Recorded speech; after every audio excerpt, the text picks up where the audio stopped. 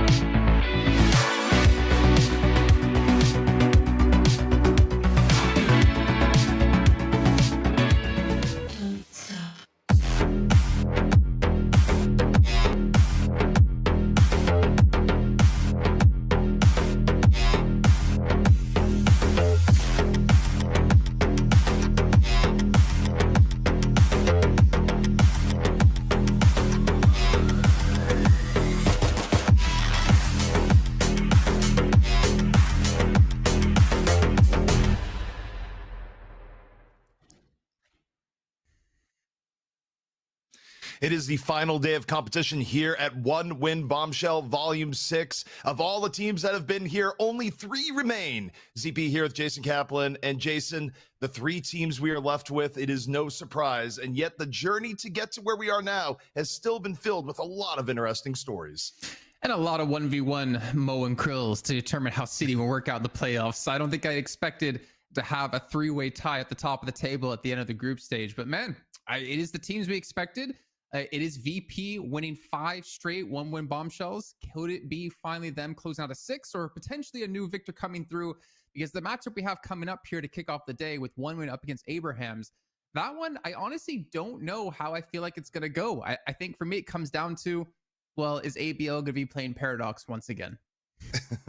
Yeah, the ABL Paradox is kind of interesting where I think my favorite memory of yesterday was in the middle of the cast. We were kind of looking and going, okay, the Bombville build is kind of effective, but also on the same note, you're starving your teammates. And then we interview Xenon after, and Xenon's like, man, we were starving out there. So that was pretty good. But yeah, this is the bracket and where we're at here, Jason. And, you know, on the whole, for the teams that got through group stages, nothing is too surprising here, except for the fact that 1-win team did nearly go down, the Fearless Furies. Yeah, I think that result, it is slightly skewed. I mean, you might have a different opinion, but it definitely didn't feel like 1-win were playing with a sense of urgency and playing to win that game heavy-handed. It seemed like they were more laid back, having a bit of fun with it, because like realistically, as we just touched on with ABL playing Paradox, there's no world you're going to see a Virtus Pro, unless there's obviously a big meta change, I'm going to give myself an out in case it happens, are going to feed over all their farm to a Paradox to play the time bomb build. There's just no way that's going to happen. So that's why I'm kind of like hesitant to look at that result and be like, yeah, you know, it was a very close game. It really shouldn't have been. When we saw women finally playing like we knew they could, they were starting to run away at the games completely. But at least for the sake of Fearless Furies, it was nice to see them have a step up. I mean, they didn't even qualify to the playoffs last season when they were known as, I believe it was CIS Rejects. And this time they made it through, showed some improvement and showed some individual skill. Yeah, and I think the other interesting storyline that we've been seeing here overall is just the fact that in just another week of Deadlock competition, we've seen the meta shift even more so from what we'd seen the past week. Every week things change. Of course, we had another patch that added onto it, but while it's on screen, we're going to be kicking off the day with 1-win team versus Abrahams in a winner advances, loser goes home match, and that will lead us into our grand final, Virtus Pro versus, of course, whoever wins that first match. So, yeah, I mean, absolutely star-studded day coming along here, Jason, no matter what the results may be. I mean, Virtus Pro came into the playoffs just ready to like straight up Hulk smash coming out of them. I mean, they lost 2-0 very quickly over in DFN on Wednesday up against Abrahams, and they come out and 2-0 them in the winner bracket of this one to get themselves straight through the finals.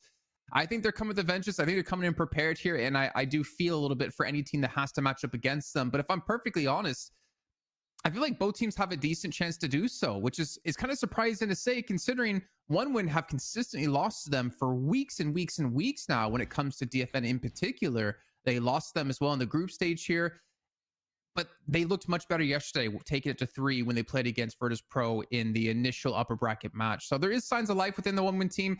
I don't think the Paradox play is going to do it for them, even though they did play it in 2 of the games and won one of them against VP.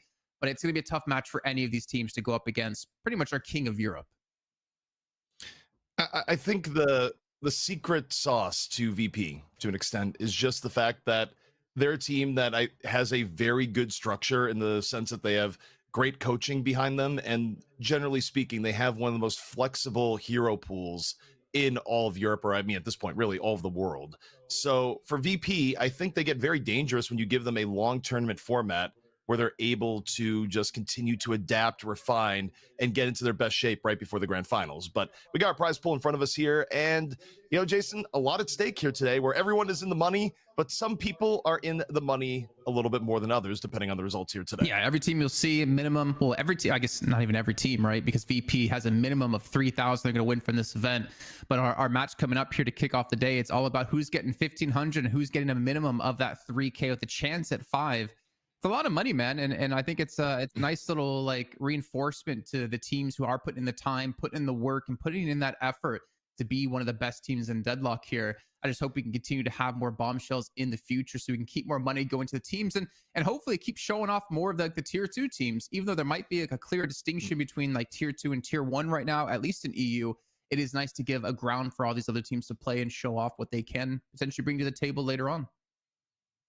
You know, now you mentioned that, Jason, we got a QR code for that. If you want to help support the channel, help make all that happen, just check out our QR code here and follow One Win Bombshell on all the socials. There's a link in chat and the QR code on screen. So very good. And also, you know what kind of occurred to me on the prize pool when I was looking at that? You realize that by winning the Mo and Krill round robin for the 1v1s, Abrahams gave themselves 3rd place right off the bat. Yeah, those are easily the most impactful Mo 1v1s we've ever seen in Deadlock. You know, it's not just side choice. It was literally, it's like, oh, now you're guaranteed 3rd place and a bare minimum of $1,500. I mean, one day we're gonna get to the point where it's a Mo 1v1 for $1 million, and that's what's gonna happen. That's gonna be the most exciting and crazy 1v1 ever. But yeah, 1,500, man, just to win some Mo 1v1s. I don't remember who they kind of put forward to actually play in those 1v1s, but it's a little bit of pressure, I'd say.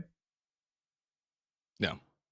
Needless to say, just a bit of pressure. But yeah, I mean, look, it'll come one day where you'll have some really big Deadlock tournament and it'll be a side goal like crowdfund the Mo 1v1 tournament. And yeah, it'll be wild. But most picked heroes here of the tournament. And I feel like it's a little bit misleading because this is not 100% involving the bans. It's just like what has gone through to be picked. So the heroes that are even higher in priority than anything on the screen, but have been getting banned, notably Geist, is not going to show up here. So to be the most picked, effectively you have to be a hero that is never banned, but also is involved in most of the games. Yeah, I would look at potentially changing it up to be most picked when not banned, and then you get a percentage in there to kind of show things as well. And the same goes with like the top 5 most winning heroes, right? Because you see, or at least we did see not too long ago, McGinnis be like number 1 at 80% win rate, but she's also only played, you know, a very small amount of times, jam side in particular. But I think we are seeing some things though, right? Like Shiv has had a lot of priority over the course of this week. Yep. Lash has had a lot of priority as well, to be fair, as we saw in top 5. And then we think about our bans, considering we did have a patch, you know, mid-tournament, Calico being quite nerfed. I wonder if the bans like per day kind of fell off, but it seems like most teams are kind of sticking with, let's just keep her banned for now. We're not really feeling confident to have to deal with her, even if she has been slightly nerfed. But honestly, like the most impactful one for sure for me has been the Geist, as you already hinted at, ZP. Yeah, the Geist has been huge. And also, it's kind of worth noting too that for Calico, Pre-patch, all her bans when they came in were coming in as a first ban. Post-patch, I believe it's been far outweighed by mid-stage bans. So her priority definitely took a big hit after that early change. Yeah, we've seen quite a bit of a change up in the whole drafting priority for a lot of teams as well. Some teams admitting they feel like they can't really play a Geist and outplay others when it comes to it, so they take it away as an initial pick. But here, this is what I was referring to before, right? I mean, Guinness might have the highest win rate, but she hasn't been playing in that many games, so it's kind of misconstrued there. Whereas the Yamato we've seen actually, funny enough, ZP, she kind of dropped off the face of the earth. Everyone was more, focused on taking like Calicos. She kind of disappeared, but I feel like in this last week, we've seen more of her in this 1 week than we've seen maybe in the last month. Yeah, Yamato just came back into the fold where, and you look at the overall changes, I don't think there was enough changes done to necessarily mandate that. I just think the meta is a little bit free flowing as it always is. And the best example of that probably is Mirage, where remember Mirage kind of fell off for a few weeks back, where if he was getting picked, he was getting picked late in the draft, and there was a few times where he was undrafted, and then all of a sudden teams just collectively realized, oh yeah, Mirage is a pretty good hero. And then he's all back up to being first pick, first ban. It's just like, oh, okay, guys. I do good still collective amnesia. I see a world still where like he should be one of the highest prioritied heroes if you can pull off the split pushing play that we saw in the past, because of the extra souls that you get for like solo killing a walker. Like that's like 3K in your pocket that can massively spike anything for you when it comes to these team fights. So I think you could easily use more of these split pushers to then join fights right after, getting a huge influx of income. I mean, we talk about economy allocation, and I think that's one important way to do so. And I don't think we've seen that fully tapped yet with the recent changes either. No, not quite. I mean, there's a lot of room for optimization that's still to be had. I mean, I think that's true of Deadlock in general, where you think about how the macro play kind of transpires in Deadlock, along with all the mechanics that go along in it. It is very arguably the most complicated game with MOBA-esque mechanics to ever really come out, that a lot of things have just not been fully optimized, whether it be in how you're drafting, what you're prioritizing, your order of operations for pushing, defending. Effectively, well, yes, the game changes pretty regularly, which sort of makes it harder to hit like higher levels of mastery. Even if you were on a static playing field, it would take a longer time to actually like dig deep and truly figure out where the game is at. Yeah, and I watched. I think I might make a video about this, so you can always head over to Locked In on YouTube, talking about the changes to the ability points, because there is a breaking point. I haven't like bothered to look into the game yet. I haven't had time to dive into it. There's a certain amount of souls that you can get to that is like, okay, that's it. No more ability points you're going to be able to get now from boons anymore. And I want to like calculate like on average how long does it take to get to that soul threshold. And then if we start seeing games on average last longer than that point, I think that's when teams need to start looking at, okay, well, how can we maximize these earns to get it over to the right heroes who get the most benefit from having that fourth ability at max level. And I think that's a really interesting part of the game that they added into. I know they said this yesterday, and I hope we continue to see things like that. I kind of hope they look to move ability points around a little bit and how you actually acquire them, because having to not only focus on your build, but then also focus on specifically what abilities am I going to max first and lean towards to maximize my potential in the team and in this game. And I think that's such a cool little added like step of thought, of knowledge, of like planning for Deadlock. I think maybe public, like for the pubs and then and like ranked, maybe it's a little extra too much to think about, but in the competitive sense, like at the highest level, I think it's such a cool addition.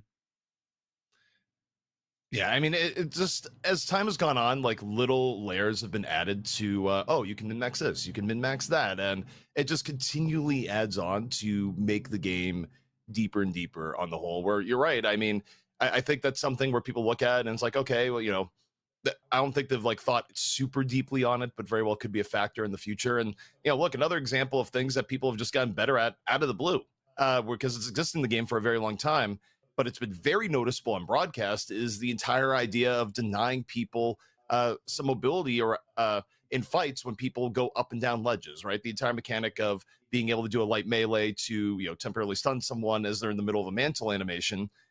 that's been around for a while, and people have gotten very, very good now, Jason, at actually using that effectively. So just seeing that part develop and seeing all the skill play around that has just been super interesting on the micro level. So you just got all these micro and macro levels mixed together. And Jason, we're already quite deep into this draft. Damn. And we had Geist get through. Wow. So we saw, I guess, an Infernus first ban. That can't be right. It had to have been a Kelvin first ban, right? There's no way Abrahams chooses a Warden over a Geist as a first pick. Because Woman comes in as a lower seed, so I guess Abrahams would have choice if they went first ban or not. And I would imagine they went second ban, because I could see a Warden Mirage as a pickup instead of a Geist and a Sinclair as like a 1-2 combo. No, I think it is Warden first pick. I'm looking at it now. There's the only way this could be here is if Abrahams was first pick. So yeah, Abrahams first picked Warden. They first banned Infernus, and then One Win Team responded with Geist because it's the other strong frontliner. Both Geist and Warden are kind of at the similar levels, and then Sinclair because it's a decent counter pick against Warden. And now Abraham's like super highly prioritized the Bebop because One Win Team is also highly prioritized it, so they probably figured they had to get it here, or either Overseas would take it or One Win would ban in the mid round. And I actually, the thing is, I don't really hate the Infernus ban off the bat for Abrahams, because you also do limit a little bit, I guess, hero pool wise for One Win. But I think more importantly, it's also one of like the really good counters to a Warden, considering you can stop a lot of his healing that he does with a lot of like healing reduction, but also you can do a lot of damage reduction and attack speed reduction, meaning Warden really can't get off as an effective last stand as you would hope. But I guess they ended up going that direction instead of worrying more about that versus the Sinclair. Because I guess there's technically some counterplay around the Sinclair. But yeah, I completely agree with what you said about Bebop. I mean, think about DFN last week, TAS. Like hooks, 400 IQ hooks. I don't even know, like heat-seeking hooks, as Listic was definitely the recipient of those. So not too surprised to see Bebop picked off the bat. But I'm really happy to see the Yamato. I'm just hoping, I'm hoping here, ZP, please let's not see a Paradox locked in for One Win. But it is possible. I mean, if One Win Team, I think it'll be kind of telling. I feel like the Paradox was kind of to your gut feel of like maybe they weren't taking Fearless Furies that seriously. ABL won to mess around. If they go Time Bomb, rich capitalistic Paradox over a normal build against Abrahams, well, you deserve whatever you get in that regards. And what you're going to deserve there is a big fat L. I don't think that is going to work out all that well versus Abrahams. But the mid-stage bans are done. One Win Team taking down the Lash. Abraham's getting rid of Viscous. And okay, I was about to say, I think Abrahams will prioritize the 7 here because they very much want either 7 or Lash. And when 7 gets picked or banned, they'll go Lash. And in this case, Lash was taken down. So for the roles that they wanted to do, the 7 makes a lot of sense, especially because you think about who they would normally have in that. They would otherwise have a Kelvin, but it's banned. They were really just down to 7 to be the last in that sort of supportive setup role, and they weren't going to risk it going to the wayside. Yeah, I mean, Saint has been, I think, one of the driving forces around this support-esque 7. But that does mean that Shiv can be sniped away, which is exactly what One Win did. And we talk about Together being a really good Shiv. I hate to say it, ZP, but I feel like he's been a little bit lacking outside of playing Shiv in particular. So I do worry for Abrahams in that sense of what is he going to be picking up here to play to have that same level of effectiveness. I did quickly. I wanted to go back to the Paradox really quickly, if that's okay, if you're cool with that. Just because. No, I'm sure. I can continue the soapbox against Paradox. I'm we good saw with it. potential out of it, right? Like the Echo Shard Time Bomb with an Echo Shard Tether out of the Vindicta. Like there is setup there to do some insane damage. I was also thinking having a Frozen Shelter. Like your Time Bomb is as big as that Frozen Shelter. If you get locked in with Kelvin and you get a couple people locked in there with you, you're going to do insane damage with that Time Bomb plus like Alk Fire. So there is potential. And I don't knock it in that sense, but I do knock it in the sense of if you want to win this event, you can't be playing the Paradox in that way. But we do see the final picks come through here, at least for One Win ZP, a Vindicta and a Holiday. So they've got some good catch. I don't really hate the comp so far here for One Win. It's looking pretty solid, to be fair. I think it's worth noting, Abrahams has done a very decisive change in their drafting strategy, I think because of the loss to VP yesterday. I think they're off the Shiv as a prio, because if you think about it, every Abrahams draft previous to this, they would go Shiv on second pick. they're not doing Shiv on second pick. And that means the goal of picking Abrams late into the draft, that was specific. It was inspired by how VP has started to pick Abrams and is probably going to be Together that's playing it. So that is a shift, and it is intentional. And it kind of goes back to this, like, well, what about Together that is, always playing Shiv? Abraham's now realized, okay, maybe we don't need to do that, or maybe it's a weakness here.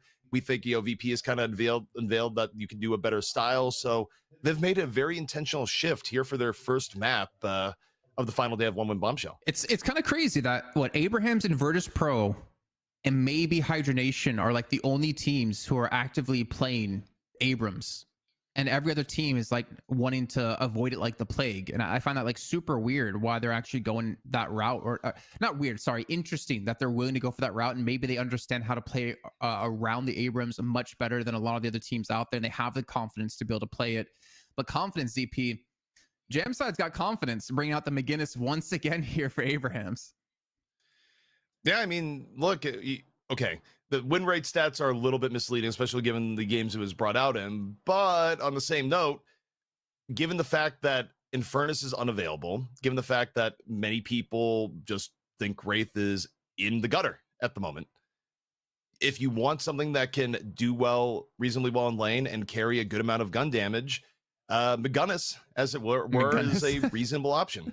Now, is Jamside going to be very active in the game on McGinnis? No.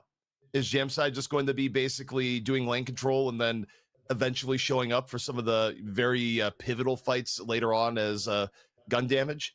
Yes. That's effectively what you can expect here, but it's going to be more passive gameplay from Jamside, even relative to when he is on when he's on Infernus, or he's on his Wraith. So yeah, that's kind of where we're at. And I feel like we've seen a transition out of these like hyper carry or hyper range carries, like your Wraiths, your Infernuses, your Sevens, etc. I feel like they've kind of, well, Seven when playing that role, I feel like they've changed up how they're playing. They're more now of like an objective pusher.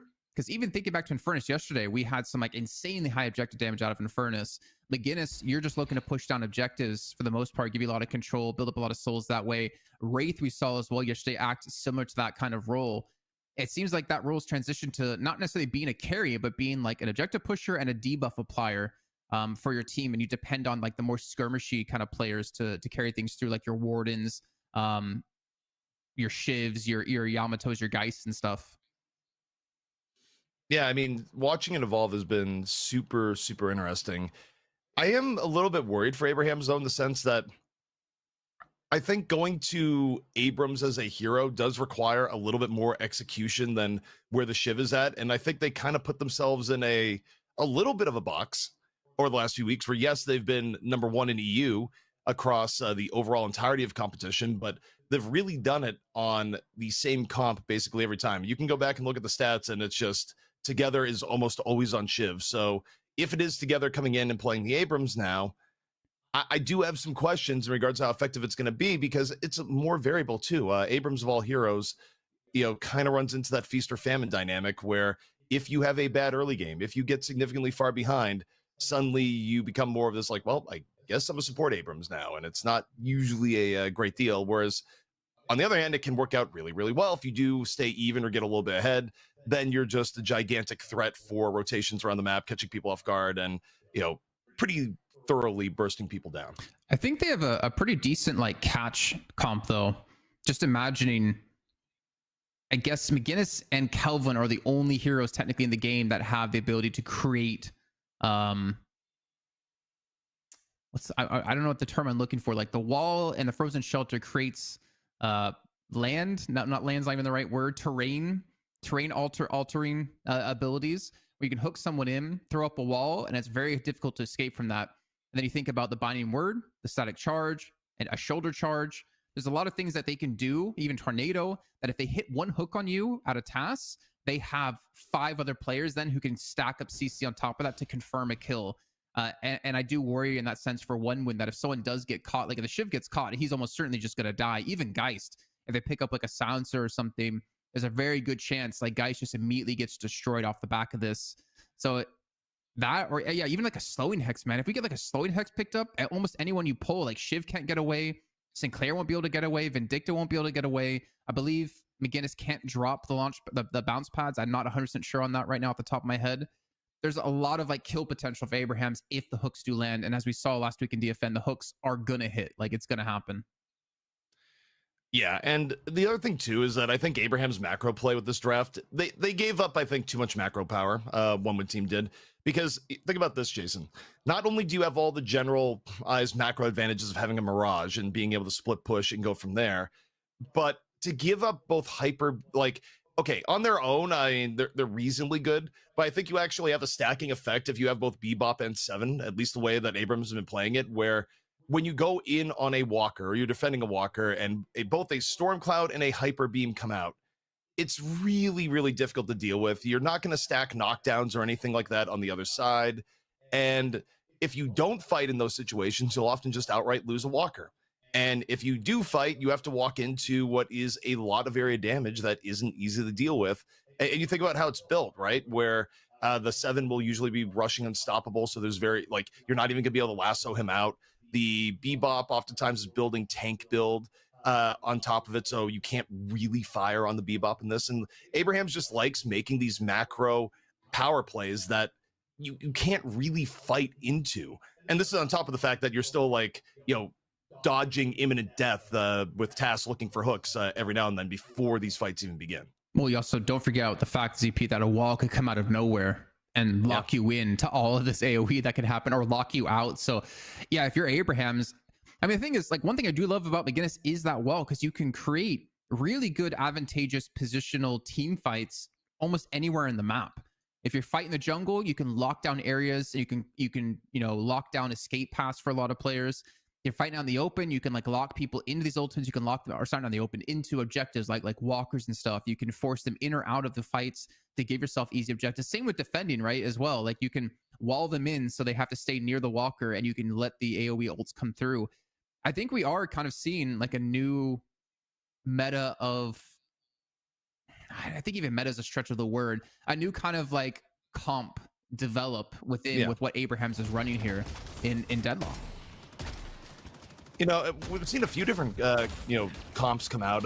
One of the other comps that isn't present here is, neither hero was picked nor banned, but I think back to the comp we saw where VP ran a Calico plus a Haze, and you just had ridiculous amounts of map control because you had two super mobile heroes that almost, have scouting superpowers. But Jason, we're into it right now. Taking a look here at the early lane situation. Anything catching your eye at the moment?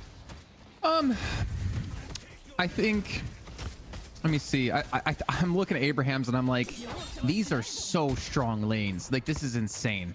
An Abrams and a McGinnis, so you can throw up a wall and hit a shoulder charge. Mid lane, a hook into a tornado. I mean, Mirage already has insane poke, but then you have to worry about the hooks. And the right lane, the Warden and the Seven. Like, if you hit a static charge and a binding word, someone's probably gonna die. This is kind of insane, the lane comps that Abrahams has off the bat. I think that's the first thing that like kind of stands out to me, ZP. Yeah, on paper the lanes seem pretty strong. That said, on the other end for one team, Yamato Sinclair is also a ridiculous amount of poke. I feel like middle lane, as it always does, kind of comes down to, okay, is Task going to be hitting hooks? Meanwhile, you look at the right hand side, Shiv, Holiday. I mean, you get Holiday as a poking threat, but I would consider that lane probably a little bit subservient to the Warden 7. And, I mean, Geist Vindicta, overall, I mean, strong poke, especially if you're able to land a tether, follow up with a bomb on top. But the threat of wall into getting charged is very severe. So, yeah, overall, tend to agree with your assessment that a bit of an Abraham's advantage, and we'll see how they play with it. The interesting thing is that actually Abrahams on that left-hand lane are being forced back towards their own Guardian, because McGinnis just gives you so much lane power and presence, like the size of her clip, the amount of being able to, or the ability to push these waves really quickly as well. It is being matched up quite well to ABL on the Geist with those essence bombs. And while we're talking about Task before, it does hit a hook. Not necessarily the correct target, as it's going to be Xenon. He can just use the Spectral Assistant to get away. But they're still able to get some decent chip damage. And in terms of HP in this middle lane, they are heavily winning out on it. Zanya and Xenon both below half HP. And Abraham's looking pretty confident. I swear we saw this happen yesterday, if I'm not mistaken, of overseas. Well, overseas, it was a bomb on a hero, and the hero got knocked back and killed the lane partner. Yeah, It was a little bit of even cornhole, more right? severe than that. Yeah, I think that sounds about right. But in any case, already Guardian taking damage, where I feel like Guardian HP may be the most telling indicator of how a lane is really going. Even more so than economy, even more so than even someone dying at some point. It's how quick can you get the Guardian down, because it just gives you so many more options to play the game. Like if this middle lane with Bebop and Barrage takes down the Guardian quickly, Jason, well, what's going to happen? Tass is just going to roam about the map pretty quickly. And that's going to be scary time for any of these lanes too, because if he transitions to either lane, they have CC set up and damage to really to allow us to come through. And Empty Dreams, not sure how they got that much damage onto Saint, but able to get the initial kill, currently at 3.2 thousand souls. And together, not necessarily too healthy either. There's potential for a dive here to come through once they get those ultimates online, just a couple hundred souls away from that point. But already one win. I mean, that's a decent start for them, considering we kind of had everything favoring Abraham's. Yeah, not bad. I think of the lanes, that's probably the most vulnerable lane, but we got a hook, and, well, it's on Sinclair, and still going to be free bomb damage coming in. That's one thing, you'd kind of highlighted it, but in terms of lane matchups, if you can sort of predict where the Bebop is going to go, putting Sinclair against him, not the worst idea. It's kind of the same vein of like why Viscous against the Bebop in lane is generally pretty good. Yeah, just about that safety, survive the laning phase, really kind of control the power that the Bebop can bring to a lane. As again, we see that tornado being used out of SAP just to escape. As we're talking about a push on towards these Guardians, we're seeing a lot of pressure applied now to the left and the right lane out of one win team. The right lane Guardian about half HP, the left lane taking a little bit of chip there. As our first sets of runes going to be spawning in, wouldn't be surprised to see Zanya head over to pick up this movement buff. At the same time, Sap's going to be doing that over towards the casting, but it's going to be stolen away actually. Empty Dream securing it. So one win. You know, the first 5 minutes in, the first runes get and secure both of them. Have a pretty decent start here. They can look to continue that pressure on. Vindicta, Inner Power Spike in lane, Assassinate up, nearly taken down together. Falling towards the end, ABL more than willing to dive in, finish it off. You know, on Geist this time around here, Jason, also not a time bomb paradox. No, he's gonna go like Echo Shard Essence Bomb, watch. But it's gonna be so much better than a time bomb paradox. So anyways, so it'll still work out for him. And as you said, right, like Geist, there is no window where she's not strong, and it is always a good thing to feed a Geist souls compared to some other heroes out there. We just see the Seismic Slam come through. Impact out of Together, looking for a kill, but he's just going to be chased down. What was this? That was charity, Jason. We just saw a donation. Together can put that on his tax returns. That is... You just dive into a Geist that has swap like that? That... I don't know. I sometimes I wonder, has Together been too shiv-pilled over the last few weeks? Because that just feels like a bit of a mistake. And not feels, I mean, it was a big mistake. Well, I didn't really have one win team getting the first Guardian on my bingo card for this match, considering how the lane matchups looked, but they've done just that. They leave ABL to farm up alone in that left-hand lane, throwing Flammable into the mid lane to now give them some control. And the right lane, as we talked about, with Seven and Warden, could, you know, with the potential of how strong it could be with CC, they're actually losing out in lane when it comes to kills and Guardian damage. So one win completely like changed my mindset of how this game's been going. You know, I do wonder. I mean, granted, maybe against one team, Abraham's has felt like they need to change things up, but Abraham's sort of changing part of their main comp. Okay, they still got Tass. They still have Tass to land hooks. However, in this case, the fall through isn't there. It's like, did you actually want the hook? The answer may surprise you. Oh man, yeah. It reminds me of those infomercials that you would see on late night TV. And one win is just continuing to win out here. I mean, ZP, we're 7 minutes in, and they're almost sitting on a 10k lead right now. They're going to be taking the right lane Guardian, and pressure's being applied to mid lane. One win are up 10k. This is like not how I expected this game to go whatsoever. This is amazing me, honestly. I mean, the one team lane performance has been extremely good. Although it is kind of interesting too when you think about it. One team looked way worse against Fearless Furies, even in the games they won yesterday. But okay, off here in middle, we got both Stormcloud and Hyper Beam coming in. And this is what we're talking about how you can use both of these heroes for macro plays. And this is just trying to get the middle Guardian down, but you're a bit behind here. You're not quite that powerful, and you're starting to get chased on down. Oh no. Zanya looking to get on in. Yeah, you're not escaping that one, man. That's rough. Together again gets caught out. I mean, we're in almost like permanent stat check territory right now, as you would say it, for one win at Abraham's. Like the lead is getting insurmountable at this point. They need to start responding with some of these Guardians to get the soul discrepancy down, but they keep losing players like Xenon. The stolen Stormcloud takes down Saint. Sath goes down as well, and then so is this middle Guardian in the next few seconds, and this is still all going one win's way, as now that lead's extended to 13k. They might even get a catch over onto Hoot here on the right hand side. I mean, this is a crumble that we're seeing across the board. One thing that we didn't really bring up mid-draft, though, which is why maybe the early Sinclair pick was quite the good idea, is that if you're going to go for both early Warden pick and plan on doing a 7, going for the Sinclair response just makes all the sense in the world, because aside from Last Stand, Stormcloud is also probably the second best thing you could copy as a Sinclair. I mean, for sure. Arguably, because, I mean, it's still top 3 in really good Sinclair options. So, yeah, I mean, at this point, the landing phase has just gone so abysmally poor for Abrahams that they're really in a hole at the moment, Jason. Can they dig themselves out of the hole, though, will be the question. And I think when we look towards that first earn, I mean, it's gonna 15%, 10% is like 5k. No, wait, what is it? The difference, right? So 14. Yeah, I mean, this should be a turn in, I would imagine, in enemy territory if they go for the earn. So in my head, when you don't try to go for the turn in, but you do deny the pickup away from them, just to make sure that they can't go for the turn in themselves, because that would be a nice 3,000 souls to kind of help catch them up. But there's gonna be a big grouping of both teams on this left hand side around the urn, as we were kind of expecting. You gotta be very careful here. If you're either team, if you're Abrahams and you lose this fight, you could be losing this first map. And we do see the hyper beam come through right into a lasso, though, and Overseas looking to turn the fight around.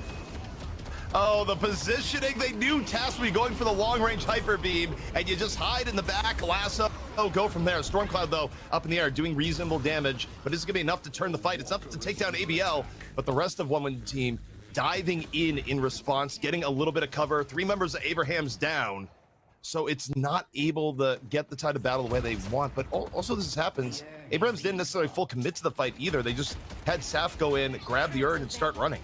Yeah, keep it out of their hands, and not to mention, you see in the mini map, Empty Dreams is there ready to contest if it went, or sorry, to help secure it if they were able to get it across the map here.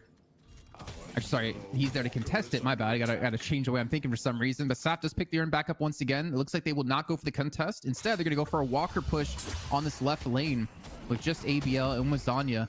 They're not gonna have the damage to take it down. The urn will be secured, so at least for Abrahams, yeah, they lost 3 players in that last fight, but they do get themselves at least 3,000 souls back to their name and close that lead to about 11k.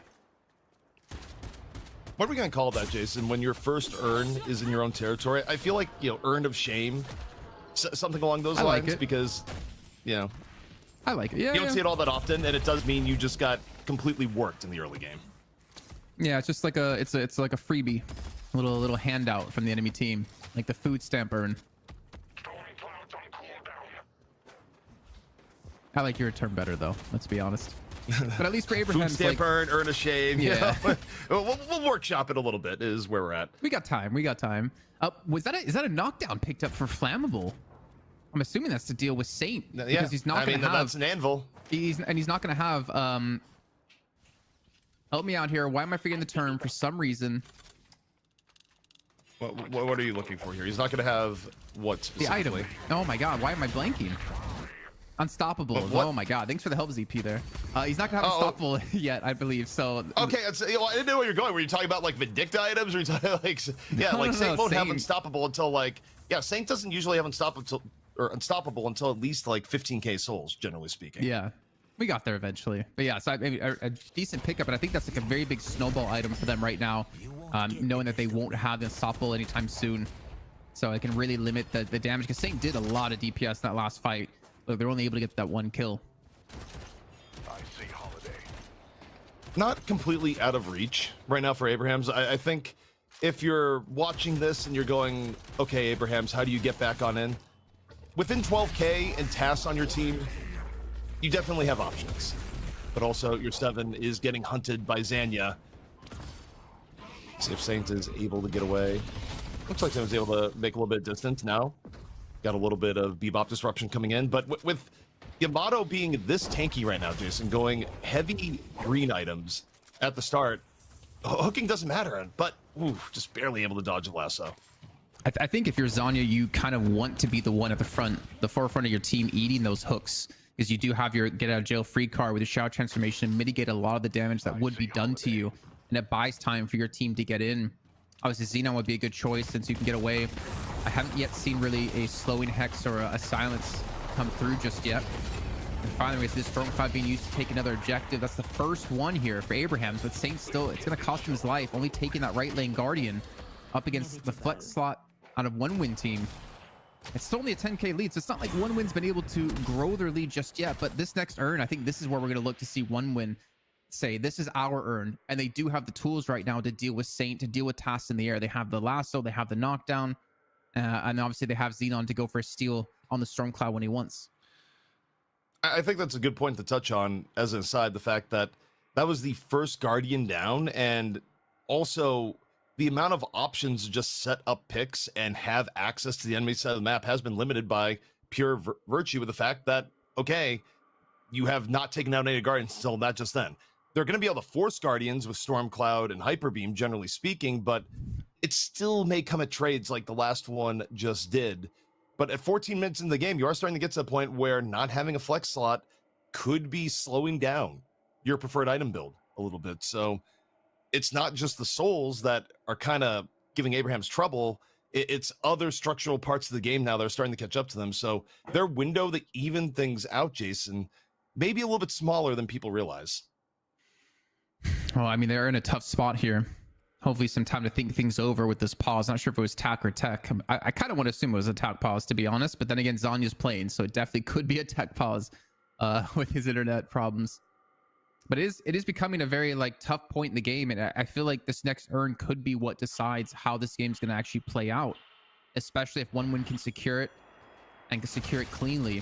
Like, that lead is going to spike, and then we're going to look to start to see these walkers under pressure, and the urn's going to be spawned on the right hand side, so we're going to start to see both teams group up in that direction. Oh, Overseas just barely getting away from that binding word.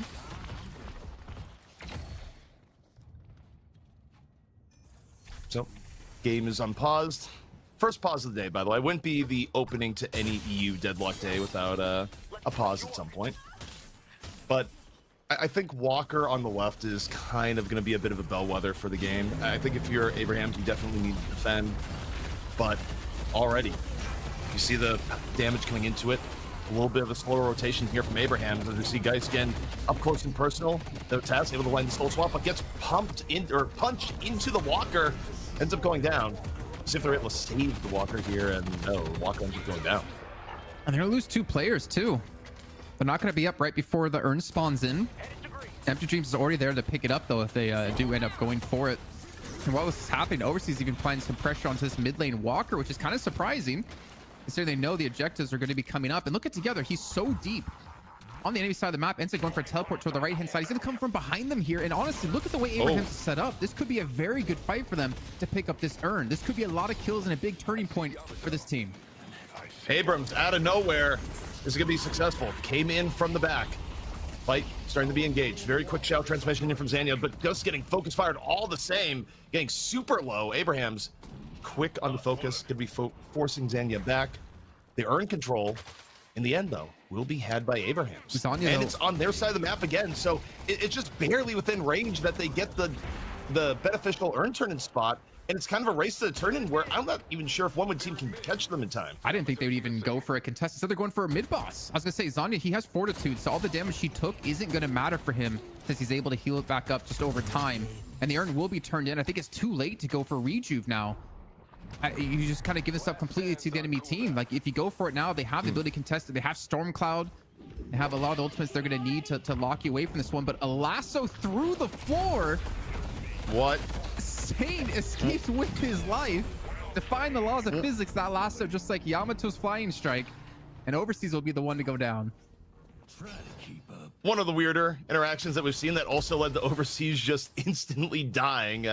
So nothing about that was good. as far as the lasso ended up going. Where, by the way, I do think that is probably in the realm of bug. I don't think it's intended that after you lasso, people get stuck on terrain. I don't think. It's always unclear where the true intention is. But off of that pickoff. Right now, you see Abraham saying we want to go for mid boss, and this is 100% going to be contested, JC. Shout transformation is available for Zon. You can see Murray dropped into the pit. He's going to be popping it as well. There's really no way they can use, or no way to stop him unless they can hit the parry perfectly. And Zani does steal it away. The Storm Cloud comes in right after this one, but Saint immediately blown up. The stolen Storm Cloud comes through and immediately forces Abraham's away in the lead.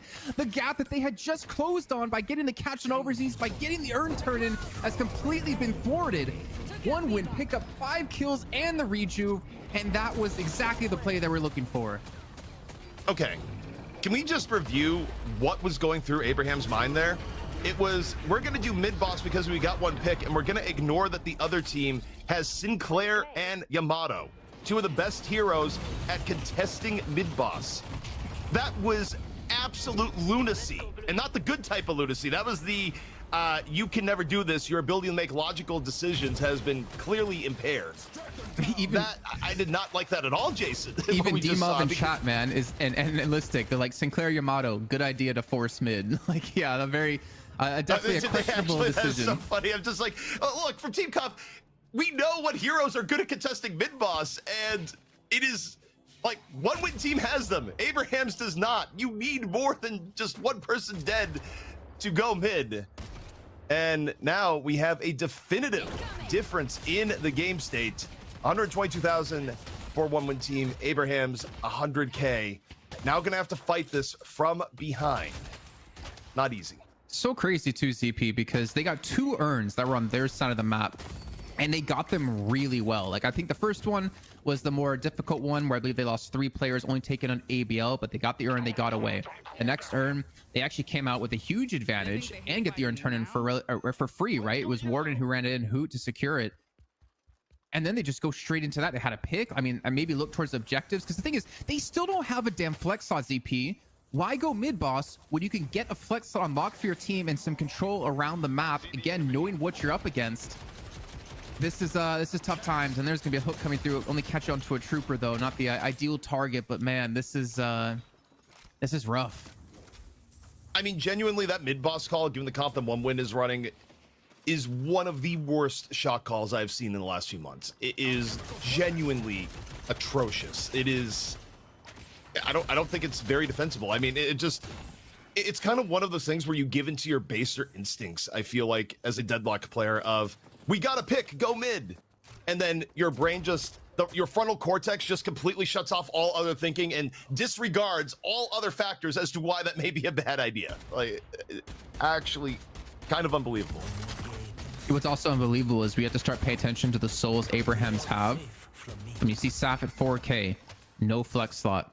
I mean, Saint's on that 1K, but he has Unstoppable. He invested early into it. You can see Majestically picked up for Hoot. He's not really limited by flex slots at the moment, but he has been forced to go towards a couple of items.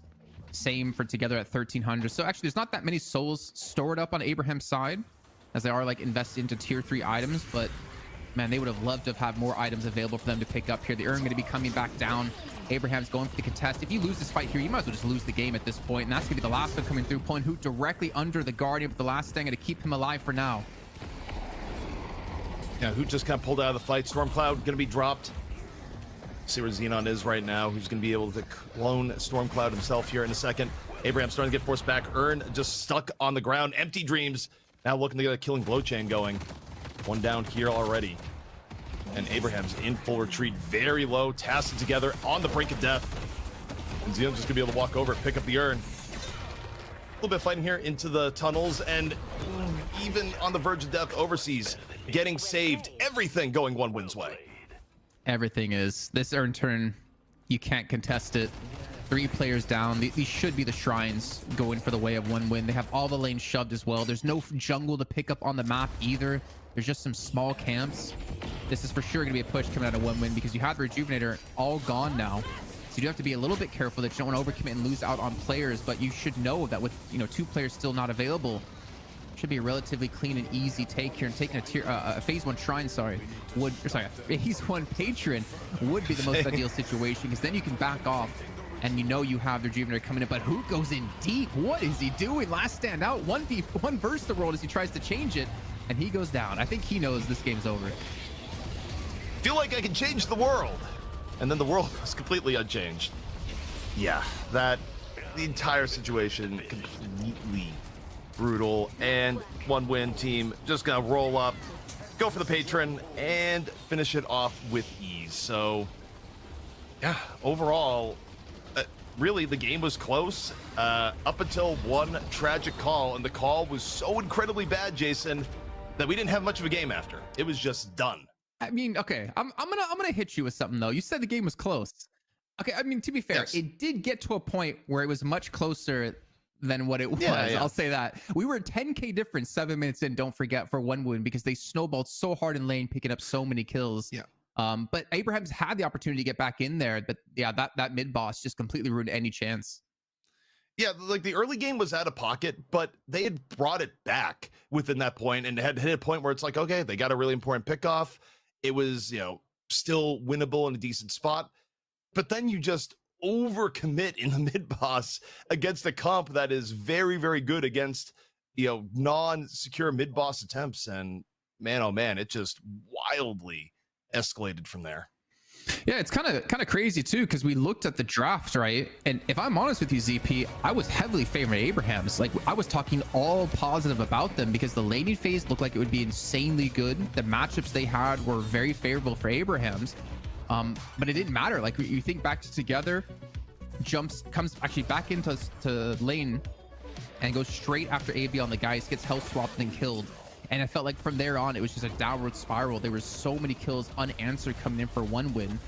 And I mean, they got the urns. Like, there were chances for Abraham to get back into the game. They had a good pick on ABL here, even though they did lose the Walker. But yeah, I don't know what else there is to really say. I mean, we could probably talk about it until we're red in the face, but that mid-boss call was just not it.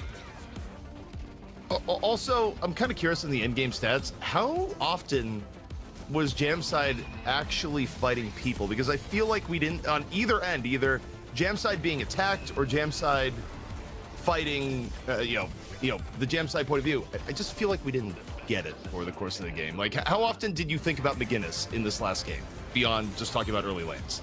Who? Yeah, my point exactly. Yeah, I mean, look, I get it. Shame. You're doing a lot of like lane hygiene with McGinnis when you're playing her right now, but I'm thinking, is like, did I get memory hole? We aside from here at the end in the mid boss fight, I just feel like we didn't really talk about McGinnis there. And you look at the other thing: 1 kill, 2 deaths, and the 2 deaths were the ill-fated mid boss attempt and dying once in base. And then you look at the overall damage.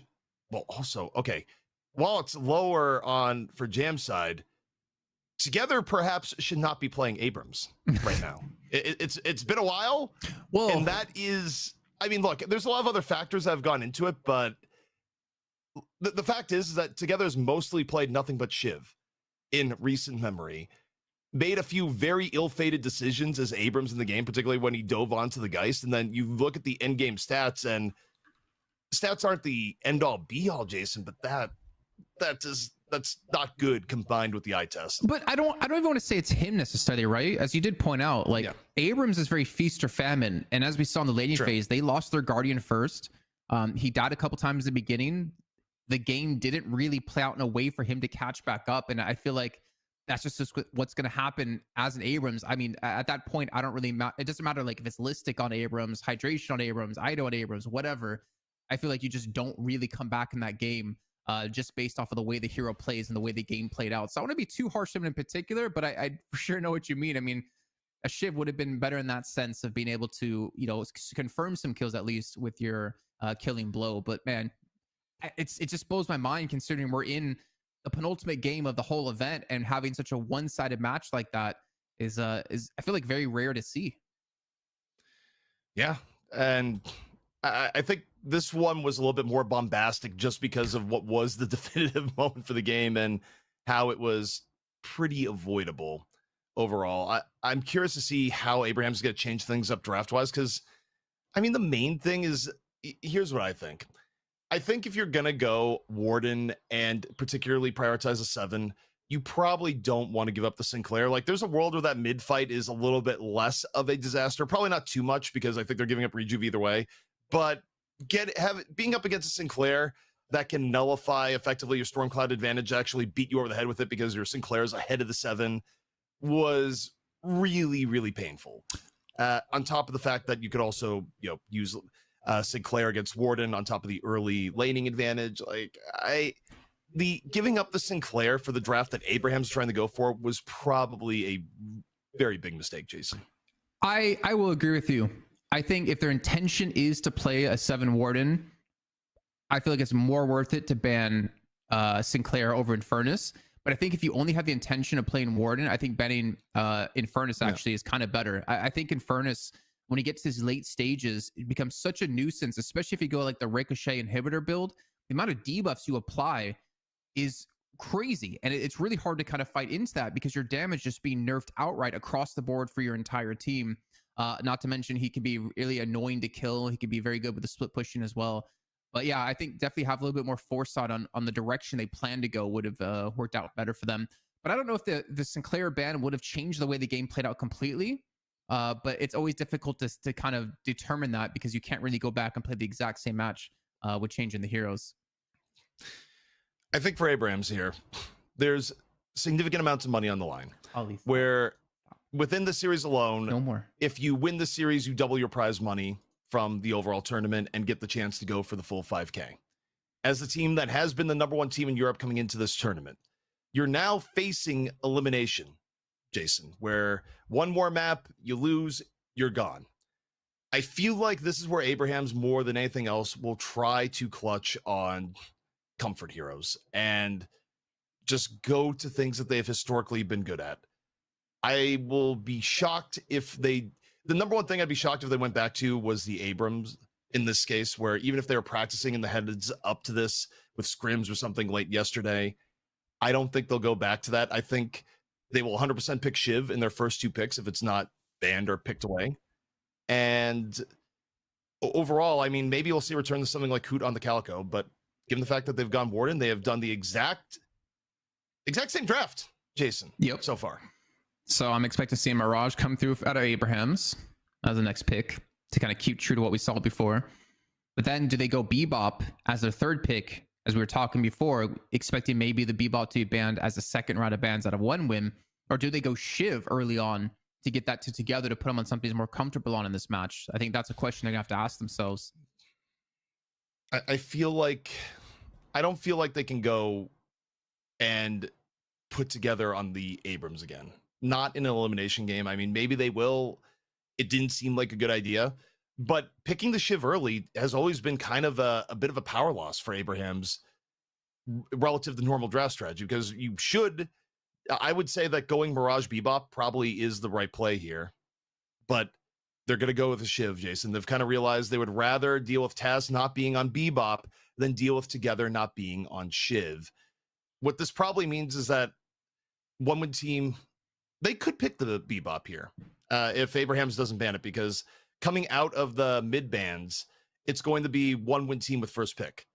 And they like playing Bebop a lot also. So I actually wouldn't be surprised to see Abrahams ban Bebop here, with the expectation that if they don't ban it, 1-win team will pick it.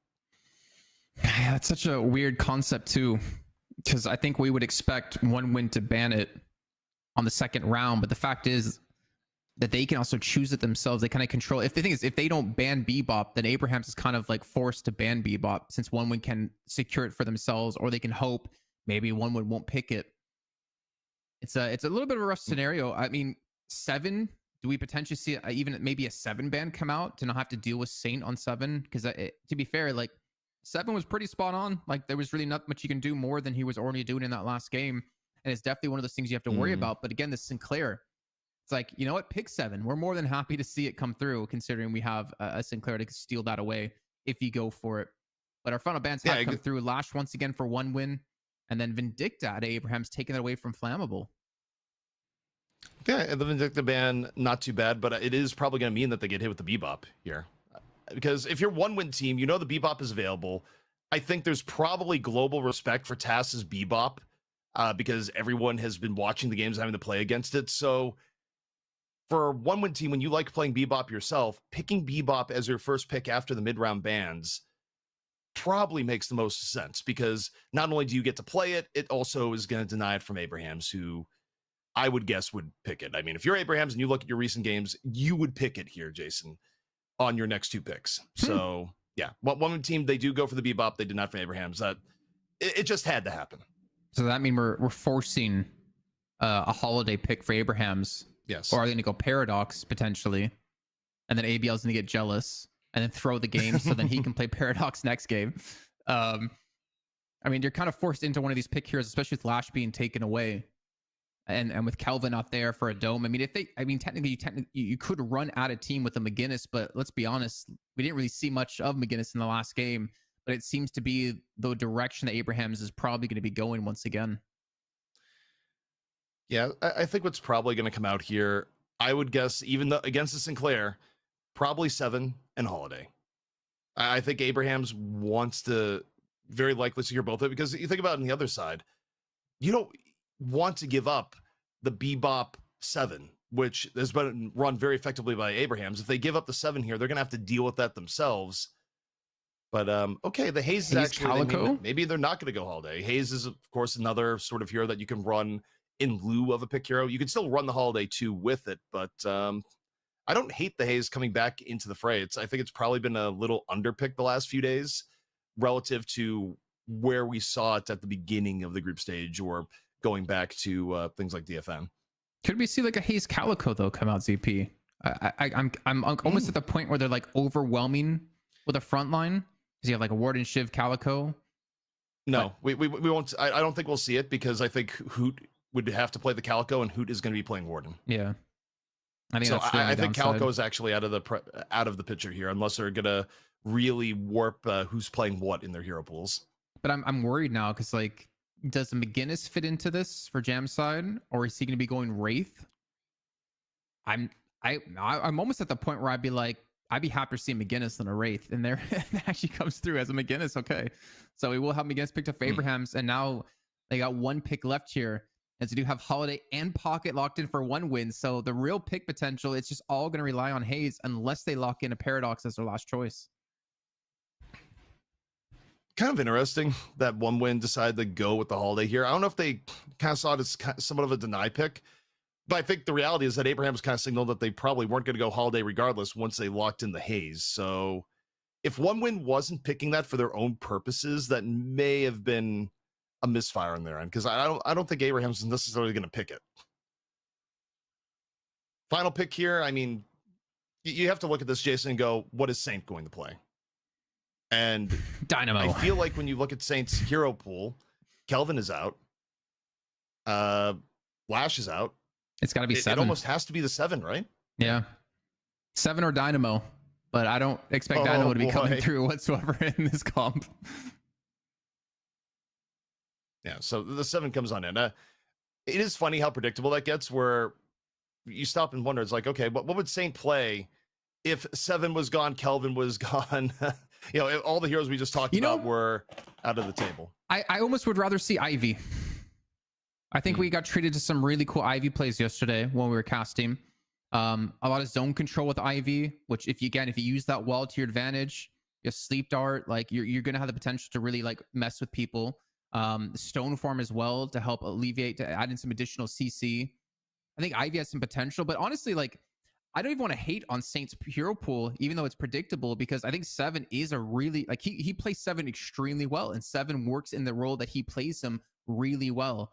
But I don't know if Ivy necessarily he's as confident on, or if Abraham, is as practiced with an Ivy compared to his 7, because it is pretty much last chance for Saloon. If you miss out on this game, that's it. You're out. $1,500 for yourself. No chance to get the minimum of 3K.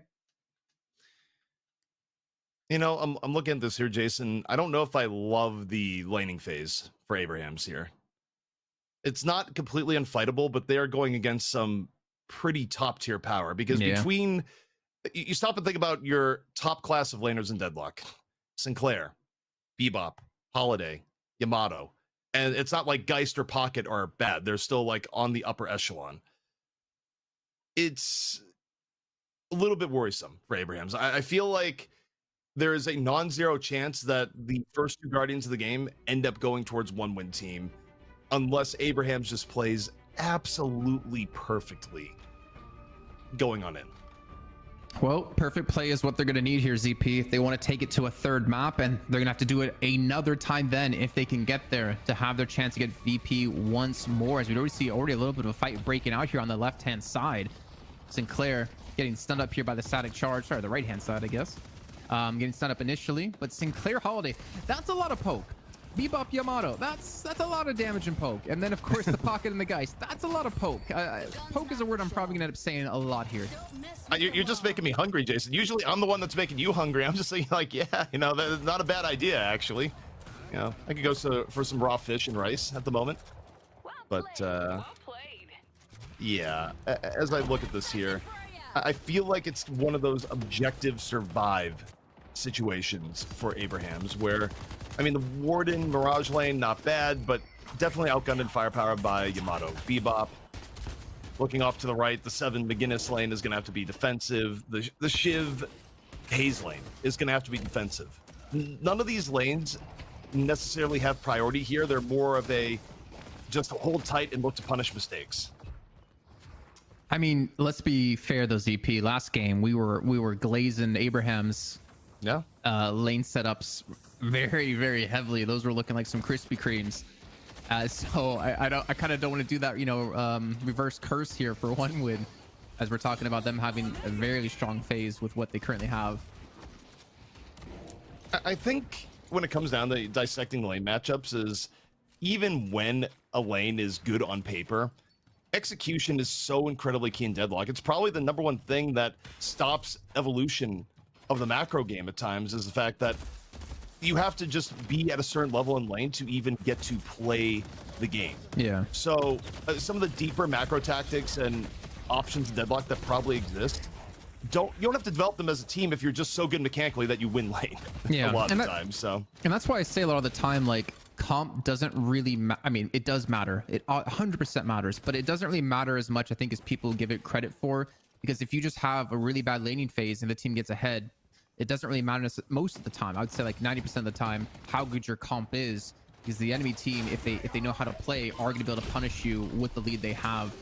But we're seeing overseas, he can hit hooks, gets a catch here on a Saf, but of course the tornado going to allow him to get away. We're not really seeing too much guardian damage being done yet though in either of the lanes, though we are still relatively early in. And I'm still looking towards the poke. I mean, Jam side, he's very low in health. He's going to go back to base. Saint going to go farm some boxes in the meantime around his own Walker. And I think one win, yeah, I think if they're smart about how they deal with these waves here, they can actually punish them. Actually, no, we even see a swap up come in. Look at Jam side heading towards the left lane. Yeah, the swap heading on in, and I don't know if it's going to fix things too much, but I suppose we'll see. You got the McGinnis Shiv lane. I'm not entirely sure what I feel about that. I almost feel like S+ tier. Oh boy. Yeah, so to no one's surprise, obviously it's early, but 3K, significantly 3K lead, already in favor of one win team off the laning phase. You know, Abrahams, they just need to get this past the lane phase if possible. They lose TAS, and man, this is it's escalating, Jason, and it's escalating in a hurry. TAS is just like, why did you put me in this lane? Why did I swap with you? Please let me go back. Why must I suffer for what you have messed up? Yeah, like, right. I mean, I guess that's kind of the role I have to clean up your mess. But that worries me though, because like Haze mid game is what you're all going to be about. When you pick up the slowing hex, you start to roam around the map. But he's only at 2.5 thousand souls. Like he's really going to struggle here to get to that point and get the items he needs to be effective in that middle game. All right, well. Oh, wait. We're getting a little bit of trash talk going on. I think one win team, we don't know which team, but my assumption is that one win team may be spamming the well playeds right now. They're feeling good. Oh, you know who spammed it. Come on. Oh, yeah, of course. Has to be one win. Yeah, I think it may be a certain player with a 3-letter name is where I'm at for that one. TAS? T-A-S? No, well, that would be Abraham, so I'm thinking more of the okay. That's fair. We are seeing the first buffs come up. Gonna survive on the right hand side, and Abraham's really committed a lot of players here to try to secure it, leaving Overseas to his own in the middle lane. And I believe Zanya picked up the one towards the left, though I didn't quickly catch what it was he secured. I think now we're gonna start to see that point where OneWin starts to look for these Guardians. You can see already the pressure on the left hand side with that wall being thrown out at a jam side. It's like a 30-second window now where they can get a lot of damage into these Guardians, and there's no safety net for Abraham's in that left lane. Hold down. It's going to be committed here by Taz. What's in his sights? Meanwhile, over the top, Storm Cloud copied in by Sinclair as Saint able to get down at least one. Well, on the board is Abraham's, but Warden coming in a little bit later. Hoot able to finish off Flammable, so reasonable rotations here for Abraham's to try and get some of the gap closed, but the macro end is very worrying for where it's at right now, Jason. Yeah, the lead, not too crazy. But now with that Guardian being down the right-hand side, the freedom it offers for Flammable to start to rotate around the map, which we can see he will be doing. ABL going to be picking up all that farm in the right-hand lane. I will say Zanya and Overseas have been a little bit quiet in the mid lane, to be honest. I was expecting a little bit more action, some more kill potential happening. Then again, it is very difficult to take down a Mirage since you have that Tornado to get away, and there's almost no way Saf is going to use that as an aggressive ability, purely keeping that for defensive. But it looks like even the rotation out of Flammable won't be happening towards that middle side just yet, as he heads back towards that right lane to look to shove the lane once again. I mean, Saint's at 3.6. Like, Taz at 5.5. He's been able to catch up and farm. I think he got a lot of the solo farm here during one of these deaths that his teammate had. Yeah, Taz is still a reasonable threat, and Together is actually okay on the shift farm at the moment, but Stormcloud going to come out the real deal this time, not the copy. Getting plenty of damage here onto both Holiday and Sinclair. So the rest of the fight ends up developing in hot pursuit is the Haze, and the Haze might be able to finish this off. It's Taz, he's over, he's in. Looking for Sinclair. Sinclair, you're going to be able to shift away in any meaningful form? No, Taz is able to finish off, and we've seen Taz be a hero for Abraham's on Bebop. Is this the hero Haze play about to come out? It's looking pretty damn good right now for Taz. Yeah, really needed, man. 7.4. He just went up about 2,000 souls off the back of this fight. And a little bit of cleanup, maybe another wave on his own on that right-hand side.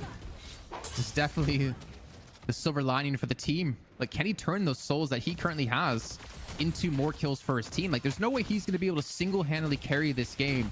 But at least with the power spike he's been able to get, his mid-game Haze presence will definitely be become known to OneWin. So you'll have a standard EU pause here, but I'd almost like to think tack pause, because you got life back in Abraham's off some of the rotations here and the fall through of Taz. It's back within a 3K difference. Objectives are still a little bit rough for Abraham's, but from how this early game started here, Jason, they've really clawed back into this game here so far, even if Jamside is surely about to die. Oh, for sure. Not as one-sided as we saw in the last game. No, he's not. Look at me, man. He actually fully got it. He unzipped. He's fine. Yeah, he's going to be good. The backstab not enough to do the damage he needs. And they actually should be able to get a catch on Zanya. Very low in health as Hoot arrives to save his teammate. And Zanya actually might be able to get away with the help of that Crimson Slash. Overseas going to get caught out. Task again, making his presence known here in the mid lane. Gets another kill for his team on a 3-kill streak at 8.2 thousand souls. Got Fleet Foot, slowing bullets. Hasn't even gone for the slowing hex just yet. With Hoot going down, the turnaround might come in for OneWin.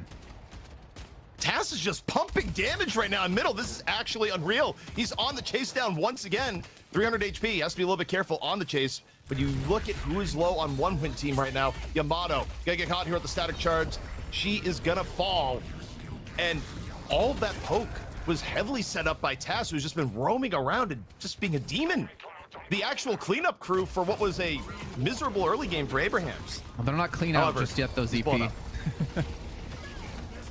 Yeah, finally he goes down. The reinforcements are here for OneWin. Saint most likely should fall from this one, as we see the pocket gonna be coming from the side, and Empty Dreams cleans this up. Something we haven't even talked about, actually. You know, Empty Dreams probably one of the strongest pocket players we've seen in EU in recent times. Playing it when it wasn't so popular, playing it when it was popular. Thinking back to that best of 5 they had up against Paravision. And now who's just trying to escape here. The chase down going to continue to come through. And that Guardian very low on HP.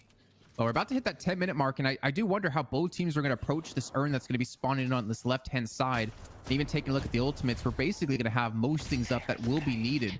though Hoot and Task not having their ultimates is going to be a big detriment to them if they want to go for the early contest on the urn. You know, the soul count is actually way closer than expected. There's so many latent souls still in Guardians because Abrahams is yet to get a single Guardian. So if they're just able to push a few macro advantages here, get a Guardian or two down, it's gonna even out the game. Now, if they go for full urn fight and they overcommit and they die, and then they get behind the where they feel like they cannot fight evenly at Guardian, that's gonna set them back pretty heavily. So, and there's almost a world where, oh my goodness, the hook, Hoot getting thrown deep in the enemy territory, but Hoot does have last stand. If he turns the corner, probably gonna start channeling, waiting for the opportunity. No channel, just leaves, knows other people are in there, and the Holiday gonna fish him off. A huge kill though, because like this urn could be shoved right in now from that one, as long as they can deal with the storm cloud. I think that's why he didn't use his ultimate, because he wanted to have it up for the urn turn in if it went that way. And maybe there's a world where Abrahams can delay the turn in. You see Zanya quickly trying to head over with this one, does have the backup of a couple of the teammates, even leaving Empty Dreams to solo push the left lane up against Together, who, you know, Together we talked about 9.3 thousand souls. He's been able to farm up quite a bit here. So you see the Storm Cloud come through and the copy Storm Cloud, but it seems to be going all the way of 1win, especially with the help of Overseas with that Hyper Beam, and they're going to dive for more here. Zanya going in to catch out Saf. He falls to the Hyper Beam out of Overseas. The position of him was perfect, and so will Jamside fall. So they get the urn turn in, 3 kills off of that, and that lead has been opened up quite wide now, ZP. That was so messy. But why is Saint going in there and doing the ground floor storm cloud in that situation when there's a Sinclair just nearby that's also going to copy counter storm cloud? Not only do you give up urn here, but it's likely to potentially result in losing Walker at the same time. Walker going to end up going down, and this is snowballing radically against Abrahams. Together able to pick up 1 kill towards the end, where I guess bright spots here for Abrahams. At a minimum, Together is still relevant in the game. TAS also pretty relevant with what they've been able to do roam-wise, and they still have 2 Guardians worth of farm to get. But this last sequence was pretty decisive in putting them firmly behind, not just a little bit behind. I mean, if we're talking about where the souls are for Abrahams, like who is very famine right now. 8.7 thousand souls. I think you'd rather take the 11k that Tass has and, you know, swap with Hoot to really get him a power spike he's going to need. Tornado is going to be oh no, he messed up the tornado. He goes into the wall. Saf can fall here, and that'd be a big kill coming in for 1 win, as now they can look to shove in towards potentially another Walker. I think the pressure is getting the Abrahams to an extent. I mean, it's always hard to make those calls, but you got to think here, when you see something like a tornado just messed up, they are aware more than anyone else that they are on the verge of elimination. Coming in with high hopes, hoping to break the VP streak of winning every 1-win Bombshell. And now, potentially, just falling to 1-win team, having to find a way to make up a very significant mid-level gap. You see coming on in. Last stand potentially here. Ready to go, Yamato. Chasing down with Shout Transformation, now faded.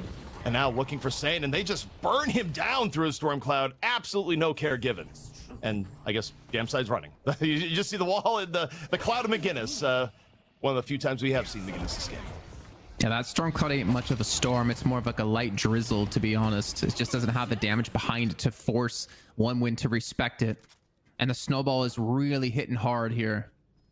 1-win have been able to pick up quite a few kills in a row. They're taking away enemy jungle, taking away these center sacrifices, looking very confident. And it's looking like, honestly, ZP, that we're going to have that 1-win VP matchup in the finals of 1-win Bombshell Volume 6. And with the way 1-win are playing so far in this series, I think we might hit a Game 5.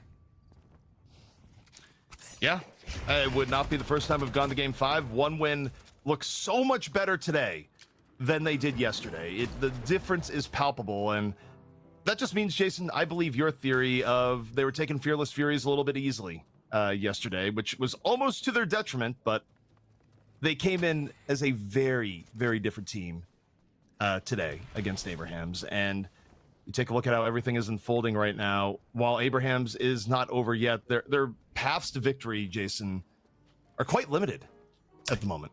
Yeah, very limited. And on the note of yesterday's games versus the Fearless Furies, I think the management of 1-win of the team sat them down. They were like, you guys really got to cut out, because it's not going to work if you guys can't step up here. This is not looking too good for you. They're looking like a completely different team. And we'll see if they can continue this though, because the game still is not over. I know it's hard to find paths to victory for Abrahams, but TAS is still at 14,000 souls. Together still at 14. David Jam's side at 15. And to be honest, the longer the game goes on, the more we have to start to consider who's going to have a stronger late game comp and like stronger late game individuals. And I mean, it's going to take a bit for McGinnis to get online, but McGinnis can be quite huge in these fights once you get the items picked up. Yeah, I mean, I just don't know if McGinnis has time. Also, Saint being at only 10k, this is not a scary Stormcloud. You go Stormcloud, you're just getting shot. But now, we have TAS trying to go for a little bit of isolation here. Gonna get hit with the Geist Bomb and all sorts of focus fire. Has to take cover down into the subway tunnels. However, from the poke, they were able to take down ABL, but Saint ends up falling again, and this is not good. Saint is stuck in the misery cycle at the moment. Bullet Dance out here for TAS. A little bit back and forth, a little bit of twisting the ankles onto Xenon. TAS is trying so hard right now, Jason. He's really just... He's like, no, I want to stay alive in this series. I would like at least $3,000. Hook into a Hex. He can't turn it away from this one. They burst him down in time, and Saf is having such a tough game here, ZP. And so is this mid lane Walker. Most certainly should be falling. I know who he gets an earned turn in, but honestly, the Walker's going to be a little bit more of a priority for 1-win at this position. And it hasn't gone down just yet. Knockdown going to be used to buy some time to maybe allow Flammable to escape as the Hex come through, catching on to 2. And he doesn't really seem to have any help here. It's just him alone against the world of 4 players, but it looks like he might escape off the minimap as TAS has gone for the chase. 1-1 team feeling momentum on their side, deep into Abraham's territory. Now moving, likely to be going for middle Walker here in just a moment. And for Abrahams, again, time getting a little bit short. They have actually, in some of these exchanges, one way or another, they have sort of shortened some of the gap. I mean, part of that Jam side has gotten absurdly fed in the interim, but Lasso comes on out. Hoot taken down instantly. And with the Warden gone, what's going to come of this? Meanwhile, you take a look at the right. Walker attempts coming in from Abrahams. They're going to start putting in damage, but it looks like there's a welcoming crew of at least 3 heading on over. As I say, this could be huge for TAS to pick this up. A lot of extra souls for him. Affliction goes in and catches absolutely no one. They haven't really seemed to lock down a kill onto anyone just yet. As we do see the Traveler used to escape, he'll be safe. TAS did confirm the Walker, gets himself up to 19,000 souls, but he is being chased on, and he will be the one to pay the price here in that matchup. I don't think there's a world where we see a mid-boss happen just yet, especially with Overseas going down as the counter push came in out of Abrahams. My gun Guinness? Jam side? The prophecy is real? Suddenly, 3-kill streak. I'm not actually believing entirely what I'm saying, but if there is a hope, maybe it's gonna come through there. The gap is actually closed back down to a mere 2k now. Saf able to find ABL, and a series of bad fights for 1-win team, and giving up a little bit of macro advantage. Jason, Abrahams was on death's door, and suddenly they're back in it. Between the call to go for the Walker, some of these micro fights, they're back. That's the trick, ZP. They were never gone. No, they were definitely looking pretty gone, let's be fair. Yeah, a massive step up. Unstoppable picked up for Saint too, which is a huge pickup. And he's still only at 14,000 souls, so the damage he's going to do isn't really going to be insane. As Flammable's just looking for the finish on the Walker. Not going to get it though. Still has a little bit of HP left to go. But you still have to worry about the threat of a Sinclair just warping past your entire team and having that safety net of the Spectral Assistant. But I mean, TAS, he's come online. Jamside's starting to really come online, to be fair. So's Together. I think the really tough part is that Hoot, like these last stands aren't really gonna do much. They ain't gonna change a town, let alone a world at this point. I mean, it's not even changing a single household right now. I mean, the amount of change is quite limited. But yeah, I mean, Hoot is kind of the jarring example of where's the farm, but also, I mean, you have your McGinnis just devouring farm all on the map. And given that McGinnis at 23k right now, they definitely need to make the call that McGinnis has to be in these team fights from here on out. I don't think you could just have Jamside continue to do the, Jamside solo retired military veteran in the, in the forest where no one can find him for the next 15 years sort of routine that Jamside often does. Like Jamside has to be more active at this point. I'm not gonna lie, that's the way I like to play. I like to just disappear in the game until I have like 30,000-40,000 souls, then show up and be like, what's up guys, I'm here, we can win now. But I'll be fair, we probably have lost by that point when it's me trying to go for the carry. Silency wave coming through to catch out on overseas. It will escape for now though. Stolen last stand gonna be coming through out of flammable. They're not really doing much damage off it, at least zone them and force them away. And there goes his own last stand coming through, but he's taking so much damage through it, he can't heal up anything. And he immediately falls. Again, only at 16,000 souls, it's hard to do a lot of damage here. With Saint going down, the mana advantage completely going the way of one win. And you even have to consider, is there a rejuve on the table with those 2 kills? Well, again, they did team fight there without the Guinness and also without Task being in. So they get 2 pickoffs. They're going to go, okay, it's time for mid-boss. And if you're Abrahams, the question is, do you contest or just go for Walker? And they decide, Jason, I think rather wisely, they would just like to punish this left side Walker and get urn control. This is smart. I think this is very, very smart, rather than going for a mid-boss contest where if you lose, you're just done on the game.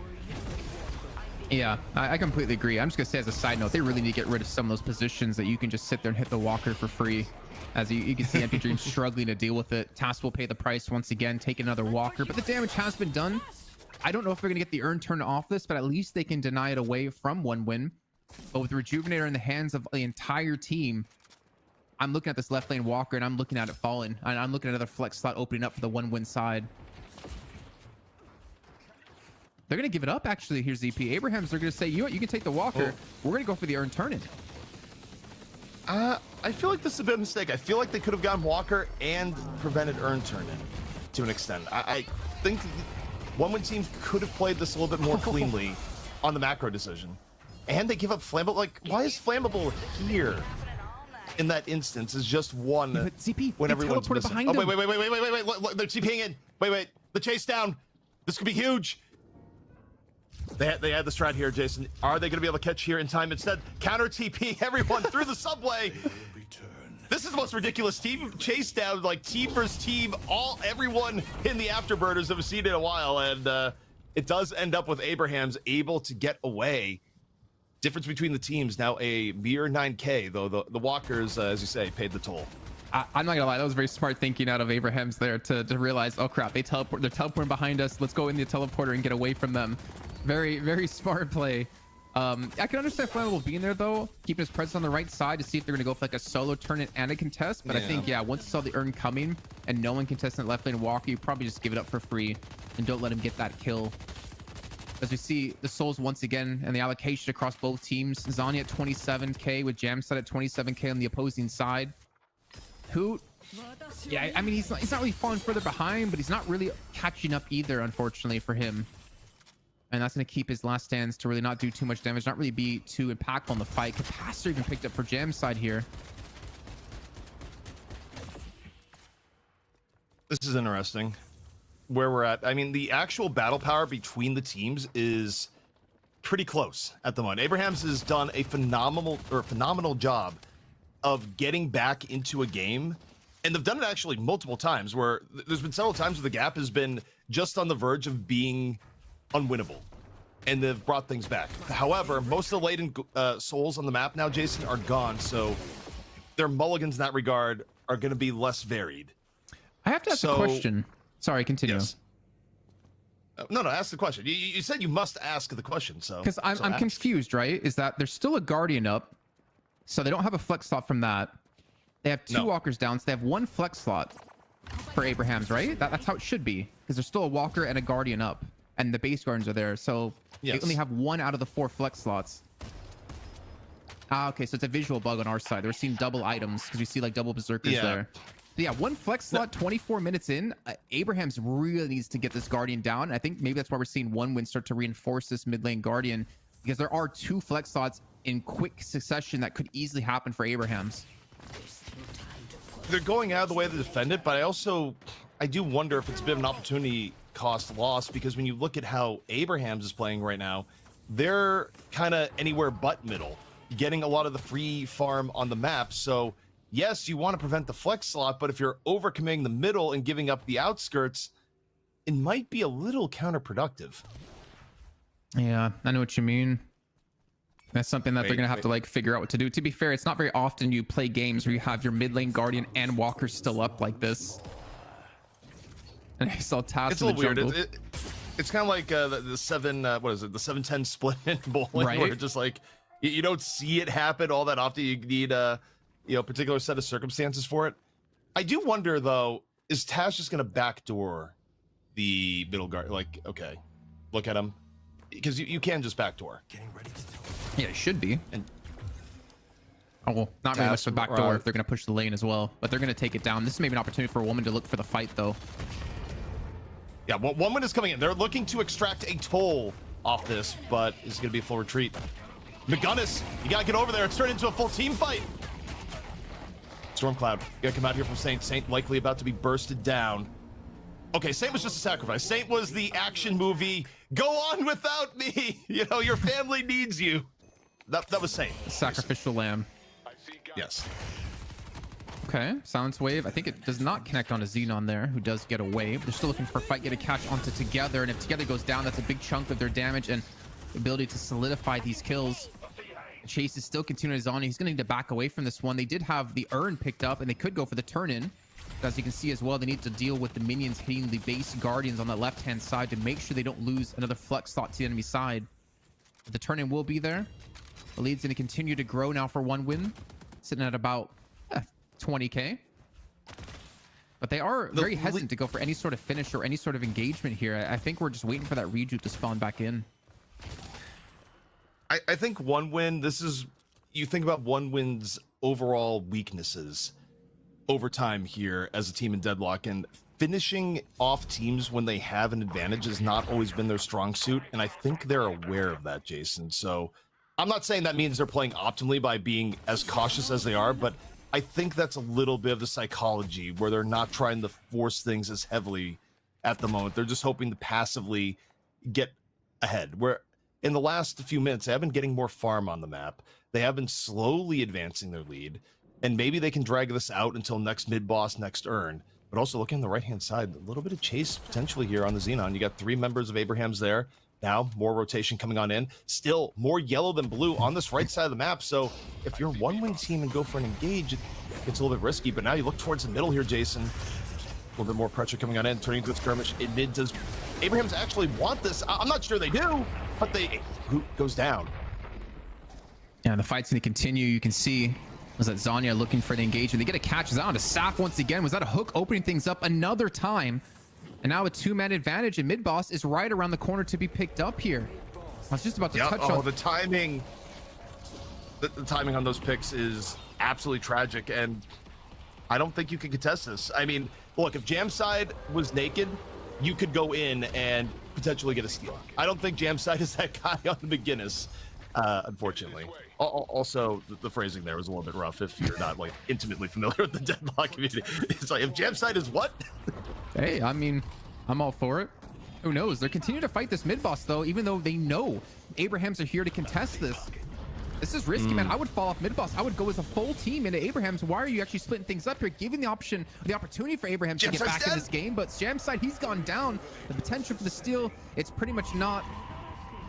I think there's a player off to the side. It's going to be Saint maybe looking to come in with the Unstoppable. And he does get parried up quite a bit, but it's going to be the Rejuve locked in for one win and the kill on top.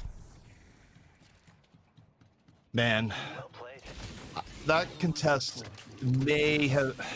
I can see the reasoning for going for it there, but I also think you've now just put the game into a starkly more winnable territory than if you just didn't go there at all and grabbed more farm, especially when you were down 2 to begin with, because your position now is, it's not just that they have Rejuvenator. You could have had a full 6 up to defend. Now you don't. Now you're getting caught here by the hook.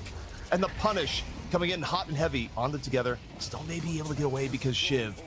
Knockdown coming on down into Tass. Pressure onto Tass now, who's desperately trying to get back into the fountain. Stolen last stand. Zoning on out as one-win team.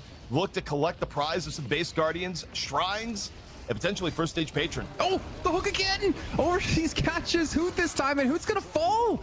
A big kill coming through, but together at least able to turn it around with his own killing blow, trying to get back in towards the fountain. The wall should be able to help secure this one, at least the safety net here. It even locks in one player out of one win, but they will retreat away. They will escape with their lives for now. The respawn's gonna be back in here for Overseas in 15 seconds. And you can see the respawn time out of Abrahams is tough. We could see the end come here right now. ZP, one win. It looks like they might potentially stick around for the finish, knowing they only have 4 players stopping them in their victory. They will retreat for now in the meantime here.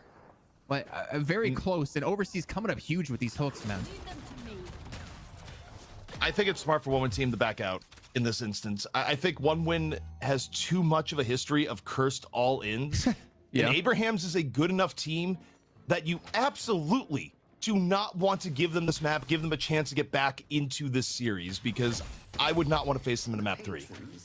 Bearing in mind, if you're just tuning in, what is at stake? This is the lower bracket finals. Winner of this match goes on to face VP for the grand finals and a shot at winning it all. Also, this chase down coming on in. ABL, pretty low, potentially fully caught. McGinnis coming on in, jam side dropping the wall. However, Sinclair on the fall through, another 2 fall, and this could be the beginning of the end, the beginning of setting our grand finals in stone. 3 dead for Abrahams here, Jason, and One Win Team. They have taken down the favorites of the tournament from day one, the #1 seed after group stages and the Mo 1v1s. It is over. They are leaving the server, and it is gonna be One Win Team up against Virtus Pro for our grand final here in One Win Bombshell Volume 6. In a game that some people, Jason, may have considered a little bit of an upset.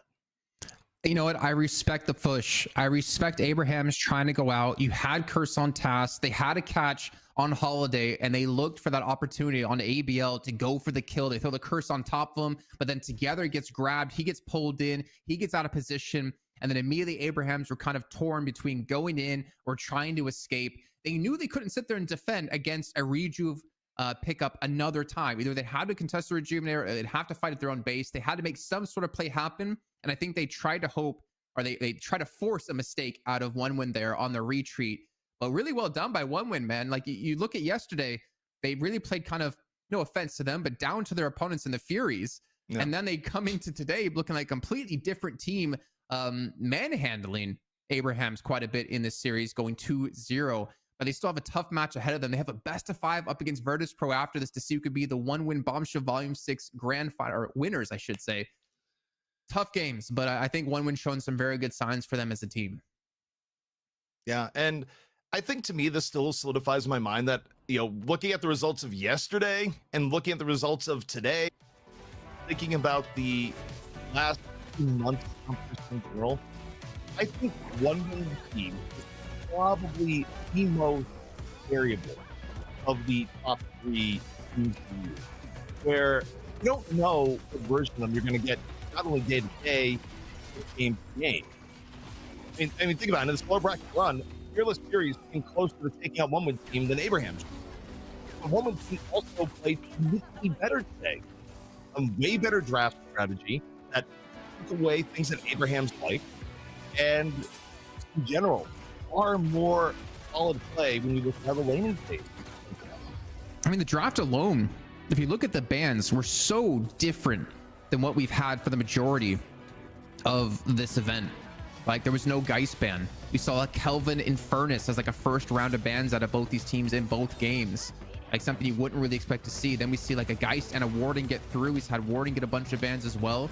I think they definitely tried to switch things up to kind of play more towards their own strengths here, but we saw Geist back to back. We saw Sinclair back to back for One Win. I think VP maybe not necessarily going to let that go through like we saw Abrahams do in this last series, but yeah, as you're talking about variable team, One Win, like this top 3 rock, paper, scissors match just seems to be wild, man. To take a look at our post-match stats, and Overseas having the most player damage. That is interesting. On a bebop. Well, a lot of bombs went off there, Jason. Not a phrase I'd ever say, you know, in any sort of public situation, but a lot of bombs just went off. Not much more to say. I mean, lots of hooks. Overseas was super, super active across the game. Zanya was a continual threat. I mean, the frontline play coming in from One Win Team was really, really good. And by comparison, I mean, I think about things that looked good for Abrahams in their loss here. Tass tried. Tass tried so incredibly hard. The actual stats don't even reflect the amount of work Tass did to bring things back to even over and over again. And it just wasn't enough. And I gotta say, I respect the idea behind the McGinnis and where it's at, but you just think about from even the eye test as casters here, Jason. I feel like the way Jamside plays McGinnis here's an easier way of saying it. It's Hermit McGinnis, where McGinnis is basically, avoiding all social contact in the game until the very end. And you think about a lot of those fights, I mean, other heroes would have been more active at joining in fights, whereas Jamside's rotation was Jamside did rotate in McGinnis. It was kind of a, oh boy, I guess I'll go fight now. And I don't know. I'm not necessarily a believer that you can just slot in the McGinnis and have it work out in the same way that you could in Furnace or like pre-nerf Wraith. See, I'm torn because I don't think I watched his McGinnis enough in this series to really like analyze it and have form like an opinion around it. But one thing I will say is I think we are seeing that McGinnis is not one of those heroes that you can farm for. Like I think similar to a Gun Ivy is what I'm going to say. It needs to get to that point where you have enough souls, enough items to really be impactful. But you also have to depend on your team not falling far behind, because we did have like Saint, he fell really far behind on the 7 early game. Hoot fell really far behind on the Warden in the game. Tass was the only saving grace to get them that far and that deep into the match. That I don't think it's really easy to kind of turn the game around by yourself with the amount of souls he had, just as a hero basis, right? But then again, I don't know if there's any hero that can kind of completely turn that game around for you as like a range carry that he could have picked. Yeah, it's kind of interesting how things sort of played out. I also think in terms of heroes that really gave them so much trouble, a lot of it would go back, for me, back to Sinclair. I think you'd rather have dealt with the Infernus than deal with the Sinclair. But Jason, this was our final match for us here in the tournament. Of course, Grand Finals, gonna be Jackie and Blank coming in on the mic. But any final thoughts here before we go to break? No, just again, big shout out to One Win for hosting this event. I'd love to see these bombshells kick off whenever they do. Hopefully we have another one coming soon, maybe in July, knock on wood. But also, man, I'm excited to see the finals. VP One Win, a matchup for the ages, brought to you by the fanciest of men with Blank and Jackie. I can't wait to see how that one's going to unfold. Alrighty, well, this is One Win Bombshell Volume 6. The stage has been set for the grand finals. Virtus Pro versus One Win Team. Will Virtus Pro be the 6-time back-to-back champions, or is this going to be the time that One Win Team upset them and set a new era here in Deadlock? The grand final comes at you in just a few minutes.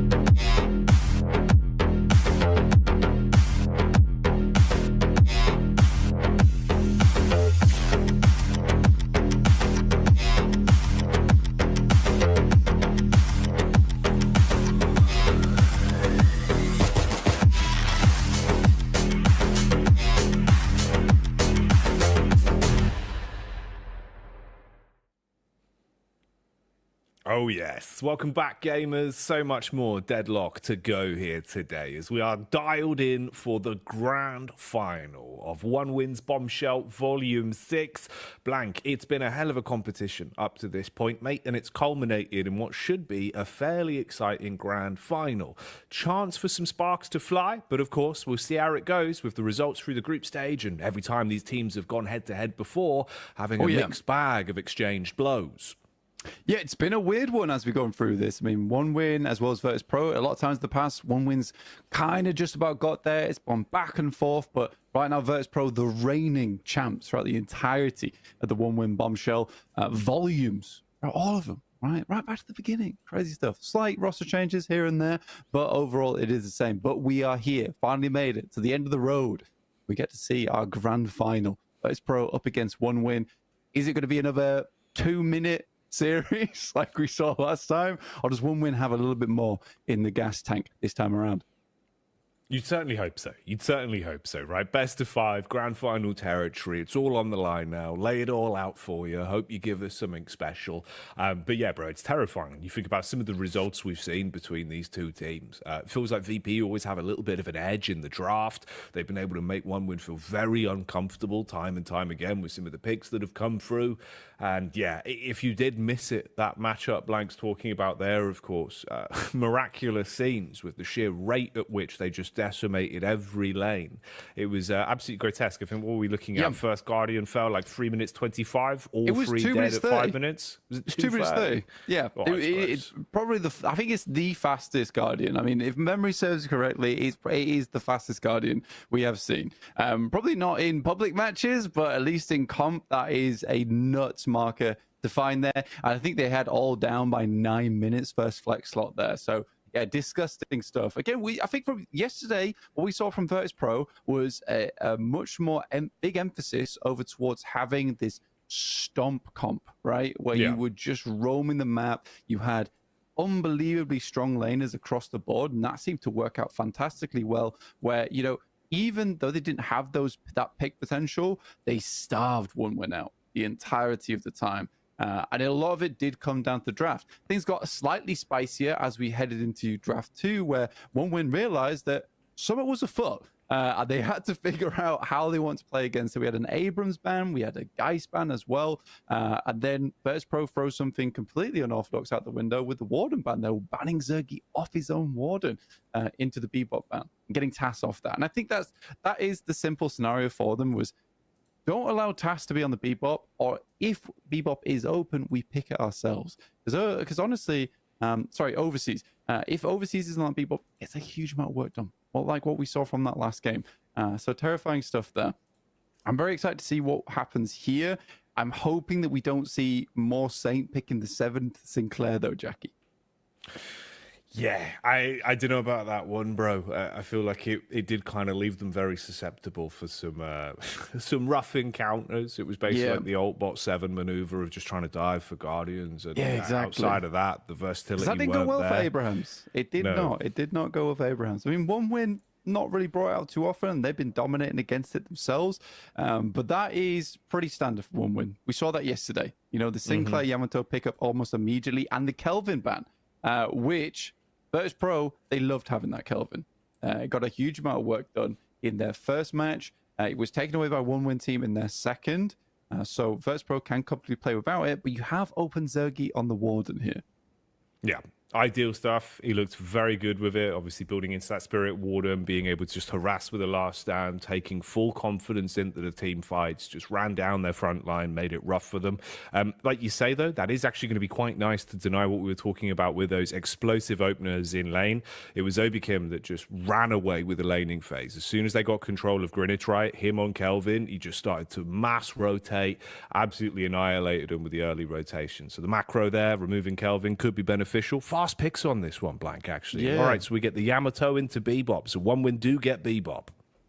So One Win's already got a pretty damn good draft. I would say this is way better than yesterday because Virtus Pro was throwing some quick maneuvers at them, which they weren't quite able to follow up on.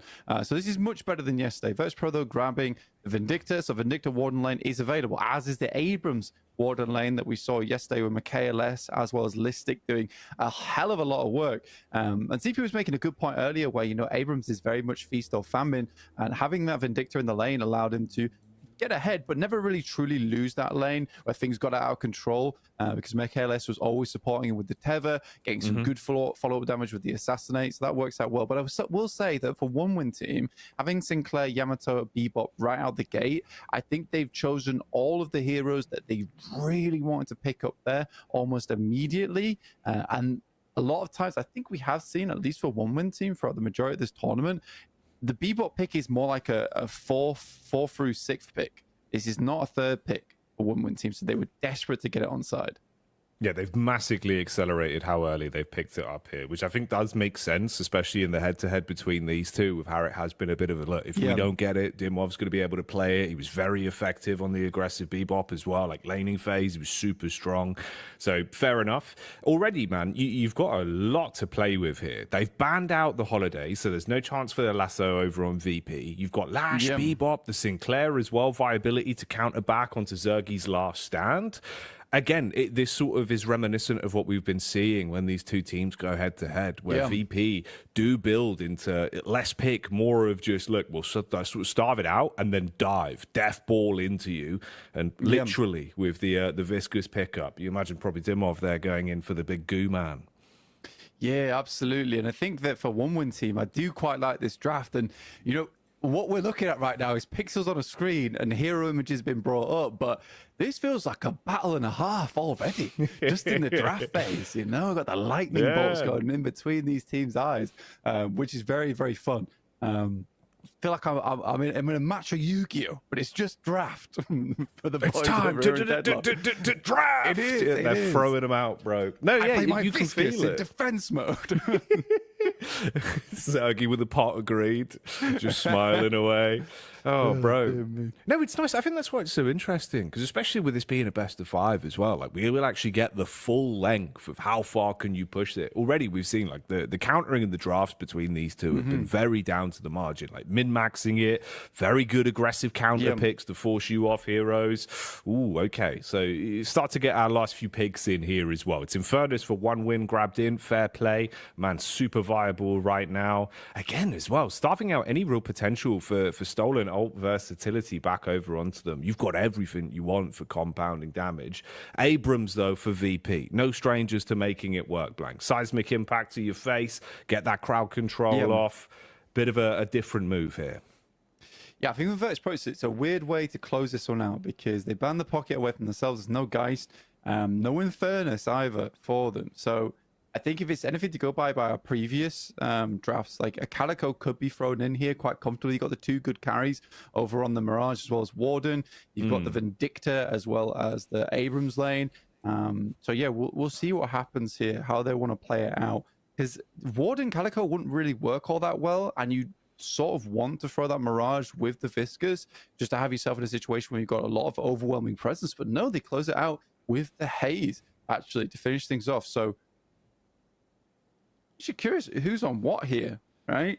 Who's going to be playing which character? Because we know Sharek can flex off over towards Mirage. You'd expect to see the Zergi on the Warden, but you can also play a pretty mean Haze. Yeah, we'll wait to get into the game on this one. For one win team, likely going to see ABL on that Paradox. We saw him before have a lot of success in terms of towards that mid boss with the double bomb build. He did feel slightly troll yesterday versus Fearless Furies, even though he ended the match with, I think, 50k damage overall. It was the highest in the server. Pretty disgusting. But massive amount of pick potential on one win team with the Bebop, the Paradox, with the Lash, and no Kelvin to support you in this scenario. I think this does become a little bit of a dangerous setup now for Virtus Pro, because anyone that gets grabbed, you're going to have to get a Viscous Q-Cube on them. Vindicta's in a slightly scarier position, getting Paradoxical swapped out the air, getting even Death Slammed out the air. So again, for MKLS on that Vindicta, huge amount of value has to be found in that first 20 minutes, right? Because after that point, the Vindicta starts to fall off a little bit. You do have that scenario when the Vindicta snowballs heavily. So we'll see what Virtus Pro can do here, because I think overall, one win, they've got a fairly damn significant comp to start things off. Yeah, you've got so much to play with here. Like an unbelievable amount of output for being able to lock this one down, especially once the ults come online. Like the versatility for this team goes through the roof. Yeah. For VP, again, though, like this isn't that far out there of a comp. They've been playing on the back foot when it comes to like not having pick heroes available. And this is another one of those comps where they'll be quite comfortable to dive into it. As long as they've got the lockdown potential there with the Vindicta, also the Binding Word, bro, like they'll still be able to deal decent damage. You imagine as well, the other time we saw this with Virtus Pro with the Haze pickup, it was a lot more of an early lane aggressive setup with the Haze, which is the classic, right? You just harass all lanes, make sure you're roaming in. Sleep Dagger goes crazy early game, especially if you can pull off the good timing. So it's always something useful there. Kind of is an added blessing as well, that at least with Lash being in play, you've got that Sleep Dagger for a bit of direct counter as well. So try and slow down that Death Slam having as much impact. That's another way it's going to come in pretty effective late game. Yeah, it's a massive amount of lockdown on Virtus Pro. But I think even from the beginning of this draft, it's quite interesting where one win team, they ban the Kelvin. So Virtus Pro, they respond in kind like, okay, well, we're going to first pick Warden. To which one win team says, then we're happy to have Sinclair. We're going to pick up on that ultimate. We'll steal it off you. We just saw it previous game as well that the Sinclair was very, very effective versus the Warden overall, being able to pretty much be a better Warden towards that late game, especially in the ult department. So I think that's an interesting way to start things off for one win team and a nice adaptation too. So again, I think for one win, their comp is extremely comfy. It is a comfy comp for one win team. And I think this first match is going to be a really good barometer of like where things are going to lie. Because if one win team doesn't win with this comp, you're in trouble. You're in a lot of trouble. Yeah, I think that is the way to look at it. It's like the litmus test of comfort picks. So obviously, if it does go south here and it doesn't look like it's working out for them, like that certainly is going to make you worried for the length of this one. I think again as well, it's always going to be beneficial where you can see how much whenever these two teams go head to head, effectively either first two bans or first two picks, someone has to get their hands on that Sinclair, because if you don't grab it, Dimov's going to be playing it. Throughout this entire tournament, bro, like in terms of sort of most worth from a hero pick, every time he's got it, that Sinclair just feels like it goes nuts. The harass potential, the use of the ultimate to counter as well, like it's been pristine. It really has. Yeah, absolutely has. I think that most teams that are able to just get this kind of setup online as well, Hex into even just Bebop hook is a disgusting combination. And you only got that one goo cube to work with. You only got one goo cube to work with. There's going to be no rescue beam available, which did a tremendous amount of work there for the Warden. So not having Oberkim on that Kelvin is going to be a bit rough. You do wonder, I think it would be reasonable to say, Oberkim on the Haze. We saw Zergy on it before, but in terms of having that early presence, that's where Oberkim definitely shines. And so having that ganking Haze available to you could be really good. And there is a ton of follow-up potential, and these are strong lanes the Virtus Pro is showing us. I would not be surprised to see the Oberkim Zergy lane as well, purely not only because Haze Warden works very nicely with Sleep Dagger into Binding Word, but because we've seen the majority of the games played, it has been Oberkim and Zergy kind of hand in hand, frolicking a little bit through the map of the Cursed Apple. So I would not be surprised to see that the case with the Viscous Mirage lane in play. I just worry slightly that the Warden's going to get a little bit bullied early on, and the Haze equally is quite squishy, so you'd have to have some mega plays early. Yeah, that's the thing, especially with this comp, right, where you do have a lot of viability for that initial burst damage. Like the Sinclair vexing bolt to the face with the assistant, it does start to look a little bit dire. You're hearing the drums go off every time it slaps you, mate. Half your HP gone.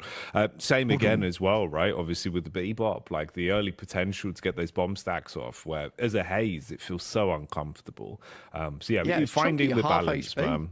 Yeah, exactly. Like you do just feel so paper thin. So I think for that, obviously being able to find the balance of squeezing what you want out of lane with the increased kill bounties, but not overstepping the mark until you can viably start to rotate and just basically farm off the back of that, get involved with the ganks with the Sleep Dagger and keep the pressure on them. I don't think this is as clearly cut as it should be last time around in terms of basically just steamrolling lanes where it's like, oh, there you go, there's a 2-minute Guardian, 5 minutes, they're all gone. This feels like, at least in terms of the early sort of laning contest, you should be able to elongate this one a little bit more, slow it down, far more defensive, really, with the sort of build you're going into here. Again, it wouldn't be surprised as well to sort of see that mid-game ramp up. If we get like the Ballistic Abrams, it feels like as soon as he sort of hits his form, you get the items come online. He's so annoying to deal with. Like, he's always nipping at your heels, so that always gives him an extra bit of edge into engaging team fights. Maybe not having the Kelvin seismic impact there could be useful for the Urn as well. Yeah, because I think with the Michaelis on the Vindicta, and we'll see who's playing on the Viscus here, but overall, those 2 picks, they don't need a massive amount of souls to start getting good work done. This is the thing. You don't need a massive amount of souls there, which means the more souls can go over towards the Abrams, the Mirage, the Warden, and even the Haze, and sort of transition off that slowing hex, slowing bullet early game into something a bit more potent. It'd be good. I'm trying to start the game. I'm pressing. I've seen you pressing the button. I've been pressing the button many times. Okay. Look at me shaking. Press it. Come on. I've been pressed the button a million times. Press it harder. What are you doing? Why are you delaying it for everyone? Pressing both buttons now at the same time. Everyone's going to be furious at you. Oh, no. I'm so delaying the grand final for your own selfish needs, just so you can yap. I like looking at the draft, dude. I like to yap as well. Come on. All right. I've been learning yapping lessons from Zergy recently, okay? So I'm good to go. You can tell you're living in England, just begging for an elongated draft, hoping to cool down from the heat. Please. Dude, I am. Man, I'm swaying right now. It's crazy. I'm swaying because I'm so excited for the game. I'm raring to go. I just can't wait for the deadlock. It's got me boiling. Blood pressure through the roof. Yeah, mate. Yeah, we'll get there. Ambulance. We'll get there. Yeah, please. I need an assist. God damn. This is going crazy right now. I'm feeling quite heated. Wait, he stopped casting. What's going on? He's just passed out. Oh, mate. I'm on the floor. God damn. Ironically, like, this did happen. I do remember once, right? There was an event years and years ago. And basically, it was like the hottest day of the year in the UK. And a caster who was working on it came in. And for some reason, he drank no water all day, blank. He was being silly, right? It's like halfway through the second game. You just hear him going, and they're pushing. And then it stops. And you heard a loud thud. He just kind of like fully passed out and cratered into the desk. But the other caster didn't know what to do. So he just carried on casting really awkwardly. Yeah. And then like the production team came in and you hear him like, we should probably cut the break. Dragging him off? Yeah, no, legit. They like wheeled him out offset. Right. The other caster was like, we're going to leave the observing going, but stop the cast. Yeah. And that was that. Absolute banger, mate. Remember, that was like 2016 in Basingstoke. Dude. Yeah, you remember Basingstoke. Basingstoke. Yeah, exactly. Yeah, We've all had a Basingstoke. We've all had a Basingstoke. It's where you've got to, when you go at the start of your casting career, you go to Basingstoke. Yeah. God, it's where casters go to die. Yeah. Hey, I was there for a little bit. I survived. It's like, we made it out. It's all right. It's like the Thunderdome Thunderdome from Mad Max, but it's just me and you fighting to have a breakfast. Please, please feed me. I've got confirmation that we're waiting just for the match to start. We're also waiting for me to press my button Press harder. the button as quick as you can. Classic blank. I like that from Soko. Has Zergy lubed his ball? It's true. It's true. You know, got to get that Vaseline out ASAP. That's what he's doing right now. You know, he's got to get it properly smoothed out. Just really get in there. Lube that bad boy up. Yeah, and then he's got to wash his hands for about 5 hours because they're completely waterproof with the amount of Vaseline he's using. I do wonder about that, man. Does he have like special Zergy trackball Probably got like the Vaseline latex gloves. Yeah, like branded, you know what I mean? Slap them on. Puts fear into it. To be fair, imagine like at Lambert, that would incite fear into your opponent. 2 years from now, like the Cosmopolitan Major Final. Yeah, just Zergy with a latex, lubing up his hands. You'd be like, bloody hell, mate, this guy means business, doesn't he? Is this a loss? Don't want to go up against Lane on him. Like, what's happening here? Oh, dear me. Be a nightmare, really. I apologise for the delay. I am trying. He's pressing the button. Yeah, he's pressing the button. I have pressed the button. All right, come on. We'll get there, guys. We'll get there. We're just teasing you for the grand finals. You know, you really want to enjoy it. So if we give it to you too soon, it won't hit the same. Yeah, exactly. We've got to keep you hyped up. I mean, I know you're getting to that point that maybe you're considering to play a quick match. Don't do that. Don't do that. It's not going to be a quick match. You're going to be stuck one Guardian down the entire game and never 45 minutes, no flex slots. What's the point? Like, you're going to be sad. Stay here. You, the viewer at home. Stay. It's You're not going to enjoy it. ABL's pausing again. It's him. Don't blame me. It's ABL. Come on. Like, let's all reset. Let's calm down. They'll get there eventually. We're waiting for them to connect. Yeah. At some point, I think they will. Maybe they will. Who knows? Maybe we'll get a best of 5 out of this blank. We will. If you've just joined, if you rewind the VOD about 10-15 minutes, we do talk a lot about the draft. Yeah, the whole draft is there, right? You can watch it back, all right, whilst you wait, and then if you let me know, like, if you give me your number, I'll text you. I'll be like, game started. Game starting now. Yeah. Game starting now. Come on. Then you'll have the update. Back to live. Yeah. Exactly. You know where you are. Yeah. He's a nice guy like that. Like, reasonable. I'm mega reasonable. Yeah. Yeah. Let me put on my drafting glasses. Oh yeah. He's got props again. All right, here we go. Yeah. Oh, it's a You're like an old woman, bro. What's happening here? Like, wait. Oh, have they picked Leish? Is that Leish on the team? Oh, Dorothy. In fairness. Oh, mate. Oh, I could use him in the winter. It gets so bloody cold in England, doesn't it? Well, there you go. A new segment on One Win Bombshell. New segment. Old people talk. Me and Blank pretend to be old people for 4 hours a night. Blank, the old drafting witch.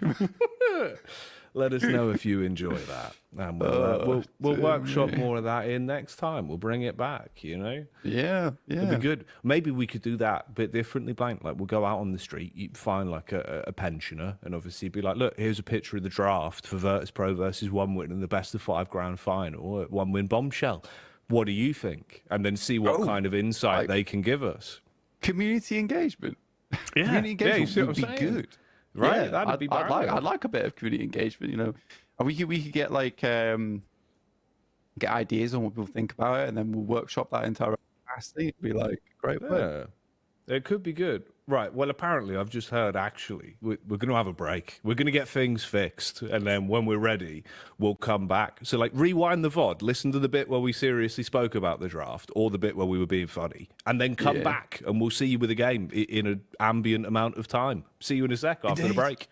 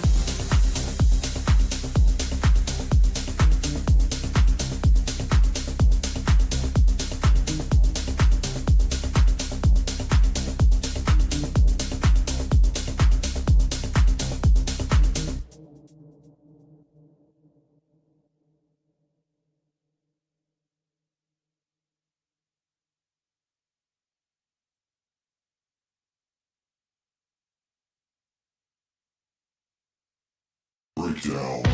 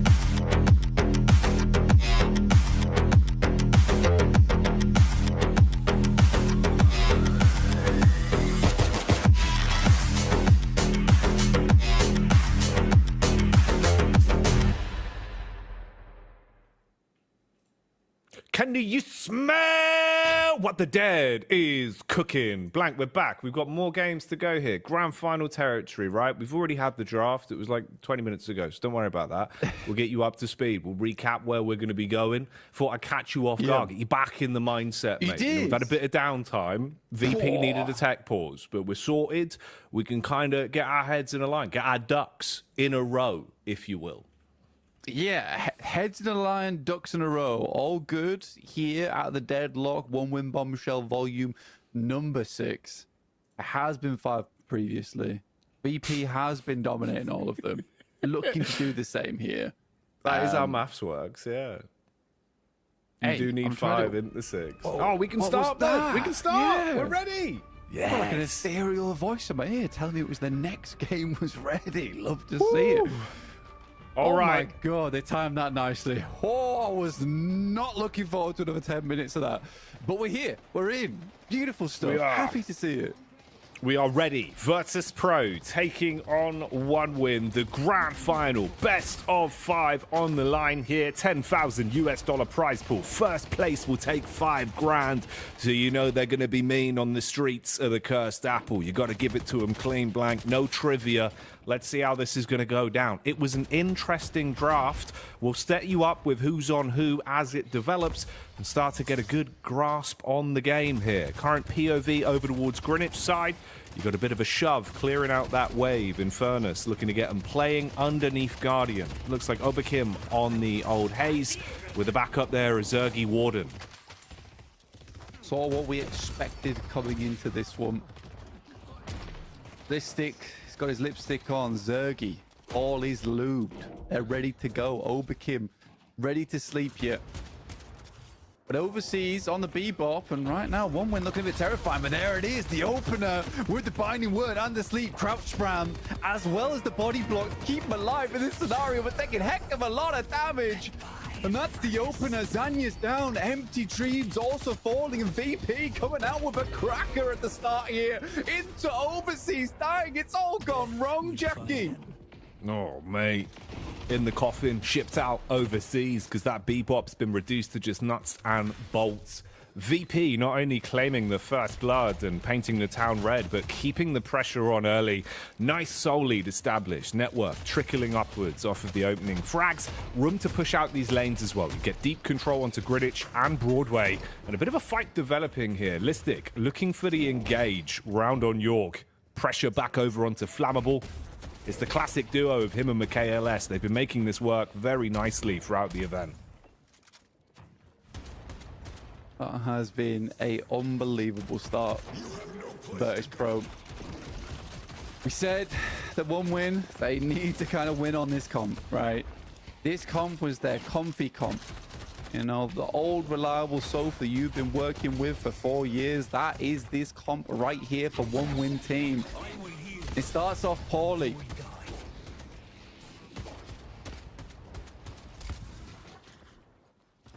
How do they recover, though? That's the big question. Really seeing what sort of investment they can get out of this deep on York side. Listic's got to back off somewhat with a fair chunk of HP wiped off him. Meanwhile, at Greenwich, you can see Oberkim has been traded out on, but low HP for both of the players deep in the lane. Quick flog. That's Flammable, getting the tag out for a quick hit. Use of ABL's bombs as well to clear the wave and make sure you can keep pressure off the Guardian early. Carbine in for the engage. No ultimate yet, though. Can't get the quick grab onto Listic to convert that kill.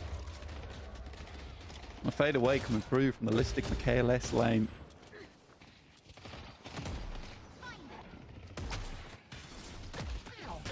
It's looking decent so far. Nice initial sleep tag. I think that's an early pickup of the reactive barrier as well once again. And why not? Honestly, more damage pouring through. The hook goes in. Quick parry on the Guardian. Into the goo ball. Oh! Should find him over the top. And OBCs is down. And this might just be a heck of a lot of damage going over towards the Blue Guardian. Luckily for them, the wave wasn't already pushed out. So it will survive a little bit longer. There's a problem in the midst here. See it, bro. The quick bounce over the top of the van. Getting the slam dunk with that ball. That's a 3-pointer for Dimov. 4.1k now on the sole lead, topping the charts on the server. And he's one of those players, Blank. If he feeds the hot hand early, I just don't know how you shut him down, bro. He just is able to chain play after play together. So looking good right now. Let's see how this vibes from this point forward. Just coming up to about the 5-minute mark. Still a decent lead on the net worth across the board for VP. The early kill bounties have been doing them wonders. I think your big difficulty going forward is now you've got Zerg in a position where he's got the last stand up. Oberkim just short 100 souls away from picking up Bullet Dance. Nice sleep over towards Infernus. You get the reactive barrier off straight away into the Hex, into the ultimate. Concussive combustion going off on the other side of the map. Zergy is living for the time being. Bullet Dance in play now. A lot of focus fire onto Empty Dreams. They're looking to convert that, and you can see the sheer amount of damage done. He's forced to back up, pop the healing right, hope he can get out. Oh, into the stun. Wanted to get onto the zip. Pays the price because of it, as Oberkim will shut him down. Less Padawan, more Obi-Wan with the plays he's making. Bullet Dance doing a lot of damage over towards the Guardian. You've got the player locked down inside. The Hex does not go through. Binding Word forcing the movement around the side. Should be a finish off here over towards Xenon. Yet again, VP just looking phenomenal. Dimov bullying on the ball.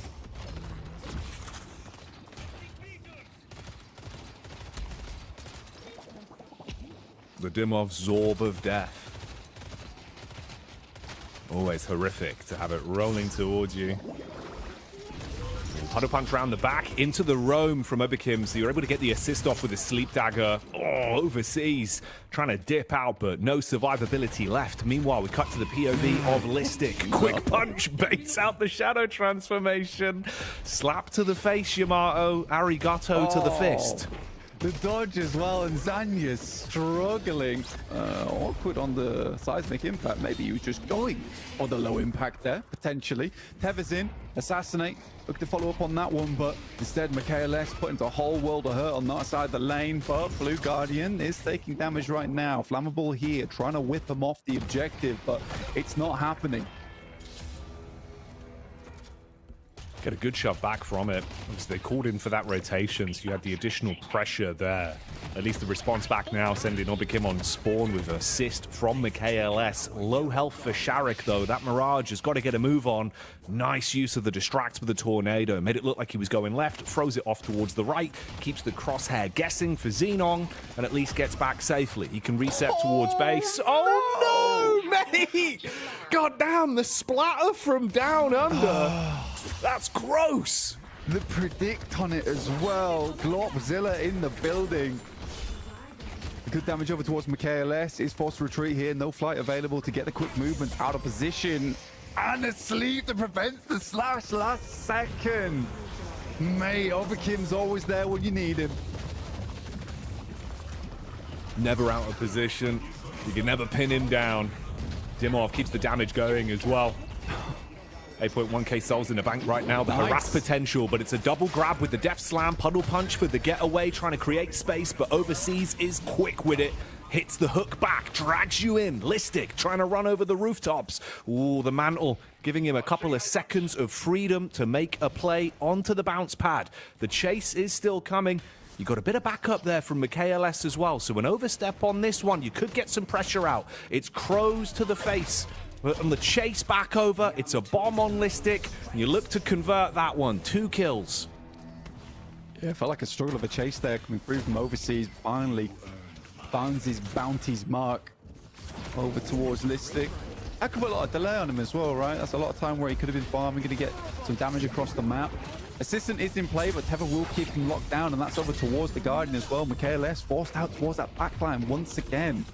Really struggling to get too much done at the moment. Sniper's going through, just hitting bad damage. Surprise Listic though.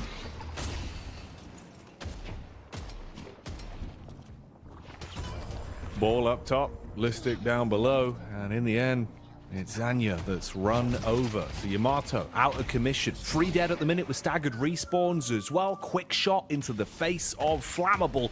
He goes up in a puff of smoke literally there. So MKLS getting the snipe off. Looking good in terms of the way they've been able to keep this one very dominant over the course of that opening laning stage. First few minutes, winning so many fights, building up the soul net worth. Still putting pressure on. 1 Guardian remains alive over on that York side of the map for 1 win.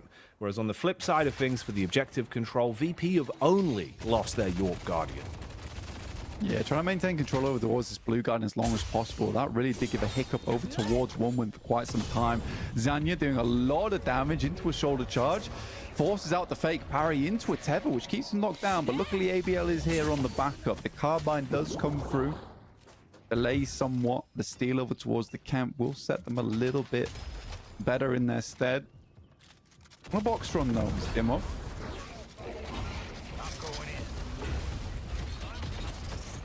Dive in with a combustion. Zergi takes the full force of that one, chained together with the Death Slam to make sure they can convert the kill. Don't let him get away. 2 ultimates burned, but that guarantees you control of another Guardian. So the second falls now. Equal stature between these 2 teams in the objective play. Worth it for the 2 ults. At the very least, you get free pickup over towards the urn. And through Virtus Pro. And the TP on that Traveler to get away. Just Infernus holding on towards Urn at the moment, but a quick flick over towards Blue Guardian. Keep themselves in this one on the flex slot. Potential good swap on the ball. Dimov should get out here. The help of the Goku, but that's a flex slot secured now for 1 win team. So we get to find that for the moment for Virtus Pro. Slowing Hex to the face, seismic impact up in the air. Listic looking to slam down, hits him with the ballistic maneuvers as ABL is not raising hell today. Down quick, chase back over from Overkim as well, using the bounce pads to full advantage. From the sideline, the sleep dagger. Oh, that is clean. Stops Zanya from being able to get the burst damage off initially, but it's a quick readjustment with the grapple. Still gets their target, and Hayes falls.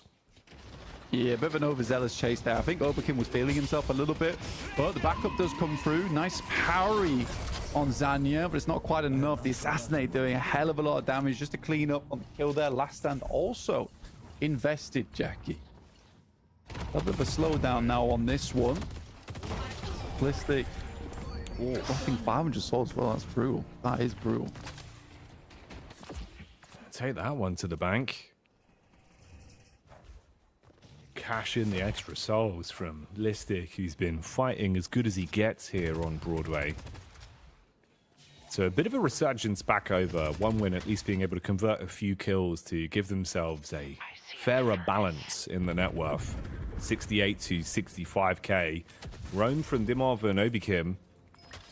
Sprinting through the Sapphire side jungle. Heads back over now though, keep themselves safe. Link up with Listic. All Guardians down on the map for either team, so flex slots are in play, and this is vintage Xenon making the most of that Sinclair. Go in for the harass with the Hex and then TP back over. Overseas, letting his team know the big boy's on the move.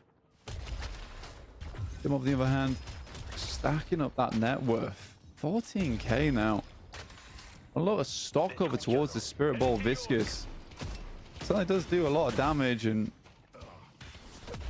be quite happy just to leave the Mirage farming a lot of time with a lot of global presence coming through on Traveler anyway. Obviously, he's been doing good work though. I have respect that, you know, he's been roaming and maintaining control over towards these players that are solo on his team. Prevent these ganks coming through from the Vindicta, from the Haze, and that should be an easy pickup over towards MKLS.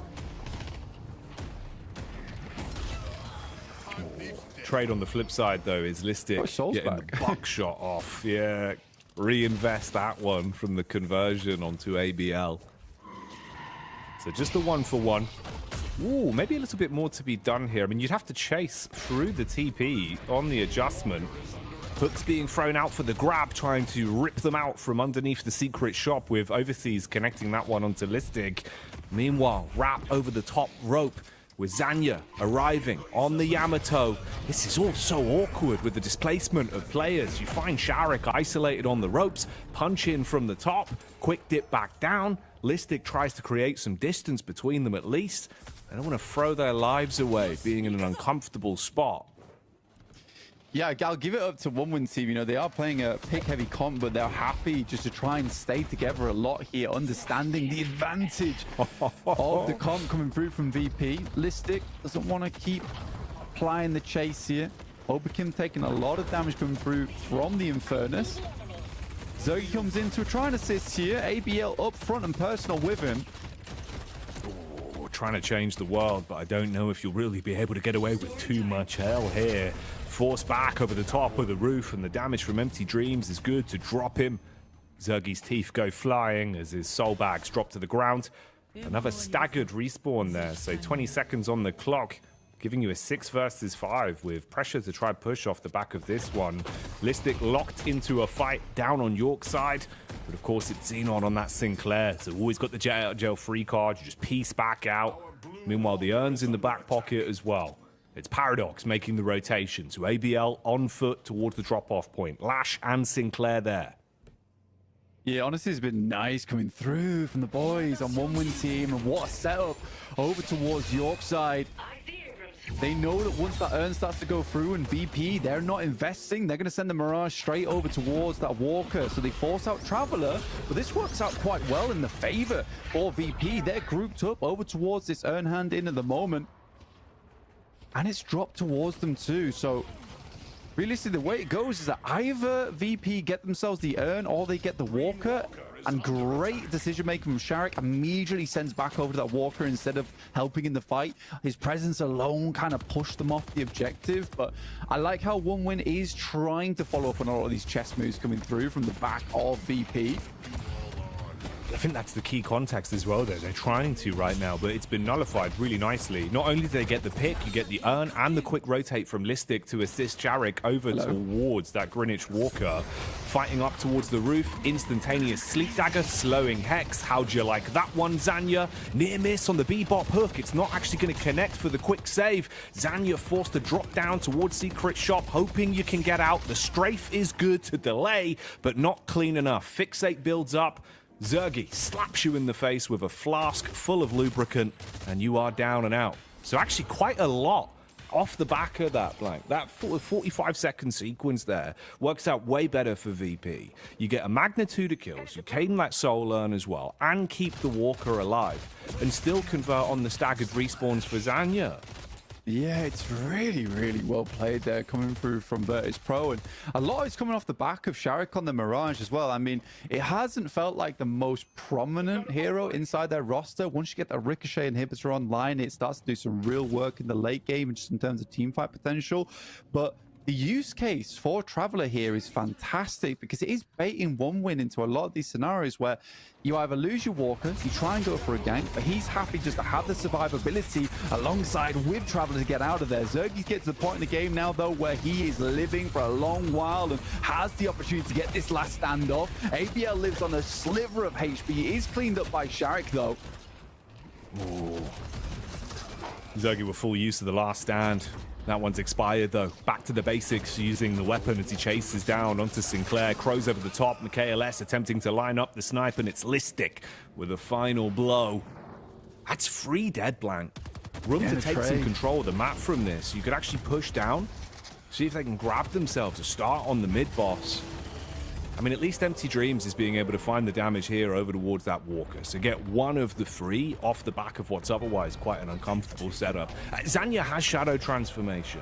He's postured up top, but they've already claimed it should be set up to take this one. Shadow Transformation popped fairly far out as well. Looks for the quick dive in. Parry into the double stun. Everyone down. Zanya with the grab. Gets it off. The Yamato goes absolutely huge on that one. A snatch to be remembered as One Win get themselves the Rejuvenator from right underneath VP's nose. Literally within their shadow, able to make it happen. All the while, you've got Empty Dreams pushing into the base Guardians, looking to pick another set of flex slots up. Bullet Dance in play, just to try and keep those alive.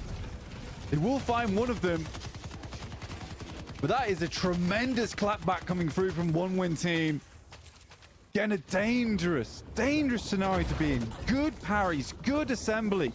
On top of that rejuve, but it's just not meant to be there for them, as Zanya with some serious determination makes his way through.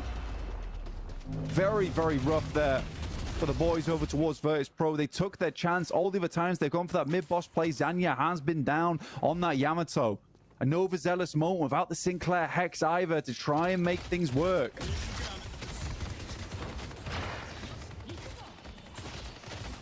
We'll be having your Walker, we'll be having your Rejuve.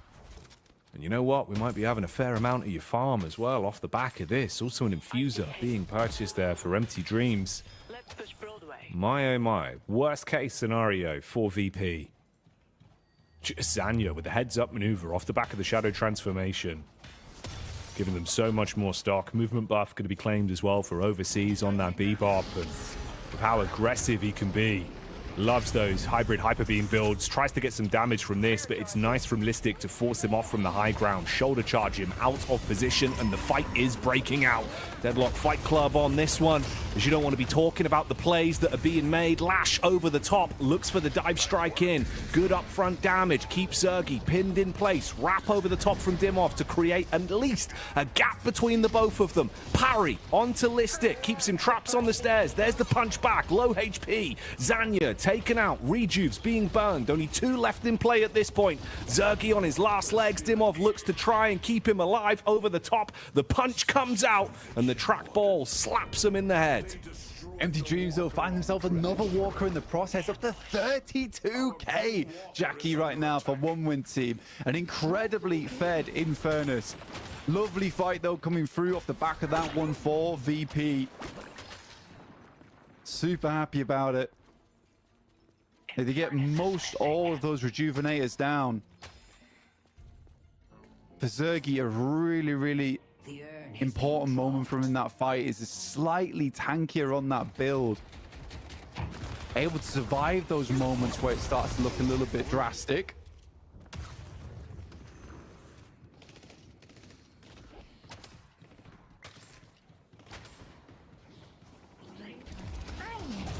Even with that being a big fight, you still got the added benefit of the creep wave being buffed, pushing it out consistently. So you can see they're keeping you trapped back towards the base and looking for a fight on their terms. Overseas still has the Rejuvenator, but quite low on the time left to make use from it. Zergy forced out, pops the last stand, looking for the chase. Flask over the top is good for the connection onto Empty Dreams, but he's got to back up. Looks for the assist with the rest of the squad, so not too much mileage from that ultimate being burned.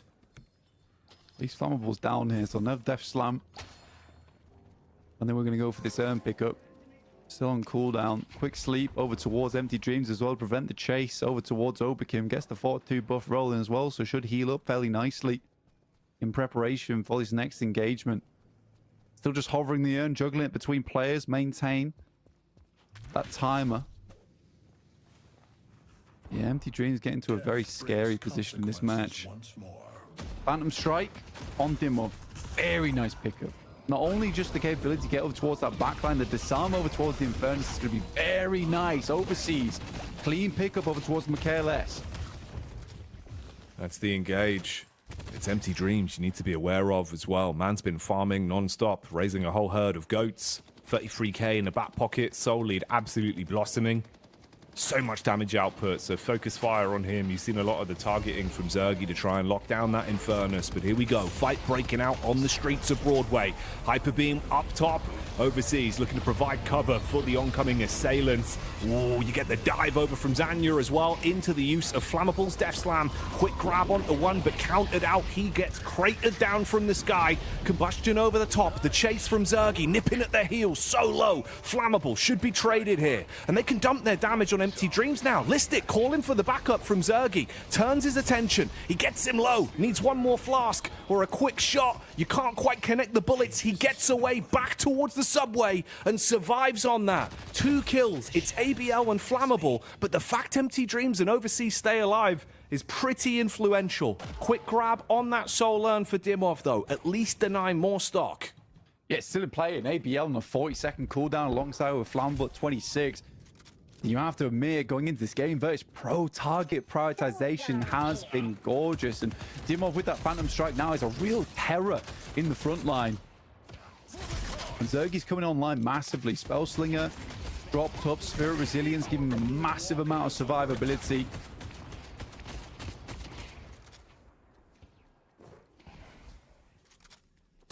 Should be a clean handed. They are just scouting it for the time being, though, Jackie.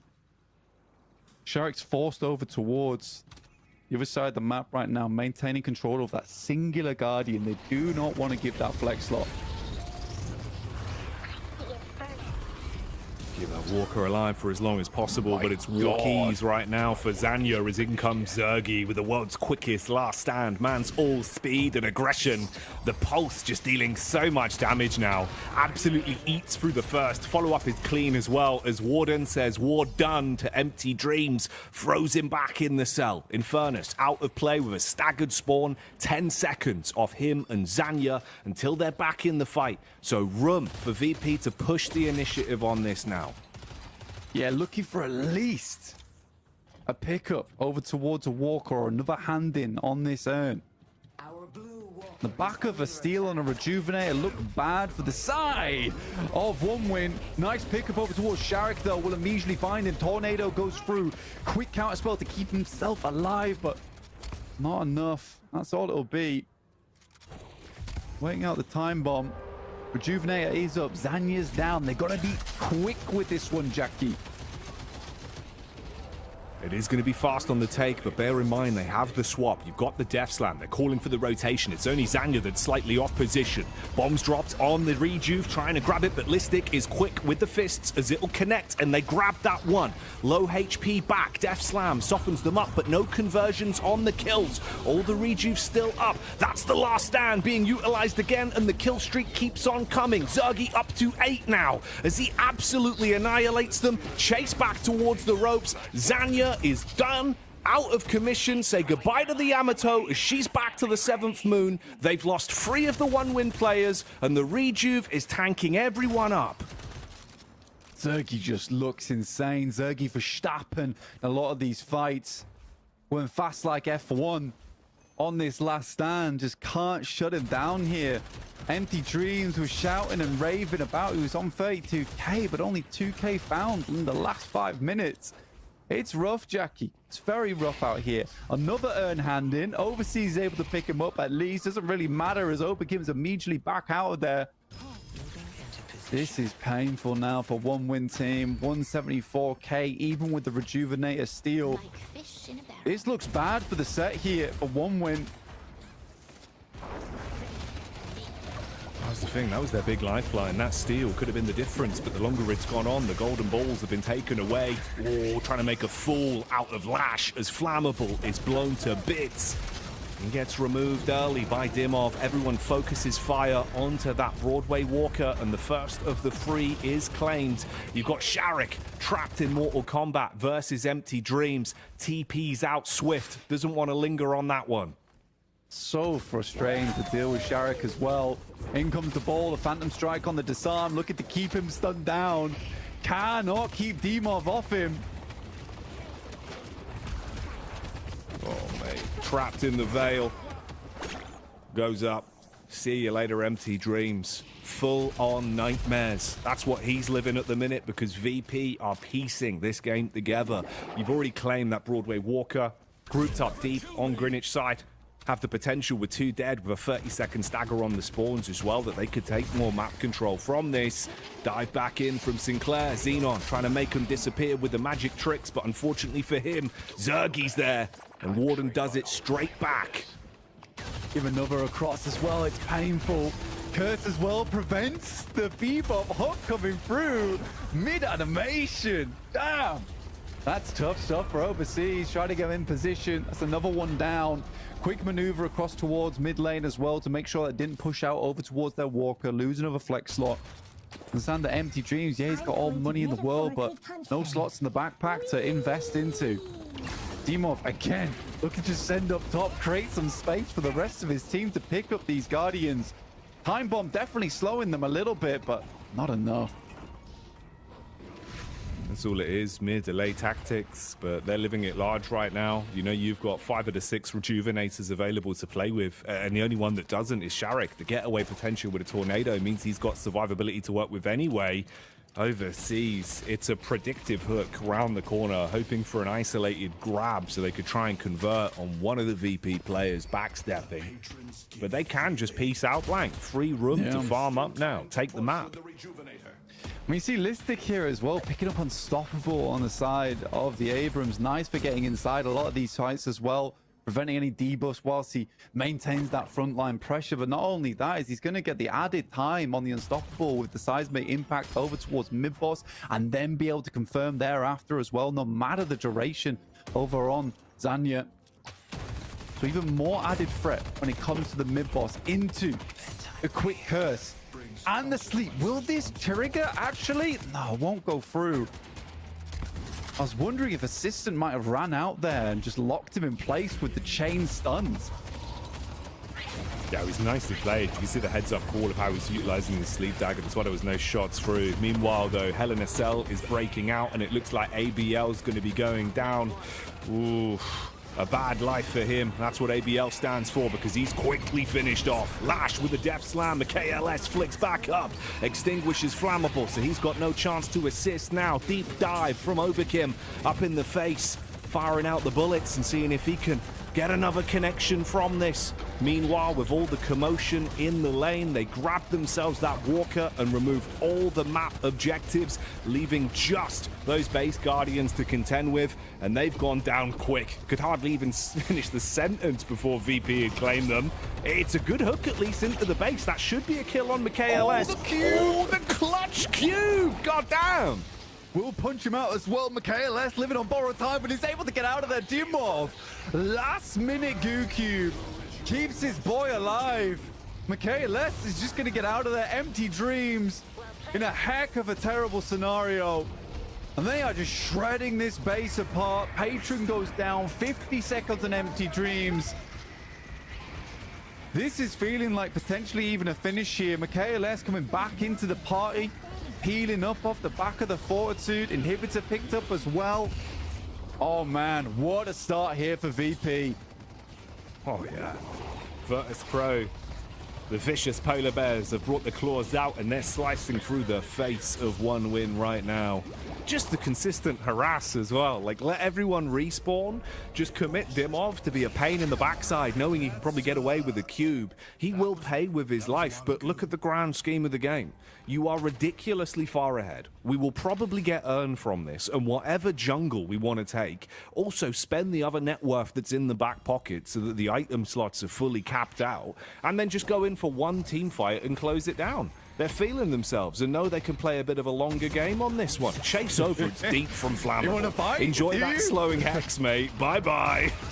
That's game over right there. I think the thing is that right now, oh my god, never mind, the sleep dagger off the back of it.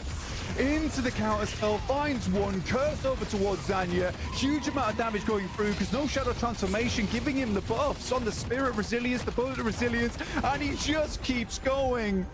This really does feel like the last dance here for one win in this game. God, it is, for me right now, Dimov is a perfect example of what you want as a player in Deadlock. His hero pool is amazing. You get him on the Calico, does well. On the Viscous, does well. On the Bebop, does well. On the Sinclair, he's nuts as well. Like, you can't get him off anything in these bands, and that's the problem, is that there are quite a few players at the moment we're seeing with pretty much hero paddling pools. They don't have much versatility, and for Virtus Pro, it's certainly there for them. It is indeed. You know, it feels like you've got such an overlap with a hero pool, so much viability in terms of you can't really fully cancel them out in a veto. Yeah, you can take away some of the preference picks, but there's always the second pick, the third pick, and it still pops off, bro. It still pops off. Yeah. Again, man, it's another one of those games. That's what I was saying. Like, if Dimov feeds the hot hand, he just can't be stopped. You would need like an industrial level cooler just strapped to him to make him cold, because the guy runs red hot. Yeah, he does. He does. Dimov's quickly becoming one of my favorite players of all time, honestly. I know that there's other players on that roster who's doing huge work, and you can't forget Zergy there. And again, I want to give a little bit of props to Michaelis that during that game, because he is sort of in Vindicta jail at the moment, where he's playing this Tether build, and he has a lot of worth to the team, and then he has to start building a little bit more into debuff heavy when we got towards that late game, because you do forget a lot of times the massive amount of shred that comes through from the Crow. But not only that, did you see the amount of insane assassinates he was getting on players whilst they were low? Just being able to clean up on those slight moments where a player might have got away, but if not for that assassinate, really, really nice. Really, really nice. I think Virtus Pro is just on a tear at the moment. Absolutely, bro. It's one of those as well where sometimes it's a little bit harder from the spectator perspective to get the full sort of test of how useful he's being on this Vindicta. But there's a lot of downtime in the macro where he is keeping everything shoved, and even like early fight, he uses that assassinate in a nice manner to get opening shots off to set up the rest of the team. So it's not always just the assassinates the first on the kills. It's even just activating them to have a better time with target prioritization mid-fight. So there is a lot going on. It's very cool to watch. But like you said, some of the clutch snipes we did see were influential. Man, a hell of a game, really. If you think about the flow of things, with VP coming out swinging from minute 0, giving it in lane. We had that clutch rejuve steal off the early call with 2 dead, where Zanya makes a world of difference. And then they just went full Virtus Pro mode, didn't they? It got hectic. It definitely got hectic, and it's nice to see this Spirit Viscous as well just do a tremendous amount of work. And it is difficult. It's a nasty little snipe and the initial warp stone to get out of the way of the Death Slam. But yeah, the Phantom Strike as well coming online nice and early. It's a good pickup from Dimov at that point in the game where he's able to sort of shut down over towards Empty Dreams, because barring that initial flame dash to get away, like, you cannot get a demorph off of him. 10 and 2 there, 20 assists. Michaelis running it down with 27 assists as well. And Zergy doing Zergy things with 45k damage. Again, there's no one quite like Zergy to play a Warden, because not only are you getting a lot of damage up front with that last stand, but he's one of the few players you see who really can just track so well with that Warden, hitting headshots left, right, and center. And as soon as he gets that spell sling online, it really does feel tremendously bad. Again, though, you look at the comp from One Win. They had the Sinclair to seal away the last stand. They have 2 very good carries in Infernus and Yamato. They have good pick potential for themselves that they can play into. It didn't matter. It didn't matter in the end. Virtus Pro still come out with a very good roster. And I genuinely do think that for Virtus Pro right now is the big V in versatility for them, which just changes things up. And I'm not going to lie to you, mate. I think it's one of those where you pick the Sinclair pick, yes, to have it, but also 100% as a way to viably get it off the hands of VP so that they can't run it, so that Dimov can't play it. But the difference is there. You mentioned the ult steals. How many did we really realistically see with the comp that they had, right? There was like 1 or 2 seismic impacts. Was he getting in Zergy's face to ever really have the last stand and make a good use out of it? Not really. Like, that's what I mean, bro. It's rough. He had like 13k player damage towards the end. Whereas you look on the other side of the coin, oh, you don't want me to play Sinclair? I'll just play Viscous. Absolutely balling out of his mind.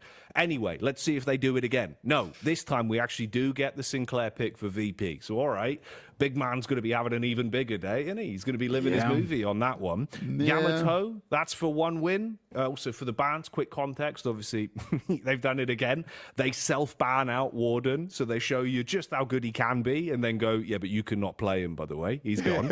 And then Kelvin really there being removed by 1 win.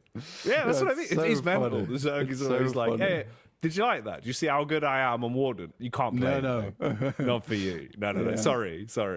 It's horrible behavior. Kelvin gets banned out as well, so not able to play that. But Sinclair pick up to start off things. I think Virtus Pro, when we saw them ban out the Warden, they banned out the Bebop as well, got that off from overseas.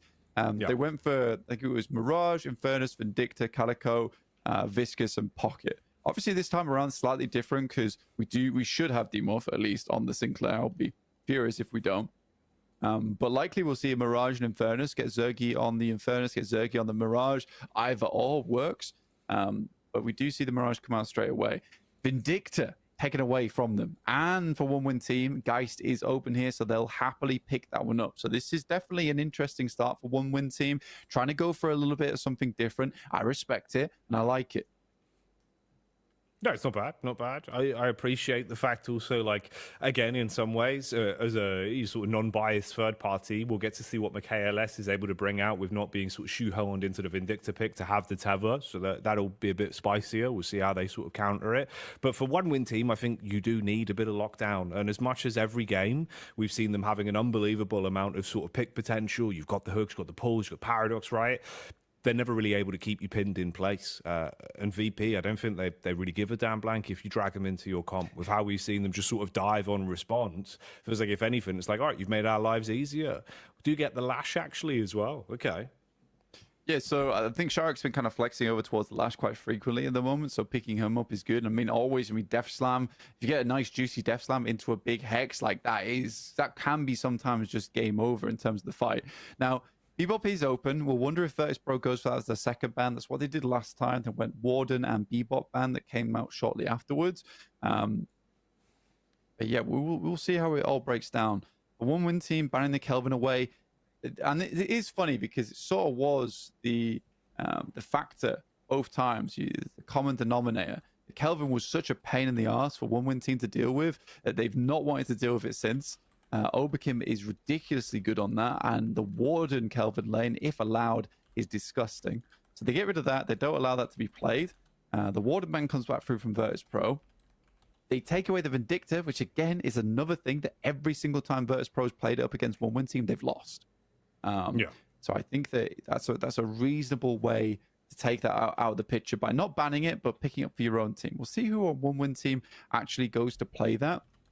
But for Virtus Pro, already a good start. And the holiday ban leads me to believe that with one-win team having to respond with a ban of their own, does someone flex onto the Bebop here, Virtus Pro? I mean, Dimov would be the main contender for that pick, and he's currently on Sinclair.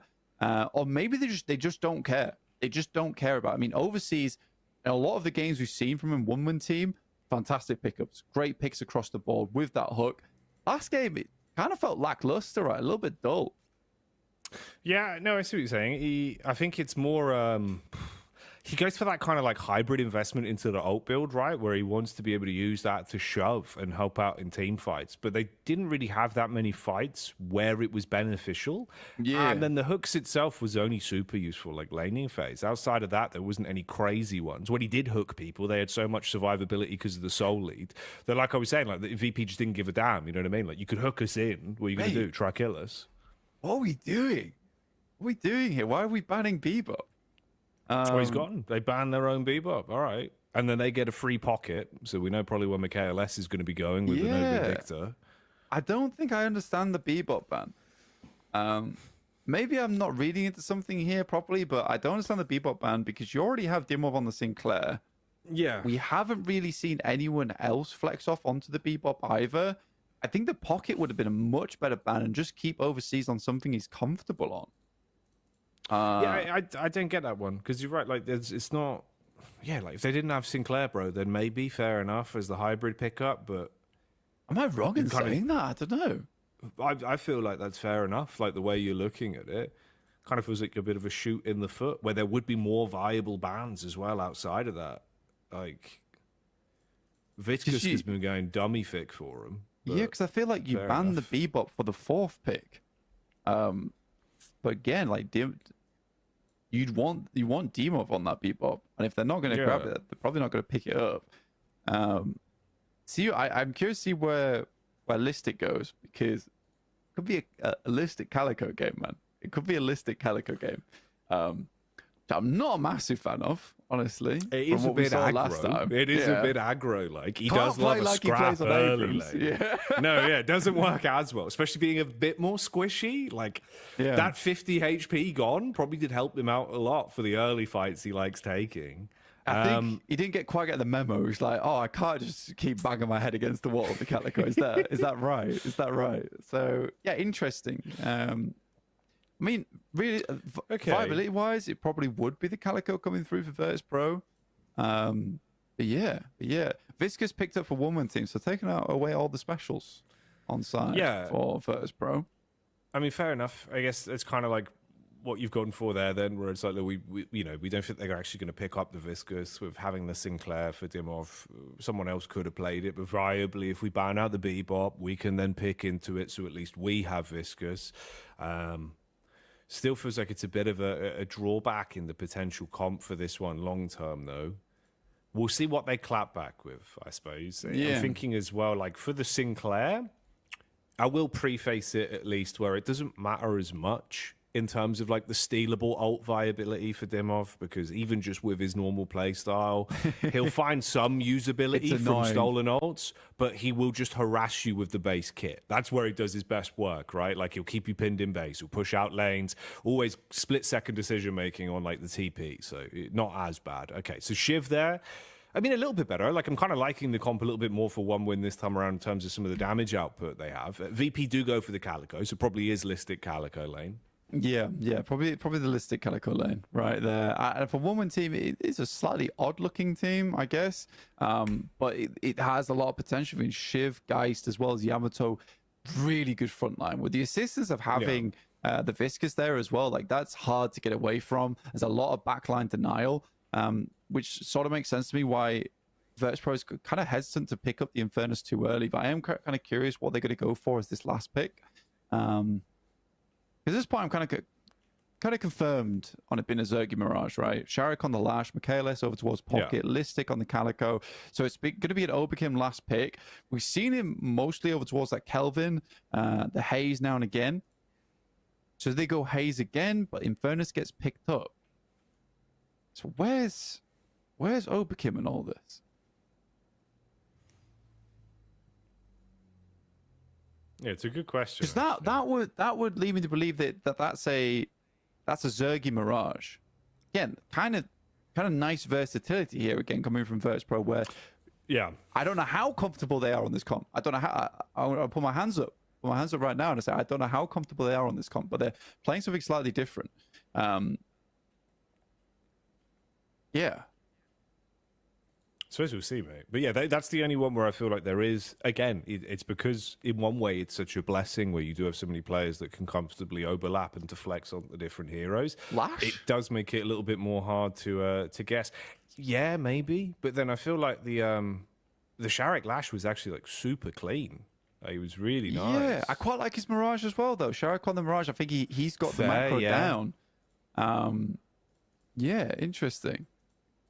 This is weird. I think there's definitely questions here, and we'll wait till we get into it because I can't make a concrete decision on who's on what right now, and we can speculate all day long. But let's take a look at One Win's team. Obviously, going Paradox once again. ABL was having a pretty good time on that Paradox, but it does still feel a little bit like a flash in the pan. Like we saw some good paradoxical swaps, some good damage with the time bomb. But most of the time, Virtus.pro's compositions were so fast and so movement heavy that those time bombs go down and already the team fights moved like from here to all the way over here.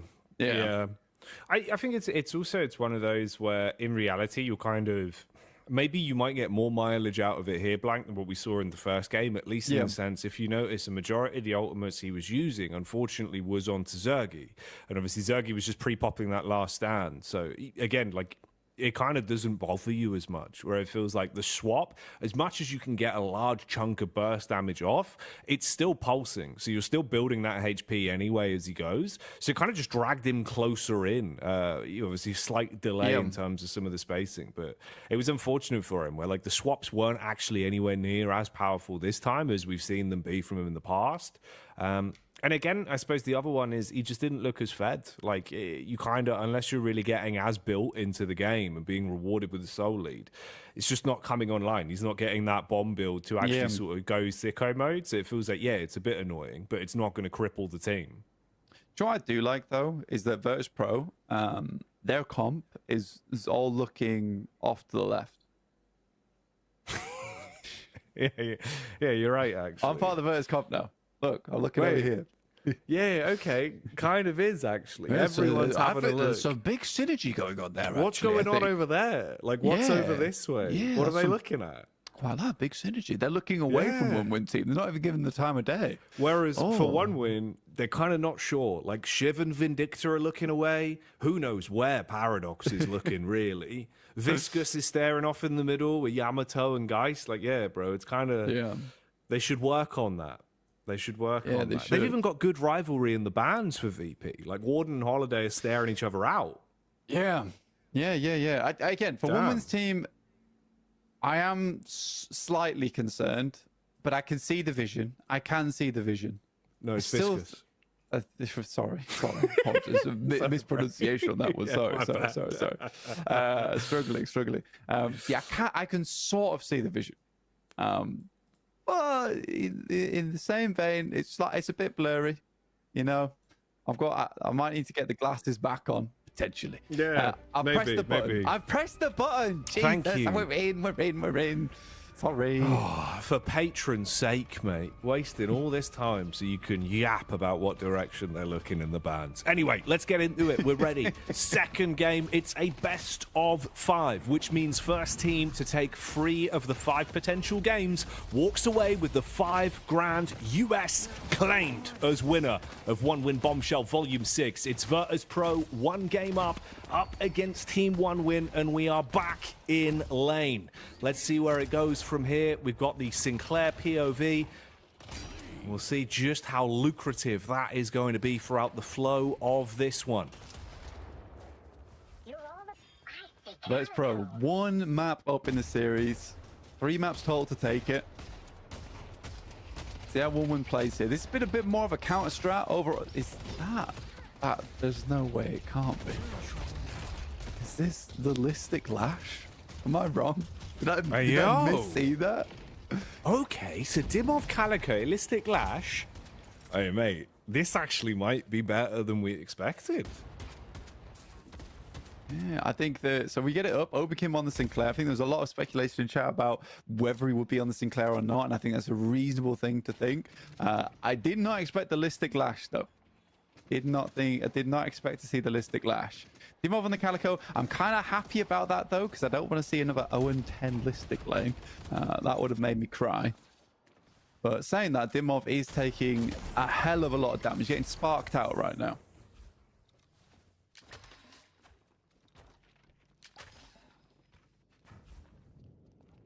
They're gonna bleed. That's a mean dagger.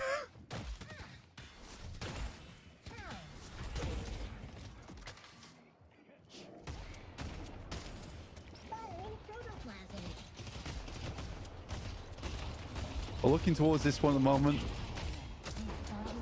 Got lane here with Shiv Viscus. Kind of a tough lane as well. Empty Dreams and ABL. And so far, Dimov and Listic just kind of trying to live this one through for the time being. Overseas the one on the Paradox as well. And it's ABL and the Viscus, which is not what I expected, actually, Jackie.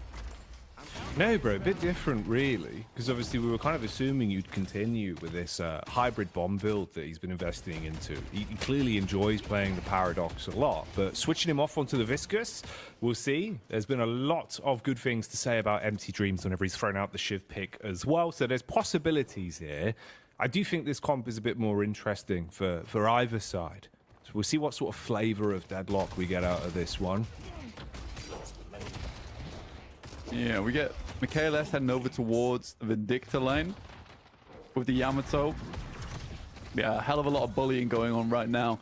Mirage Sinclair lane is disgusting. I think they're just trying to win this Blue Guardian out as soon as possible. This is really tough, but overall VP struggling. And it's not unsurprising, right? Lash has not got the greatest starting in terms of the laning phase. It's slightly propped up by the Flog build. But once you get that initial online, that's where it starts to get a bit better. But already down quite early. Dimov has to back up, and this tower's already taken a battering. Big dive in from Obikim as well. Chase down onto Overseas, spots out the Lady Geist of Xenon, who's still quite low here. Doesn't really have to overcommit either. Just gets the chip damage out, falls back towards lane to assist Sharik, who's outputting good damage. Big dive from the Calico. That's Dimov. Oh, the traded parry with the Gloom barely missing. They know there's going to be a quick heal. It's the instantaneous splatter, trying to splatter them, but they stay alive as ABL is gone.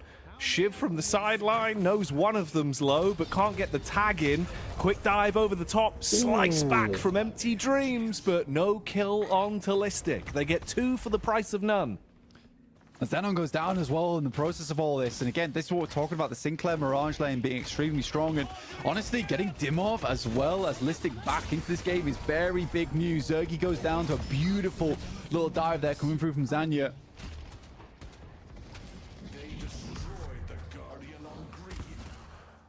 Already the early game looking pretty scary. Some close calls, but VP being able to just eke out the advantage within them. That's a quick buy as well for Sharik into the old Quicksilver bullets, giving you a nice reload potential that will combine nice with a Jin's Mark. Punch behind on the Goo Cube, so you take more damage from the Guardian. Quick getaway, it's a nice wall bounce for ABL, but he's not going to be breathing anymore. Down and out as the Viscous is removed. Execute over the back. Empty Dreams cuts open the Calico as Dimov is down. Yeah, not the greatest of starts here for VP. 24k to 28k. It's not the end of the world for them yet, though. Zanya taking a lot of damage coming through from MKLS, but no follow-up. They won't find a kill on that one. Overkim. So Sharik trying to get as much done as possible. Heck of a lot of damage coming through from the Goo Man. Yeah, that's a tough lane overall. KLS straight back in. One more shot will do the trick into the Affliction on the Vindicta. You love to see that. Cuts noise, plays inside of the tier 1 with a quick dive out. Instant burst damage. Ruins them and then makes it really hard for Flammable to make any other decision than just play behind the Guardian with the Affliction nipping at you. It's a good little dive in. Cut back towards Broadway here. Sharik warming himself up, looking for the tag over towards the shop to keep Xenon in place so he can't really push up and viably look for a soul exchange to work with. You got support there with Obikim making it back over in lane as well. Ooh, dive over the top, that's Listic. Looking for the dive strike down. Bit of damage, breaks up the at least ground on the floor, but can't really get the damage he wanted off from it. Chase back over with ABL's Goo Ball being invested. Dimov down. That is a lot of damage coming through. Shiv's going to get straight back up onto his feet, though. Is the pop on the blood lane to prevent the damage from going through. There's a swap coming through, though, from Overkim. Stolen away from overseas.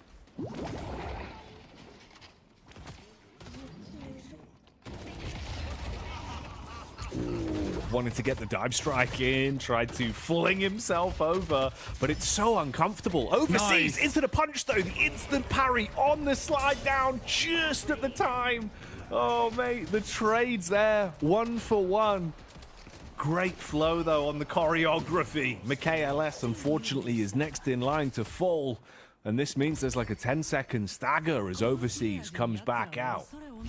Yeah, the difficulty on this one, it's just that the souls are starting to look a bit wonky, right? You want Zergy starting to get a little bit ahead here, but overall, map control has been in the favor of one win at the moment.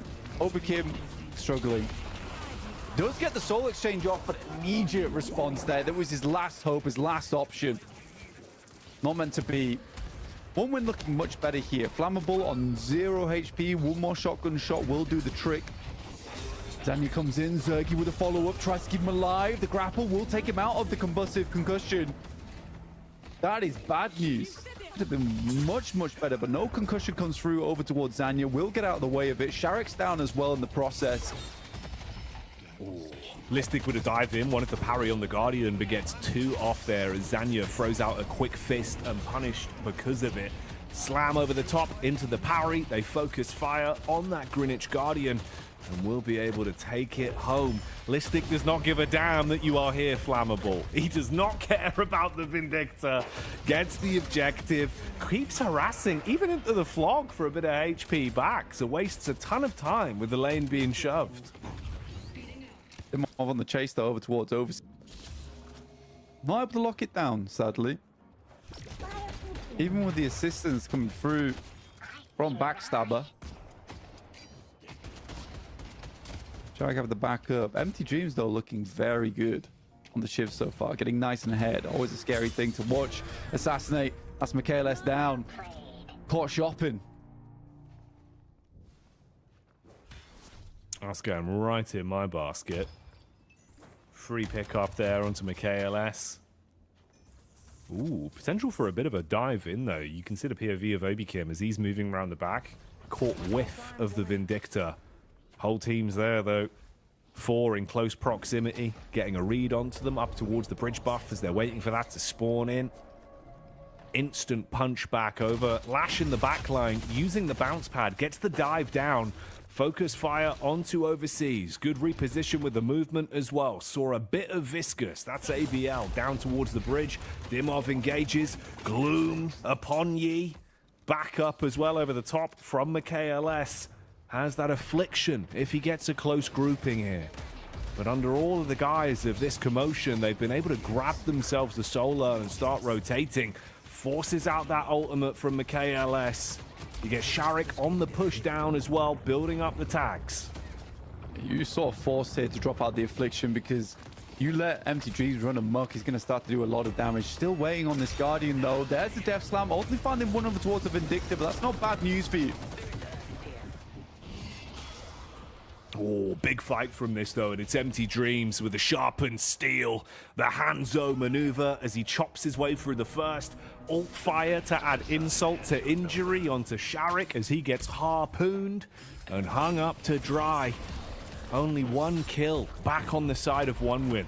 They've converted 2 from this and look like they might even grab a staggered frag back over onto Obikim as they push deep on that York side. Yeah, Obikim really struggling there. Not sure.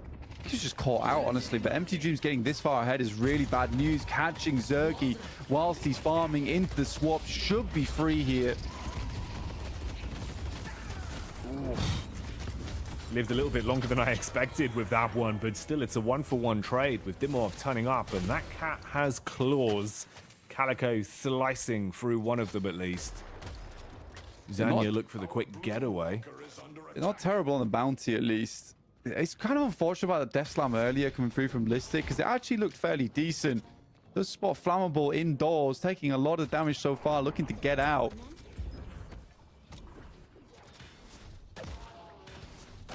Yeah, Listic almost getting that double on the Death Slam. I think it was like 0.2 seconds away from having the second pickup. Just lets her rip a little bit early. Oh, mate. Dimov trying to back it up. Knows you've got Overseas and ABL playing back towards the Greenwich side. Walker. Bear in mind as well, of course, for 1 win, you've still got that York side Guardian alive. So they've got a bit more impact on the map, starving out VP into this game compared to how early they've been able to unlock those flex slots. Maybe this is where it starts to fall, though. Big dive in. Cube is clutch. Get the survivability on your teammate so Empty Dreams can turn it around with the assist of ABL. And Zergy's chopped down. Yeah, a bit of a weird one coming through from Zergy. Slight delay potential at least. Gets him away from the Walker. Abuse Shadow Transformation, prevent the stuns from coming through. Just doing a lot of damage, running it down over towards the Walker itself. Empty Dreams does fall too. In the midst of all that, interestingly, Overseas taking a lot of damage coming through from Ground Strike. Does have to head up on high as Listic's on the chase. The cat not far behind. Oh, weak. Good reposition from Listic as he hits them heavy. Yeah, that's the 0.5. 1600 DPI cents coming into effect. It is indeed. A lot of control with that bad boy. He knows what he's doing. Looks to try and convert on the job that was started by Zergy moments ago towards York as well. They dive on the Guardian and do finally get it. So flex slot unlocked for Virtus Pro. Itemization comes online, makes their life a little bit easier. Good alt fire with the assist of Flammable dumping down. It's good damage output from the Alk fire on top to burn them out. Chase from the Shiv as well. Good movement. Catch Dimov. Chased him around the back of the new Veils. Execute round the corner. Yeah, Shark was there just a second sooner as well. Might have been able to get the mid-killing blow tornado, which could have saved Dimov's life. Unfortunate, though, that happens. Listic will happily have that farm. Yeah, Empty Dreams are becoming a problem, right? Already up to 16k. Zergy felt like he was doing some decent damage. And again, for Virtus Pro, their comp isn't terrible going to the late game. Like, everyone scales fairly nicely.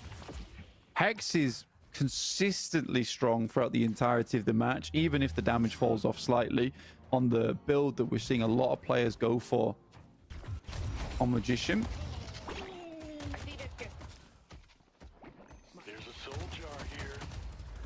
Huge Hex thrown out. Scrap for the urn kicks off. Here we go. Bare knuckle brawling on this one. ABL absolutely blown to bits as there's goo all over the lane, and they're looking to force more of an issue from this one. Big dive over on the Sinclair. Obikim hitting him up close, keeping him turned to bunny rabbits, but he's slain. Empty Dreams on the Shiv, able to cut them back and trade at least on the kills. They get what they want from it though. Calico's running the urn, so Dimov already back towards base. The KLS is over there quick to open it up and make sure they can claim this one.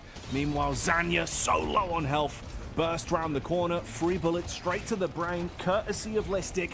Goes back in, looking for the dive strike. Up top, hits the head of the Vindicta. Quick stab into the dark. You're done for. Goodbye, Vindicta. Should be a death blow over towards Listic. Does finish him off, so 2 for 2. Making a miss that though, they did get that hand in over towards the urn, so 92k to 93 looks a lot less bad now, at least for Virtus Pro. Still giving it as good as they get. You still have that fall off coming through from the Vindicta now though. Like I said, I think the majority of VP's roster is relevant, but look at the damage coming through, man. Like, this is just easy work coming through for Empty Dreams. 20k now on this shift. That's very bad.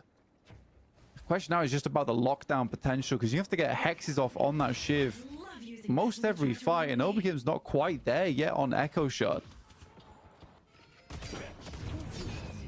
Size of his Hex is absolutely gargantuan, but having it up enough to consistently nullify him throughout an entire fight is the more problematic piece. Like we said even in the draft, man, getting Empty Dreams over onto this Shiv, this is a hero he's very comfortable on. Has great movement, where if he throws in the alt fire for the quick repositions, always able to hit that picture-perfect play with the execute. Gives him a lot of additional stock the longer this game goes on. Like, team fight potential to nuke enemies down is really there in droves.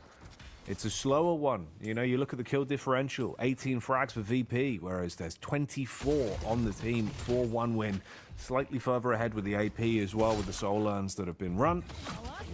Let's see where this goes then. Trying to get a dive back over. Zanya catches whiff of Obikim, but as soon as he's there, he's gone quick as well. TP's back out. Zergy throwing out the concussive combustion. Dives deep inside of the warehouse, round towards York side. Everyone's grouping up. Try and make your move and get away, Empty Dreams. A lot of dot damage on him. His HP's dropping quick, but he tries to buff himself out. Calico on the chase as Dimov looks to dome them. Spots Empty Dreams, and the slash is enough. Slowing Hex back over. Tether as well. You can't get out. Pops the return to Shadows for the re-engage, and might actually just create enough distance. Slash point blank. Oh, mate, the parry's thrown in, but still chopped down. They're going to get 2 kills from it, with Zergy also falling, and Sinclair might not be so magnificent after this. Chop him in half and saw straight through him like a bad magician. That's what Zanya wants to do. 3 for 3 on that trade, though. Looked a lot nicer. Good target pry on that. Xenon forced out on the soul exchange. Zergy going a little bit hard in a lot of these fights. I mean, it opened it up for them, but not able to continue to plink that damage from the backlines. Also, just the near miss on the concussive combustion there. Pretty tough. In the midst of all that as well, your Blue Walker going down to half HP. It is rough. Yeah, Michaelis, pretty much the fights live and die off the back of his afflictions over towards Empty Dreams. Again, there was a clutch goo cube in the middle of all that over towards Empty Dreams there. Would have gone down to the bloodletting ticking away off the back of affliction. It wasn't for that goo cube.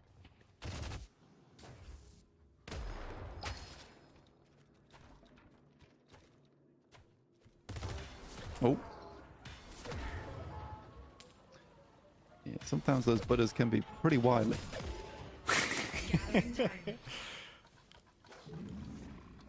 Gotta make sure you crack them down quick. Overseas, grabbing the farm, throws out the bombs. Seeing what he can snatch away to give himself a bit more of a lead on this one.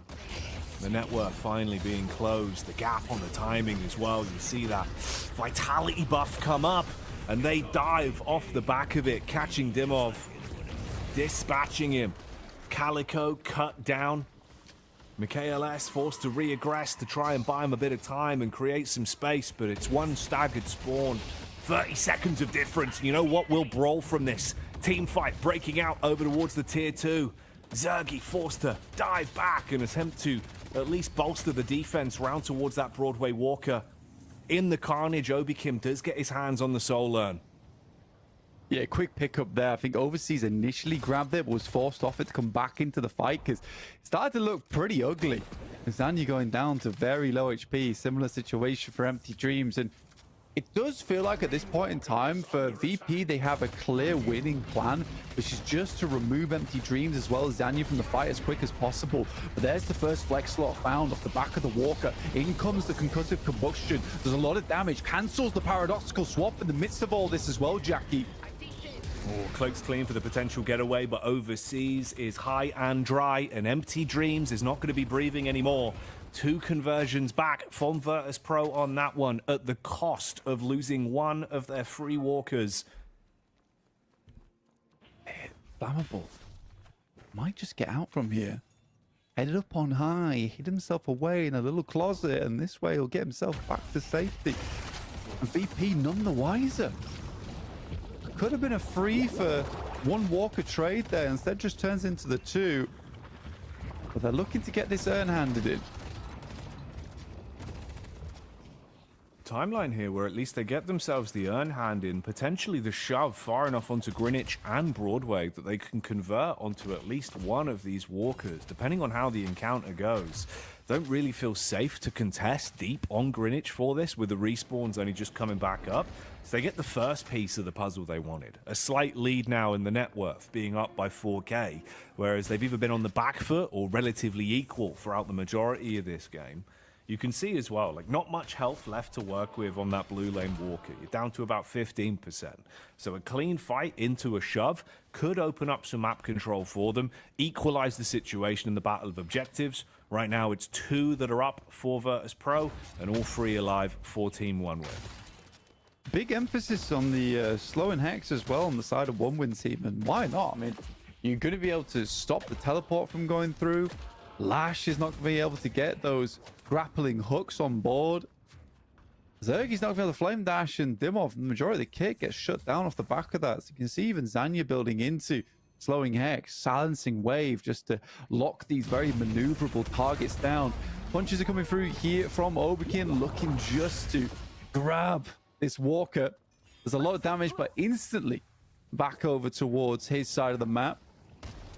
Pretty frustrating emphasis on the Magician. Assistant able to get you out from a lot of sticky scenarios, but not only that, be able to push aggressively.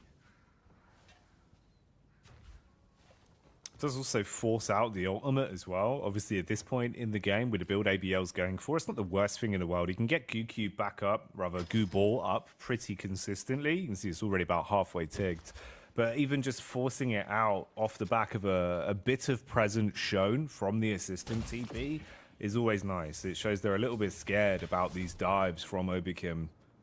And obviously, again, man, that's nice chip damage, right? Like, it's nearly dead. You keep working on it like this, little by little. It's going to fall eventually. So looking for an opportunity where potentially the fight is deviated far towards one of your walkers. See whilst the attention's turned if he can get the kill onto it. This might actually be the go sound. He's gone for the pass over, diving in deep. He can shove out on this and take the Broadway walker before there's much room for the reposition. Shoves out the lane, you get the adjustment in. That's Listic diving over on the lash. Oh, Kinetic Carbine's clean. 3 seconds on the Death Slam, can't get the grab on them. He's got to run down to the depths below, and they say, hello, Listic. The blade comes out from Empty Dreams, chops them in half, dashes back over for the slice and dice. Dimov trying to get out quick on the TP. Oh, he wants to go back through. Taken out of the fight for a few seconds. Meanwhile, the parry on the stairs. Here comes Zergy with a dot damage to be applied, and a lot of them are about half HP here. They call it quits on the big investment. A few of them still scrapping below, though. Empty Dreams dives back over, gets the charge back off, chains 3 of them together. One after another, cuts them down. VP being chopped to bits. That's blow by blow coming through from Empty Dreams, keeping the dream alive here for one win team. Zergy doing his best to grab these targets, get the afterburn flowing. He's able to get one off him, but this fight went from great to bad here, dodging through tons of different bits of damage. The warp zone even to get himself away, but it's not enough. The sniper will end it for Zergy. And Empty Dreams with blow for blow for blow turns around the fight that should not have been winnable back in one win's favor. That's gross. That's absolutely grotesque, bud. Hattori Hanzo Steel on full display as Empty Dreams is living in their heads rent-free. Back to back to back. Absolutely slays them. Finally, at least one more kill to equalize the staggered spawns and make it slightly better for the peril that Virtus Pro have been thrown into. You shut down ABL. It's a 40-second stagger between him, Empty Dreams, and Zanya. They can't capitalize off of the big play by grabbing a mid-boss or really seizing too much map control, as they did lose quite a few players as well. But boy, is that a turnaround in the fight.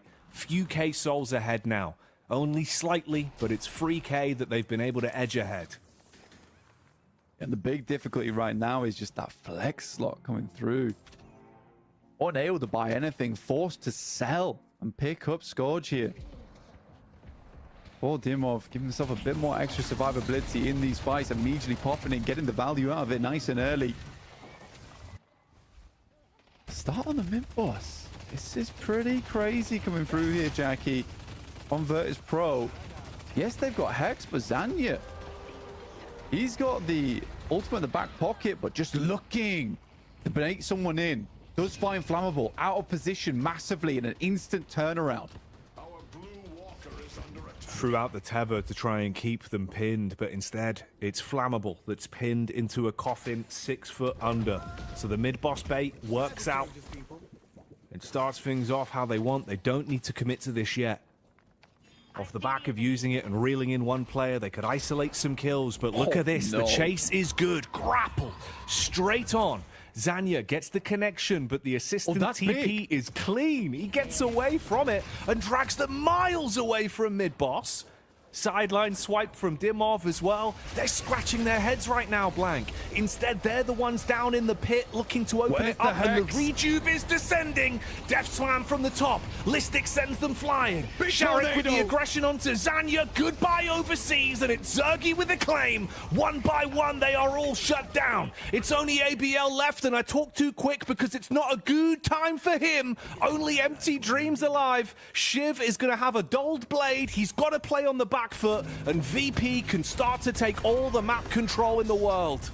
Insane fight coming through from VP. Listic coming in clutch with the preemptive Death Slam to catch Zanya as he jumped into the fray. Didn't even have the opportunity, Jackie, to drop the Shadow Transformation. Immediately, Sharek hits one of the biggest tornadoes out here. Finds all 4 of them on the knockup. It's a free rejuve. It's gone from bad to worse now. You are living an absolute walking nightmare, mate. Horrific stuff. Virtus Pro raising hell like Smoking Joe Fraser, the Hellraiser, right now, is they are raising your base to absolutely nothing. Base Guardians gone. Everything gone. Say goodbye to your shrines. You can say sayonara right now as they're looking to capitalize off the back of this one. Large stagger on the spawns, even with the respawn reduction. Patrons lined up towards the right-hand side. They're going to burst that down quick style and look to see what they can do with this one. Full rejuves in play. All the ultimates on the roster. They don't even need to run the risk of closing it right now. They can back off, fight on their terms. You dive out the front towards the base Guardians. Good damage established. Looking to convert some kills on this one. Zergy trying to make you feel ill as he dives around, firing out the dots. Lift up top, it's Listic with a death slam. Sets them up for the conversion they want. Warpstone over the top side. Meanwhile, the dot damage is good. The track bolt's popping off as he burns through Xenon. Lady Geist is sent back to the care home, and that might be the way it goes, Blank. Intensive care needed for one win. Zergy once again hitting him with the Lurgy. He has been dropping debuffs left, right, and center during these engagements. Incredible movements, incredible speed, incredible power coming through from Virtus Pro. What was a 163 to 165, 179 to 207 now. Everyone's selling items, rebuying, shifting the build. Spirit Burn online for MKLS, and it's a fearful endgame now for one win team.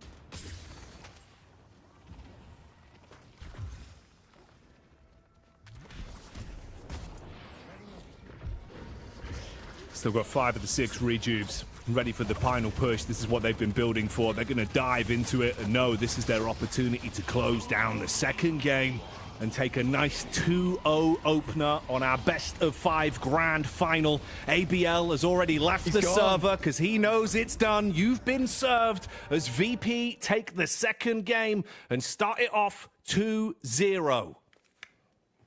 Disgusting stuff from Virtus Pro. There was multiple scenarios where that could have gone massively in one win's favor. I think they did a pretty decent job when it came to the draft, but at the moment, it really did feel like the entirety of that comp from Virtus Pro, they were all looking left because they were looking over to where that second pip was going to be on the 2-0 set to start things off. This is unreal. Unreal stuff coming through from Virtus Pro so far. So happy to see it. No, mad man. Really, really clean stuff from them. You know, like the quality of the fights. Even when you think about the fact this time around, Blank, they actually started off kind of being a bit shaky towards the early laning phase. It wasn't an instant stomp. It wasn't them being able to run away with it. Took like 13 minutes to get the Guardians, open up the Flex Lodge, playing on the back foot. But then as soon as we got into the quality team fights, that's where they were just ruining it. Biting down with great decision making, some clutch plays. And this time, you know, one win wished they could find a rejuve steal. Wasn't there for love nor money. Like the bait set up as well, with making it look like Obakim's just wandering into the jungle.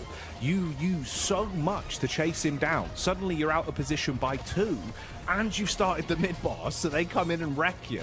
Oh, bro, just mad. Like the decision making was really clean, Blake.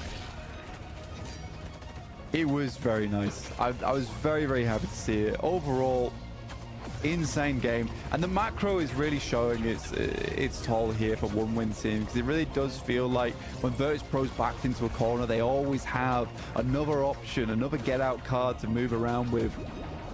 Zergy's well understood that he was being prioritized so much, so grabs the return fire, grabs the warpstone. He was creating a lot of space for the team. This was it, dude. Look at this tornado. Caught in look at the knock-up. Caught in the storm's eye. Like, that is unbelievable. Love it. God damn. The king of the desert on that one, because it was a souffle play, mate. Absolute dessert. And it was bouncy like a souffle, because this was a bouncy ride for one win team. Had its ups, had its downs, but in the end, it is Virtus Pro to take the second game, and this is looking more and more likely. Be that 3-0 set, one win team just cannot figure Virtus Pro out. And Virtus Pro just, they've got them reeling. They've got them reeling. The overseas bebop didn't work. The Paradox thrown in here, taking away their Vindicta. Xenon being able to pick the Geist. ABL on the disgusting goo creature didn't do anything to help them out here. Even Empty Dreams having the start of a lifetime and a chain killing blow during that team fight was not enough to keep it into it. And even that fight there felt devastating because it was a 5v6 from Virtus Pro into the hands of One Win Team, and even a 5v6 they lost. They won just barely. It's tough, man. It's tough. Mate, that's what I mean. I think that one kind of summarized it, right? Where you're thinking like a play like that should result in some madness. Like you should be able to take those chained executes and just run away with it. But there was no chance for a mid boss. There was no chance for walkers. There was just nothing, because even then it was still such a staggered, awkward fight where even when you were like popping off with a sick play, it's just enough to equalize what otherwise would have been a complete white back. But anyway, there you go. 2-0 in the series so far, Blank.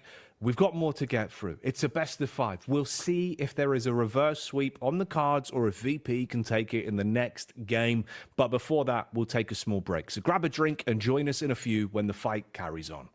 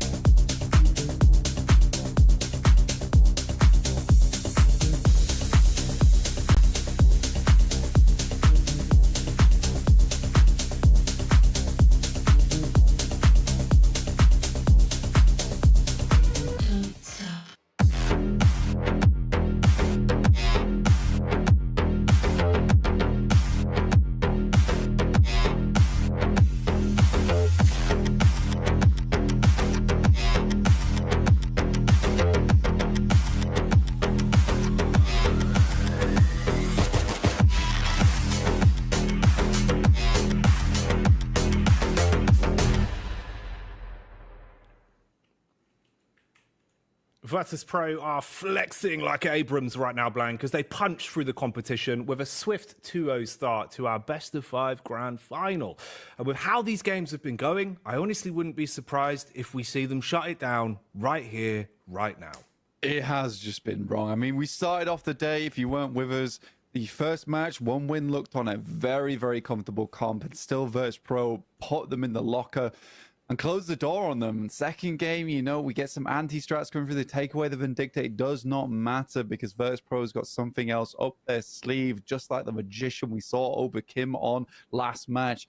It has been a slobber knocker, and all props to One Win Team as well, because honestly, this is the best we have seen Virtus.pro, and I think the fact that they can even keep up with them is a testament to their strength.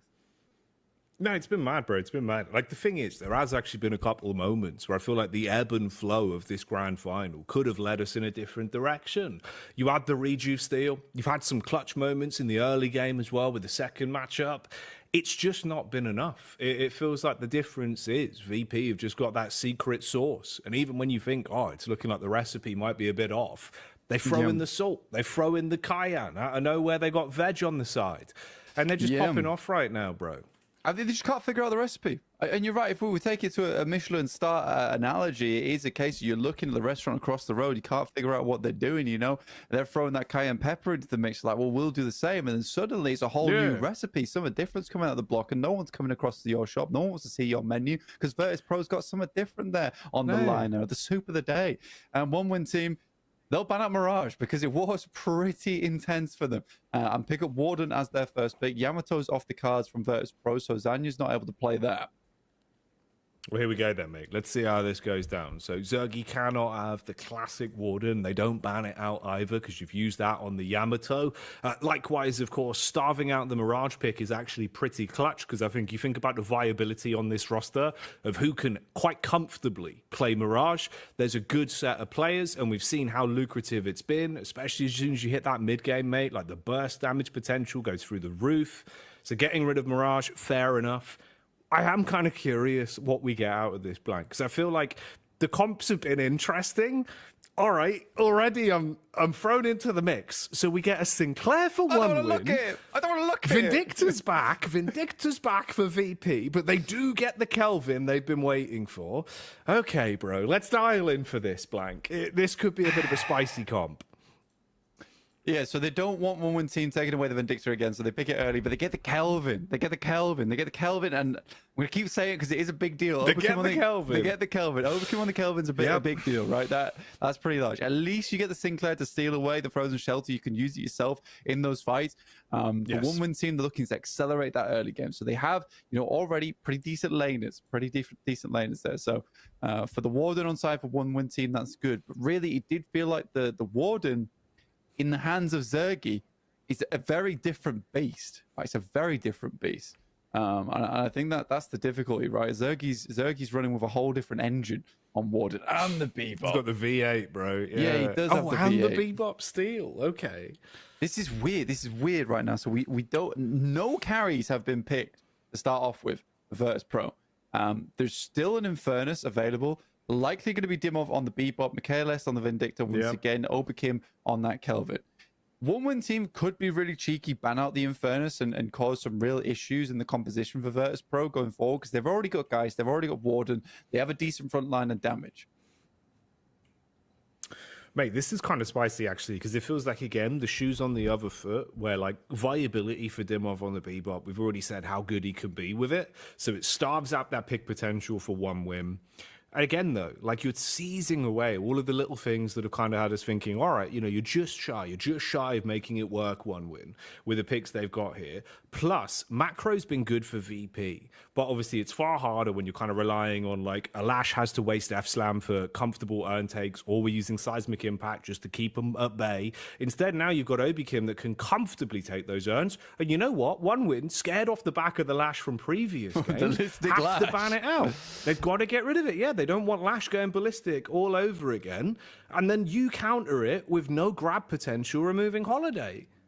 Yeah, so what, we're going to see Paradox again? Yeah, I mean, you have to pull out a Paradox here for 1 win team, or you don't. I mean, Virtus.pro has shown us before that you don't really need that pick potential as much. They played an entire comp that just didn't have any pick potential, just off the back of dominating lanes and then going forward. Already Warden, Sinclair, Geist, that's some decent laners to go up against. Virtus.pro, though, completely prioritizing Kelvin, Vindicta, Bebop on their last set as well, right? This could be the decider. This could be the decider. We'll go 3-0 up, win the whole thing, take the $5,000 home. and send 1win down towards second place. There's the Infernus. We kind of expected that to come through for Virtus Pro. Zergy likely going to be playing on that one. How do they round the roster out? Pocket is still available. Would be very nice to get the Affliction through on towards Last Stand, as well as taking down the Geist in terms of the self-healing. But that is another ult to give over towards the Sinclair. We're likely going to be seeing Michaelis on that Vindictor anyway. So we'll see if someone flexes off. Curious to see what Sharek plays here, because we've seen him mainly on Mirage as well as the Lash, right? Yeah, I think so. I mean, viability as well. Like, you've still got Viscous being floated right now. No bans on it. So Goo Boy could be picked up potentially. Obviously, 1win have a little bit more of an opportunity here with the next picks going their way. So we'll see how they want to round out this comp, what else you're going to be working with. I wouldn't be surprised if we do see another Paradox. I think, again, that's also this time around. Give that back over to ABL. That's what he feels like he's by far the most comfortable on. He's kind of thriving with it. As soon as he gets the combo online with the swap. Last game... Even the Shiv for 1win team could come through, and there it is. So Shiv and Pocket. So Pocket's nice there to deny the Kelvin a little bit. So we do have something good coming through. Abrams Calico makes total sense to me. So you got Listic on Abrams and probably Sharek on the Calico. We'll see. I would think so. I would assume so, unless there is a bit of a deeper change outside of that. But yeah, I think that's the way that would make sense going. I don't mind this at least as well, because obviously if you are going to go for the Shiv pickup for 1win, Empty Dreams has looked by far his best whenever we've seen him get through the Shiv picks. I think that's where he's been playing some of his best Deadlock throughout the event, to be fair with you, Blank. So that's not a bad pick. Yeah, it's not a bad pick at all. I think for 1win team, that is you to close things out strong, but it's likely going to be that Paradox, like we said, overseas on that one. We'll see if they prioritize it, see if they drop it in. Again, this is the difficulty for 1win team, is that they've got a fairly static roster in terms of what they each play. So we sort of expected to see that Paradox coming through. For Virtus Pro, though, there is a lot of potential just to lock 1win out. The Kelvin Dome is going to be significant, especially when that Last Stand comes through. There's going to be a full reset from Virtus Pro. Good pick potential with Teva as well as Bebop. Fairly strong laners. We'll see what they want to pair with what here. I think that if you're looking over towards the Bebop, you'd likely want to put him with the Calico Infernus Kelvin lane as well as the Abrams Bebop. Abrams with Vindicta, sorry. For 1win team, you've got Sinclair, Geist. Likely we're dropping that into towards blue lane. Paradox, Sinclair could work as well. But a little bit of support overall. I think for 1win team, this is getting to the point now where Virtus Pro is just... I think it is more of an outplay in the draft at the moment. Not only that, obviously the gameplay has been very crisp from Virtus Pro, but they have made it really uncomfortable. And this is the benefit for Virtus Pro for playing so long together, that they just know what each other can flex onto. What can we do to make our draft work? And got to give big props to Lightbringer in the back room as well, putting all of these things together, doing a lot of the breakdowns for these players, making sure they know what's good at what moments, they can quickly switch when metas come through. I think he's been doing a fantastic job for them as well.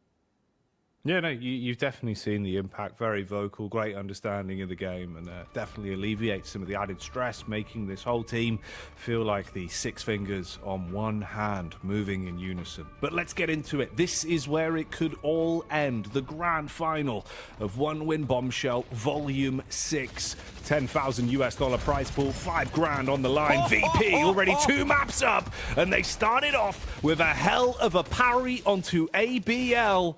Ooh, you got to get out of there quick, Geist. It's the fear into. So yeah, kind of what we expected as well. The Calvin Infernus lane over the top. Dimov does not stop.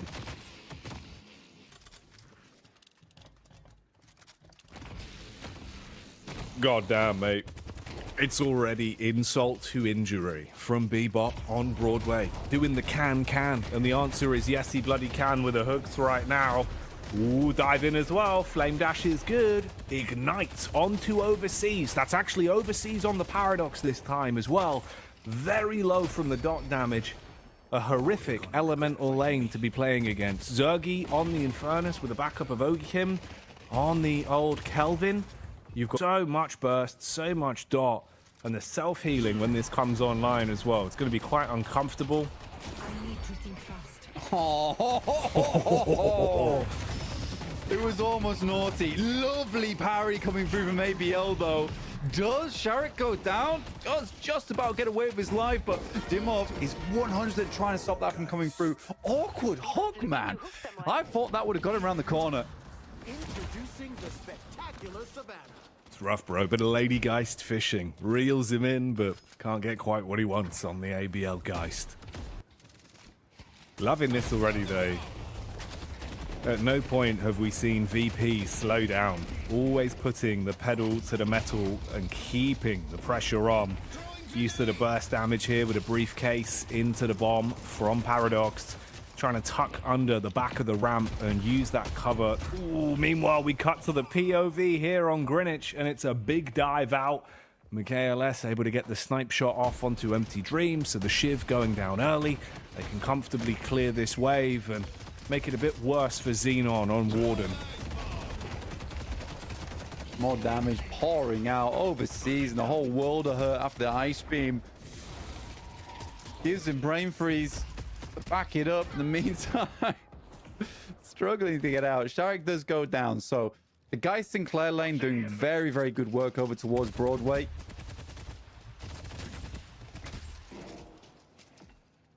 It's not down and out just yet here, Jackie. Hello? Listic? What are you doing here? Mate, the shoulder charge on that. Hell of an Why edge on is it. Listic here? He's got broad shoulders, that's why. He's wherever he wants to be, mate. 25-inch shoulder blades from edge to edge. That's what Broad Listic's known for. shoulders on Broadway. Love it. Another goes down. Overseas is out, and yeah, that's cheeky. That is cheeky from Listic. What's up? Hey, hello. He's giving it right now. That's 1600 DPI. Always eye to eye with you if you dare to step to him. Ooh, big chase here. Oh, look at the parry. Trying to get the predictive adjustment off to body block and potentially stop the fist from flammable if it's thrown out. But no Shaolin Showdown removers. It's instead going to be a nice pick there, forcing the respawn onto Zergi. That's first ultimate online as well, with a concussive combustion coming up alongside flammable off that kill, now having audience participation to play with. At the very least, we get some lane swaps coming through. Sinclair goes over to help over towards Paradox. I think that's reasonable. They were struggling that lane, and they need that Sinclair over there to delay on that Guardian going down. But in that pocket, who's been bullied a little bit over towards that Geist lane, which is doing far, far better after some of the early commotion that happened with Dimov. Hyper beam over towards ABL as well. He is living on the corner, has the soul exchange as well, so might just be able to jump out from the shadows. Go for a quick swap. Dimov with a hook. Quick grab onto Zanya. Pulls them back in and gets a nice successful stack off once again as well. Drop down from the top from ABL. Has that soul exchange to play with now, so if he can find quite a tanked up target, there is potential for him to pop that ultimate and try and turn the tide.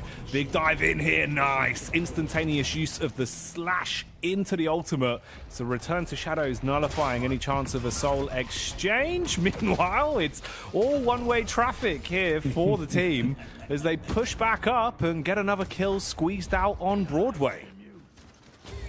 Listic being chased down by Empty Dreams, but it's not meant to be. Killing blow, not quite close enough to hit that one. Sinclair getting tagged out, will pick up the frozen shelter just for the quick reset. Low cooldown on that one as well, so may as well. Okay, left just sending the ult through. But the fear of God over towards Empty Dreams.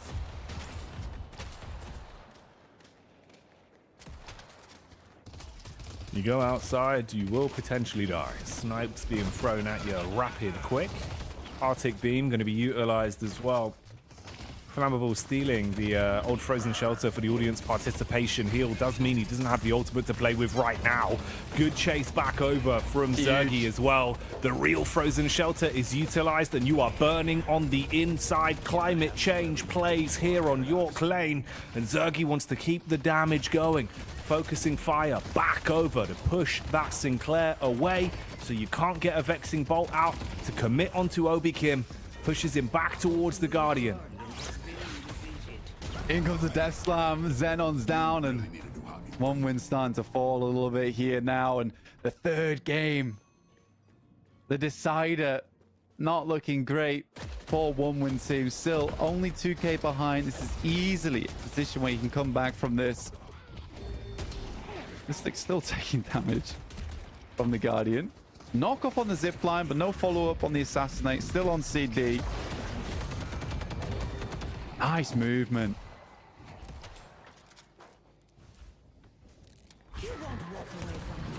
Oh, predictive nades. Eat that one. Vindicta takes the soul bomb straight to the face. McLS out of commission for a few seconds. Ultimate going to be stealed. That's the hyper beam now in the back pocket for Flammable. You can use this to shove back on the lane. They called in for the backup of Dimov to make sure they could gain the Guardian. Okay. Ooh, investing everything into it. It's a big dive in from Zergy. Still results in the Guardian being claimed. So they squeeze a little bit more out of this. The second as well, Blank, as Greenwich falls in the commotion. So advantage taken in the early objective game now. 2 for the price of 1. Nice hook. Pulls him straight back to the party. That's TP out. Almost grabs him with a bomb. The Empty Dreams is up in your face. Killing Blow online as well. Will take down Dimov. An overcorrection there coming through. Listic struggling. Nice parry will keep him alive. There is the return to shadows as well for the quick reset on the abilities. Potentially picking up Empty Dreams here. Gets the backstabber on. Should do the trick as well. Little bit of dot damage. All he needed. But yeah, this is very similar to what we saw from yesterday as well, Jackie. Or a very similar comp from Virtus Pro where they just started to overwhelm lanes. Yeah. I do like the initial lane swaps that One Win went for to try and keep their lanes alive for much longer. In comes the last stand, but doesn't do all that much. One tick is all he gets. The world has in fact not been changed. Let's take out Geist. Ooh. Trying to turn the tide of this fight though is VP. Look to push back out. And you're right, man. This is very reminiscent of yesterday's early lanes, where again now, that's all 3 of the Guardians claimed at sub 9 minutes on the timer. Sharik as well, coming alive on the Calico. More like the Piranha for VP right now. Always hunting you down and nibbling on you. Squeezing souls out of this one. Zergy is going to fight fire with fire literally as the Sinclair steals away the combustion and uses it against him. Obikim looking for the quick save. Make sure he's close enough so you can use that frozen shelter. They go up top to play from the vantage point on high and still throw out some damage to force them back. Meanwhile, Dimov arrives and causes some problems on the Bebop. Backline stab in as well. Obikim chasing you down. Sinclair looking for the getaway. Predictive punch coming up. Uses that assistant for the reposition. And the chase is there. Dimov looking for the hook. He wanted to get one sky high, and this fight's going on for a while. They're calling in the backup as well now. Duking it out inside of the jungle. Solern eating a bomb from the top as Guy stashes that in. Look at the response though. Dive back over. Overseas on the chase with the carbine fully charged. Grabs you with the paradoxical swap. Forced to use the seismic impact to get out of the way, but not for his drag. Straight back in to the action. Dimov finding him caught unawares in that moment. It's just looking to me, Jackie, that One Win are exhausted right now. Another nice snipe. And this is getting real treacherous. Like I said, I just think One Win must feel so exhausted after those 2 games. That same quick macro, that same quick thinking just doesn't feel there. And Virtus Pro are as fluid as ever.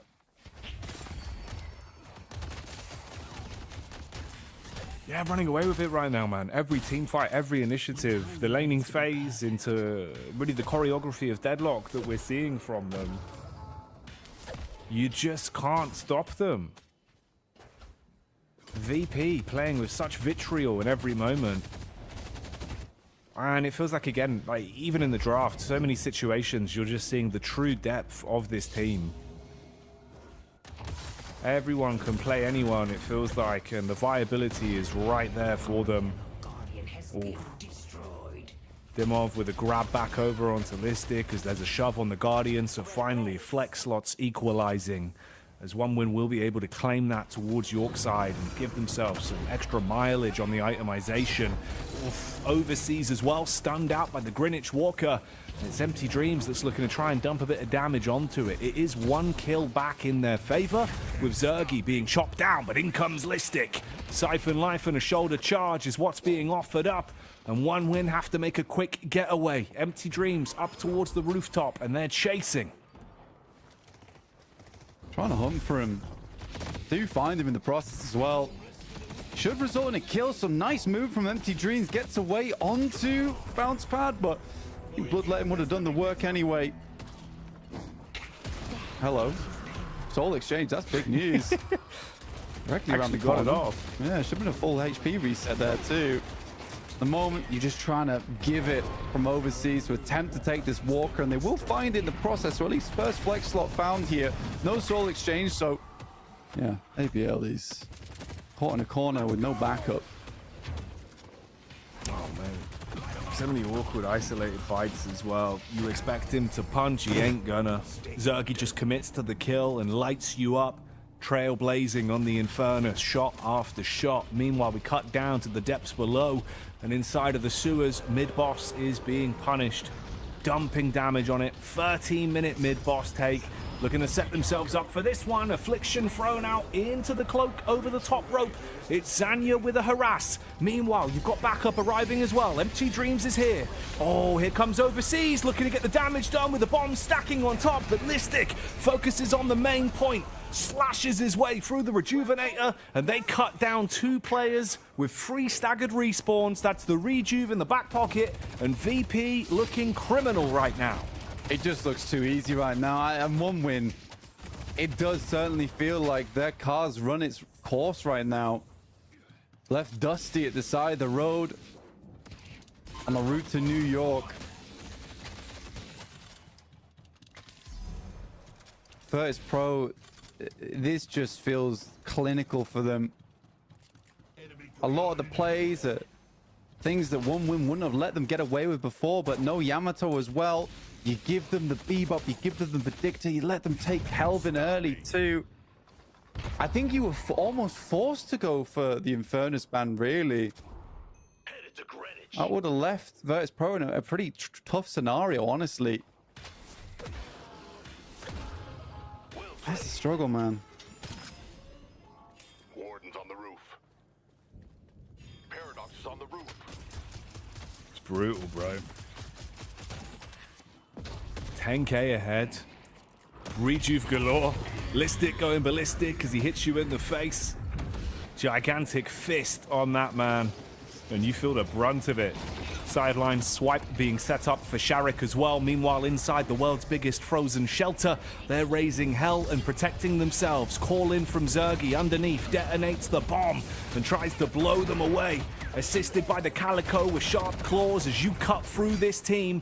And second by second, it's getting worse for OneWin. You've got 4 dead right now. Sagard spawns on them as well. Overseas has only just come back alive. Geist cannot close the distance to get the soul exchange off. Zergy's harassing from the side. Oh, she wants to close the gap, but it's not going to happen. ABL is burnt out. Flammable goes up too, as Listic claims that one with a big magnum. And it's only Overseas left. VP are dominating. Listic with the early Phantom Strike as well. I mean, this is an acceleration in this game versus OneWin. Oberkim taking liberties on the ice path.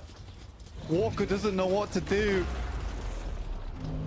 Can't climb that high. Taking more and more damage. Empty Dreams comes in to try and dissuade the push, but First Pro at 97k, guarding the gun buff, likely for Zergy here. Another hook over towards Zanya. Quick escape, but the bomb stacks are ridiculous. And with the fact they're so low behind on those boons.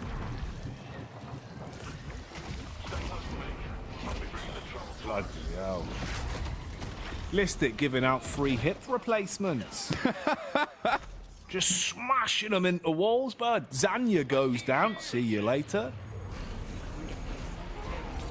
And the chase continues, harassing this team, finding fights on their terms time and time again. Xenon might use that last stand, but I don't know if he'll be standing for very long. They want to control towards this earned deposit point. So far, it's a 1-for-1 pick. Listic's out of commission for 25 seconds. Zanya down for 7. But look who it is, Zergy, lighting things up. He's like the Olympic torch, because he's burnt down your walkers. Sovian is looking like a hoarder's loft at the moment. It's disgusting. For one win. Getting more ugly by the second. Again, this is the playstyle that really caught him off guard. The roaming plays coming through. Zergy jumps over the top of the walker. He'll get hexed, but the concussive combustion will still go through. He's taken down, but his job's done. The walkers are out the way. So I mean, at the cost of one Infernus, one trackball user, you get both of those walkers.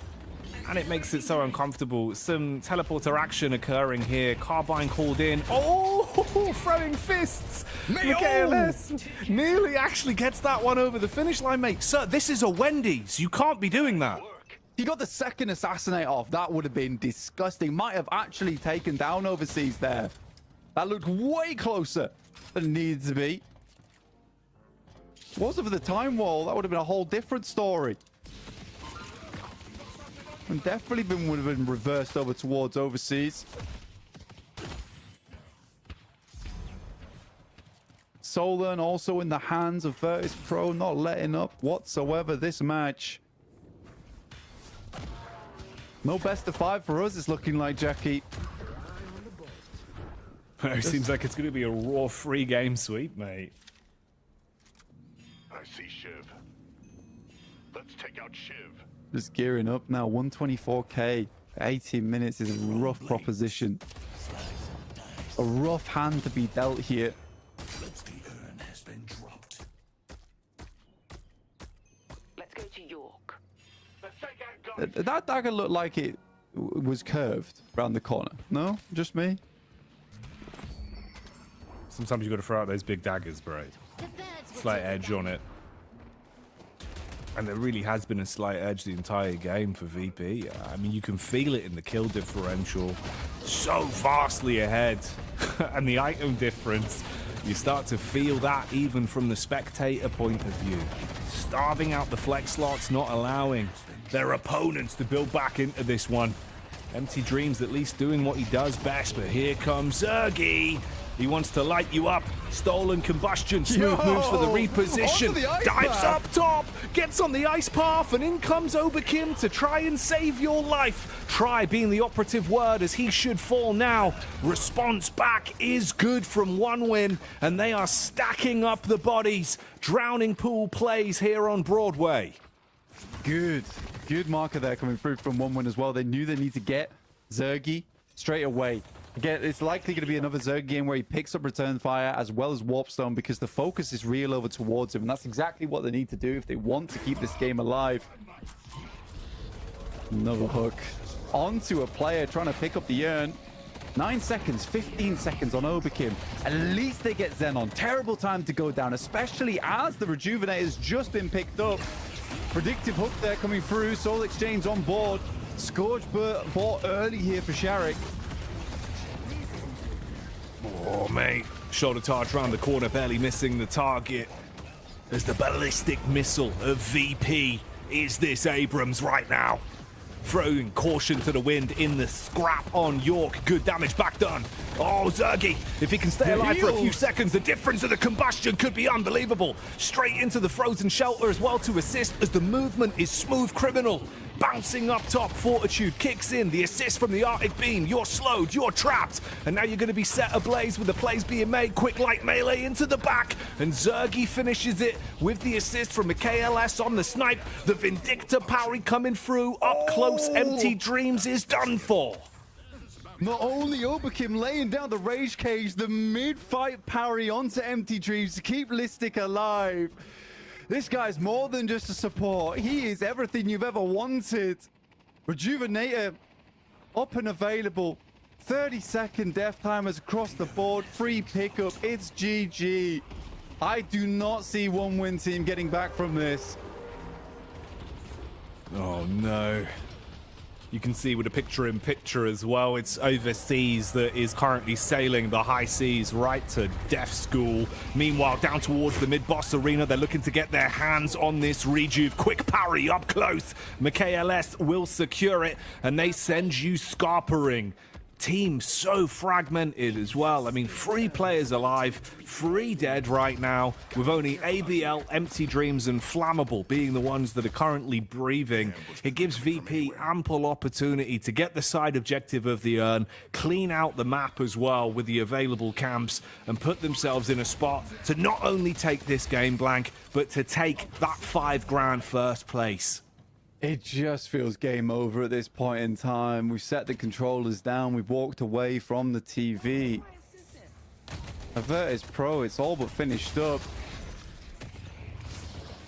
Armball's going to try and move out. Gets back with the assistant at least. X comes through. ABL will be in the front lines there to try and assist, but what are you assisting here? Farmable's already back. Do not do it. I was expecting another.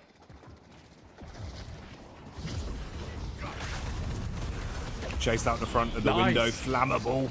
Instantly pinned. Listic with the shoulder blades. Gets that man trapped on the map geometry. Dive in again with the seismic impact, and you can feel the impact of his Abram plays. Making paper on this one. Oh, the knock back up. Trying to slow down the use of the last stand as Sharik will detonate with a leaping slash straight to his face. Sends him packing. They pull you back in as well. No opportunity to get away for ABL as she's about to go down. See you later, Geist. Oh, one by one, picking them off, single-handedly removing every member of One Win from the server. And it's just Overseas left. And that hook is worth about $5 grand tonight. The fadeaway jump back to drag him underneath off the back of the hook. It's wrong, man. It feels wrong. 28 seconds on Overseas. Virtus Pro look like they're gearing up to finish. Frozen shelter available for the quick reset should they need it.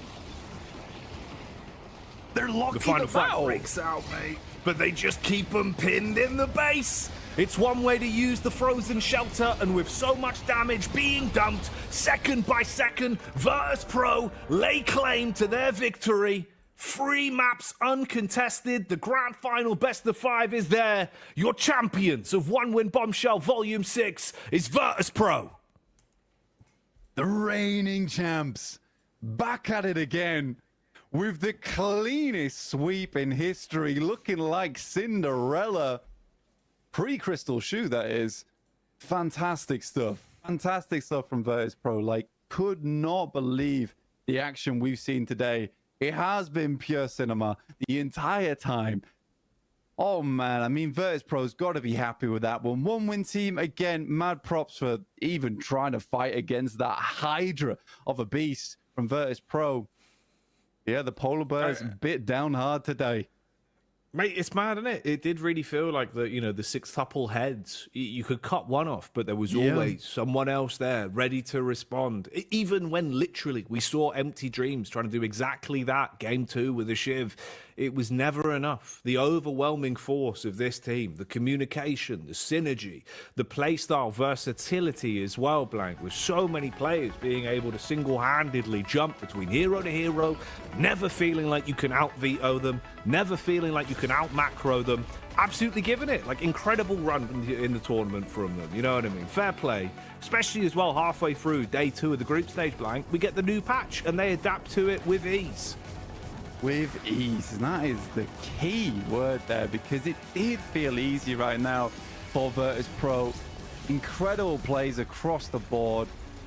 Zergy on this Infernus, I mean, this has been countered before where you only have that one key carry on the team with the Infernus, and it gets massively prioritized. But the spacing, the way Zergy played that out, his plays over on the Warden as well, absolutely sublime. Just disgusting stuff. Really nice to see.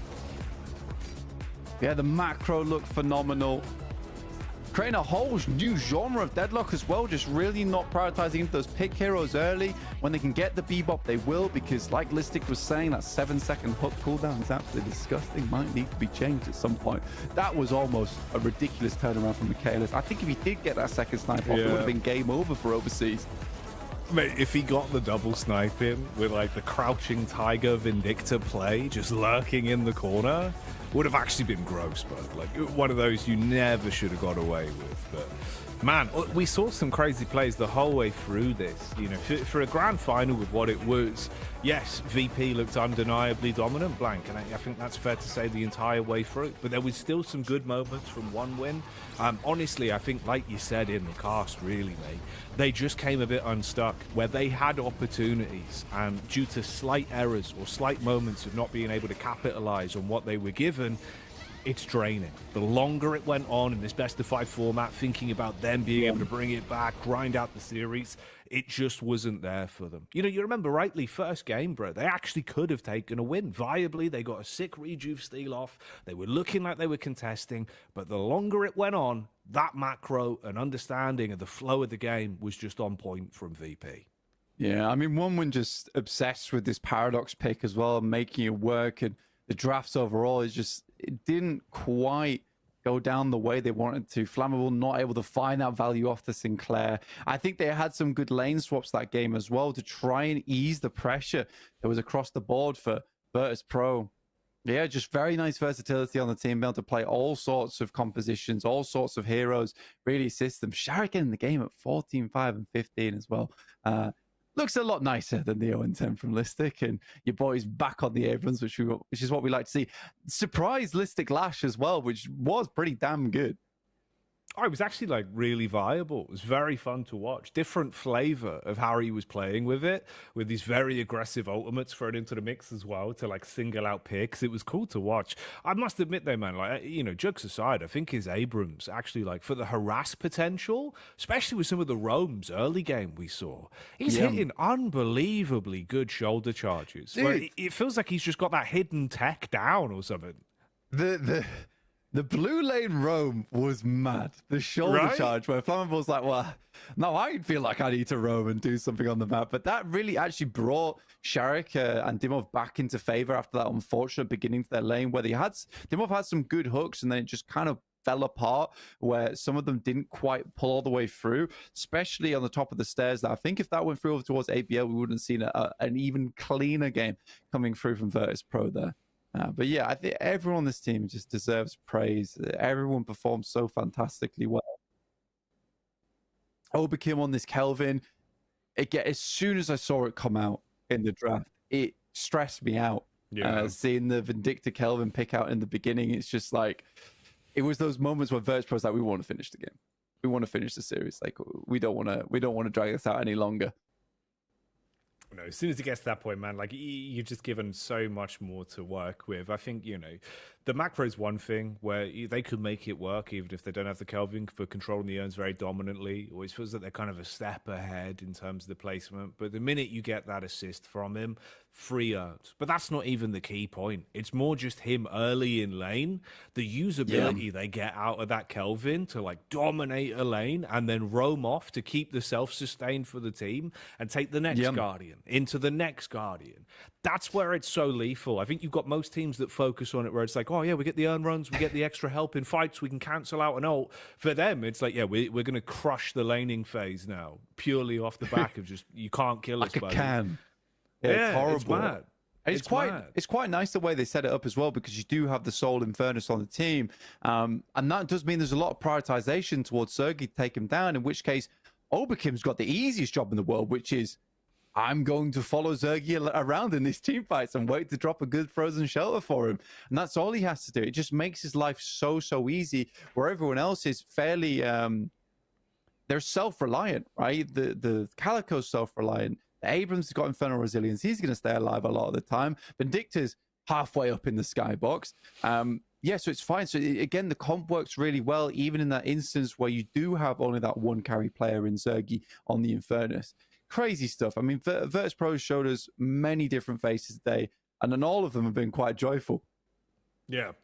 No, they really have. Like, they've been smiling their way through this grand final.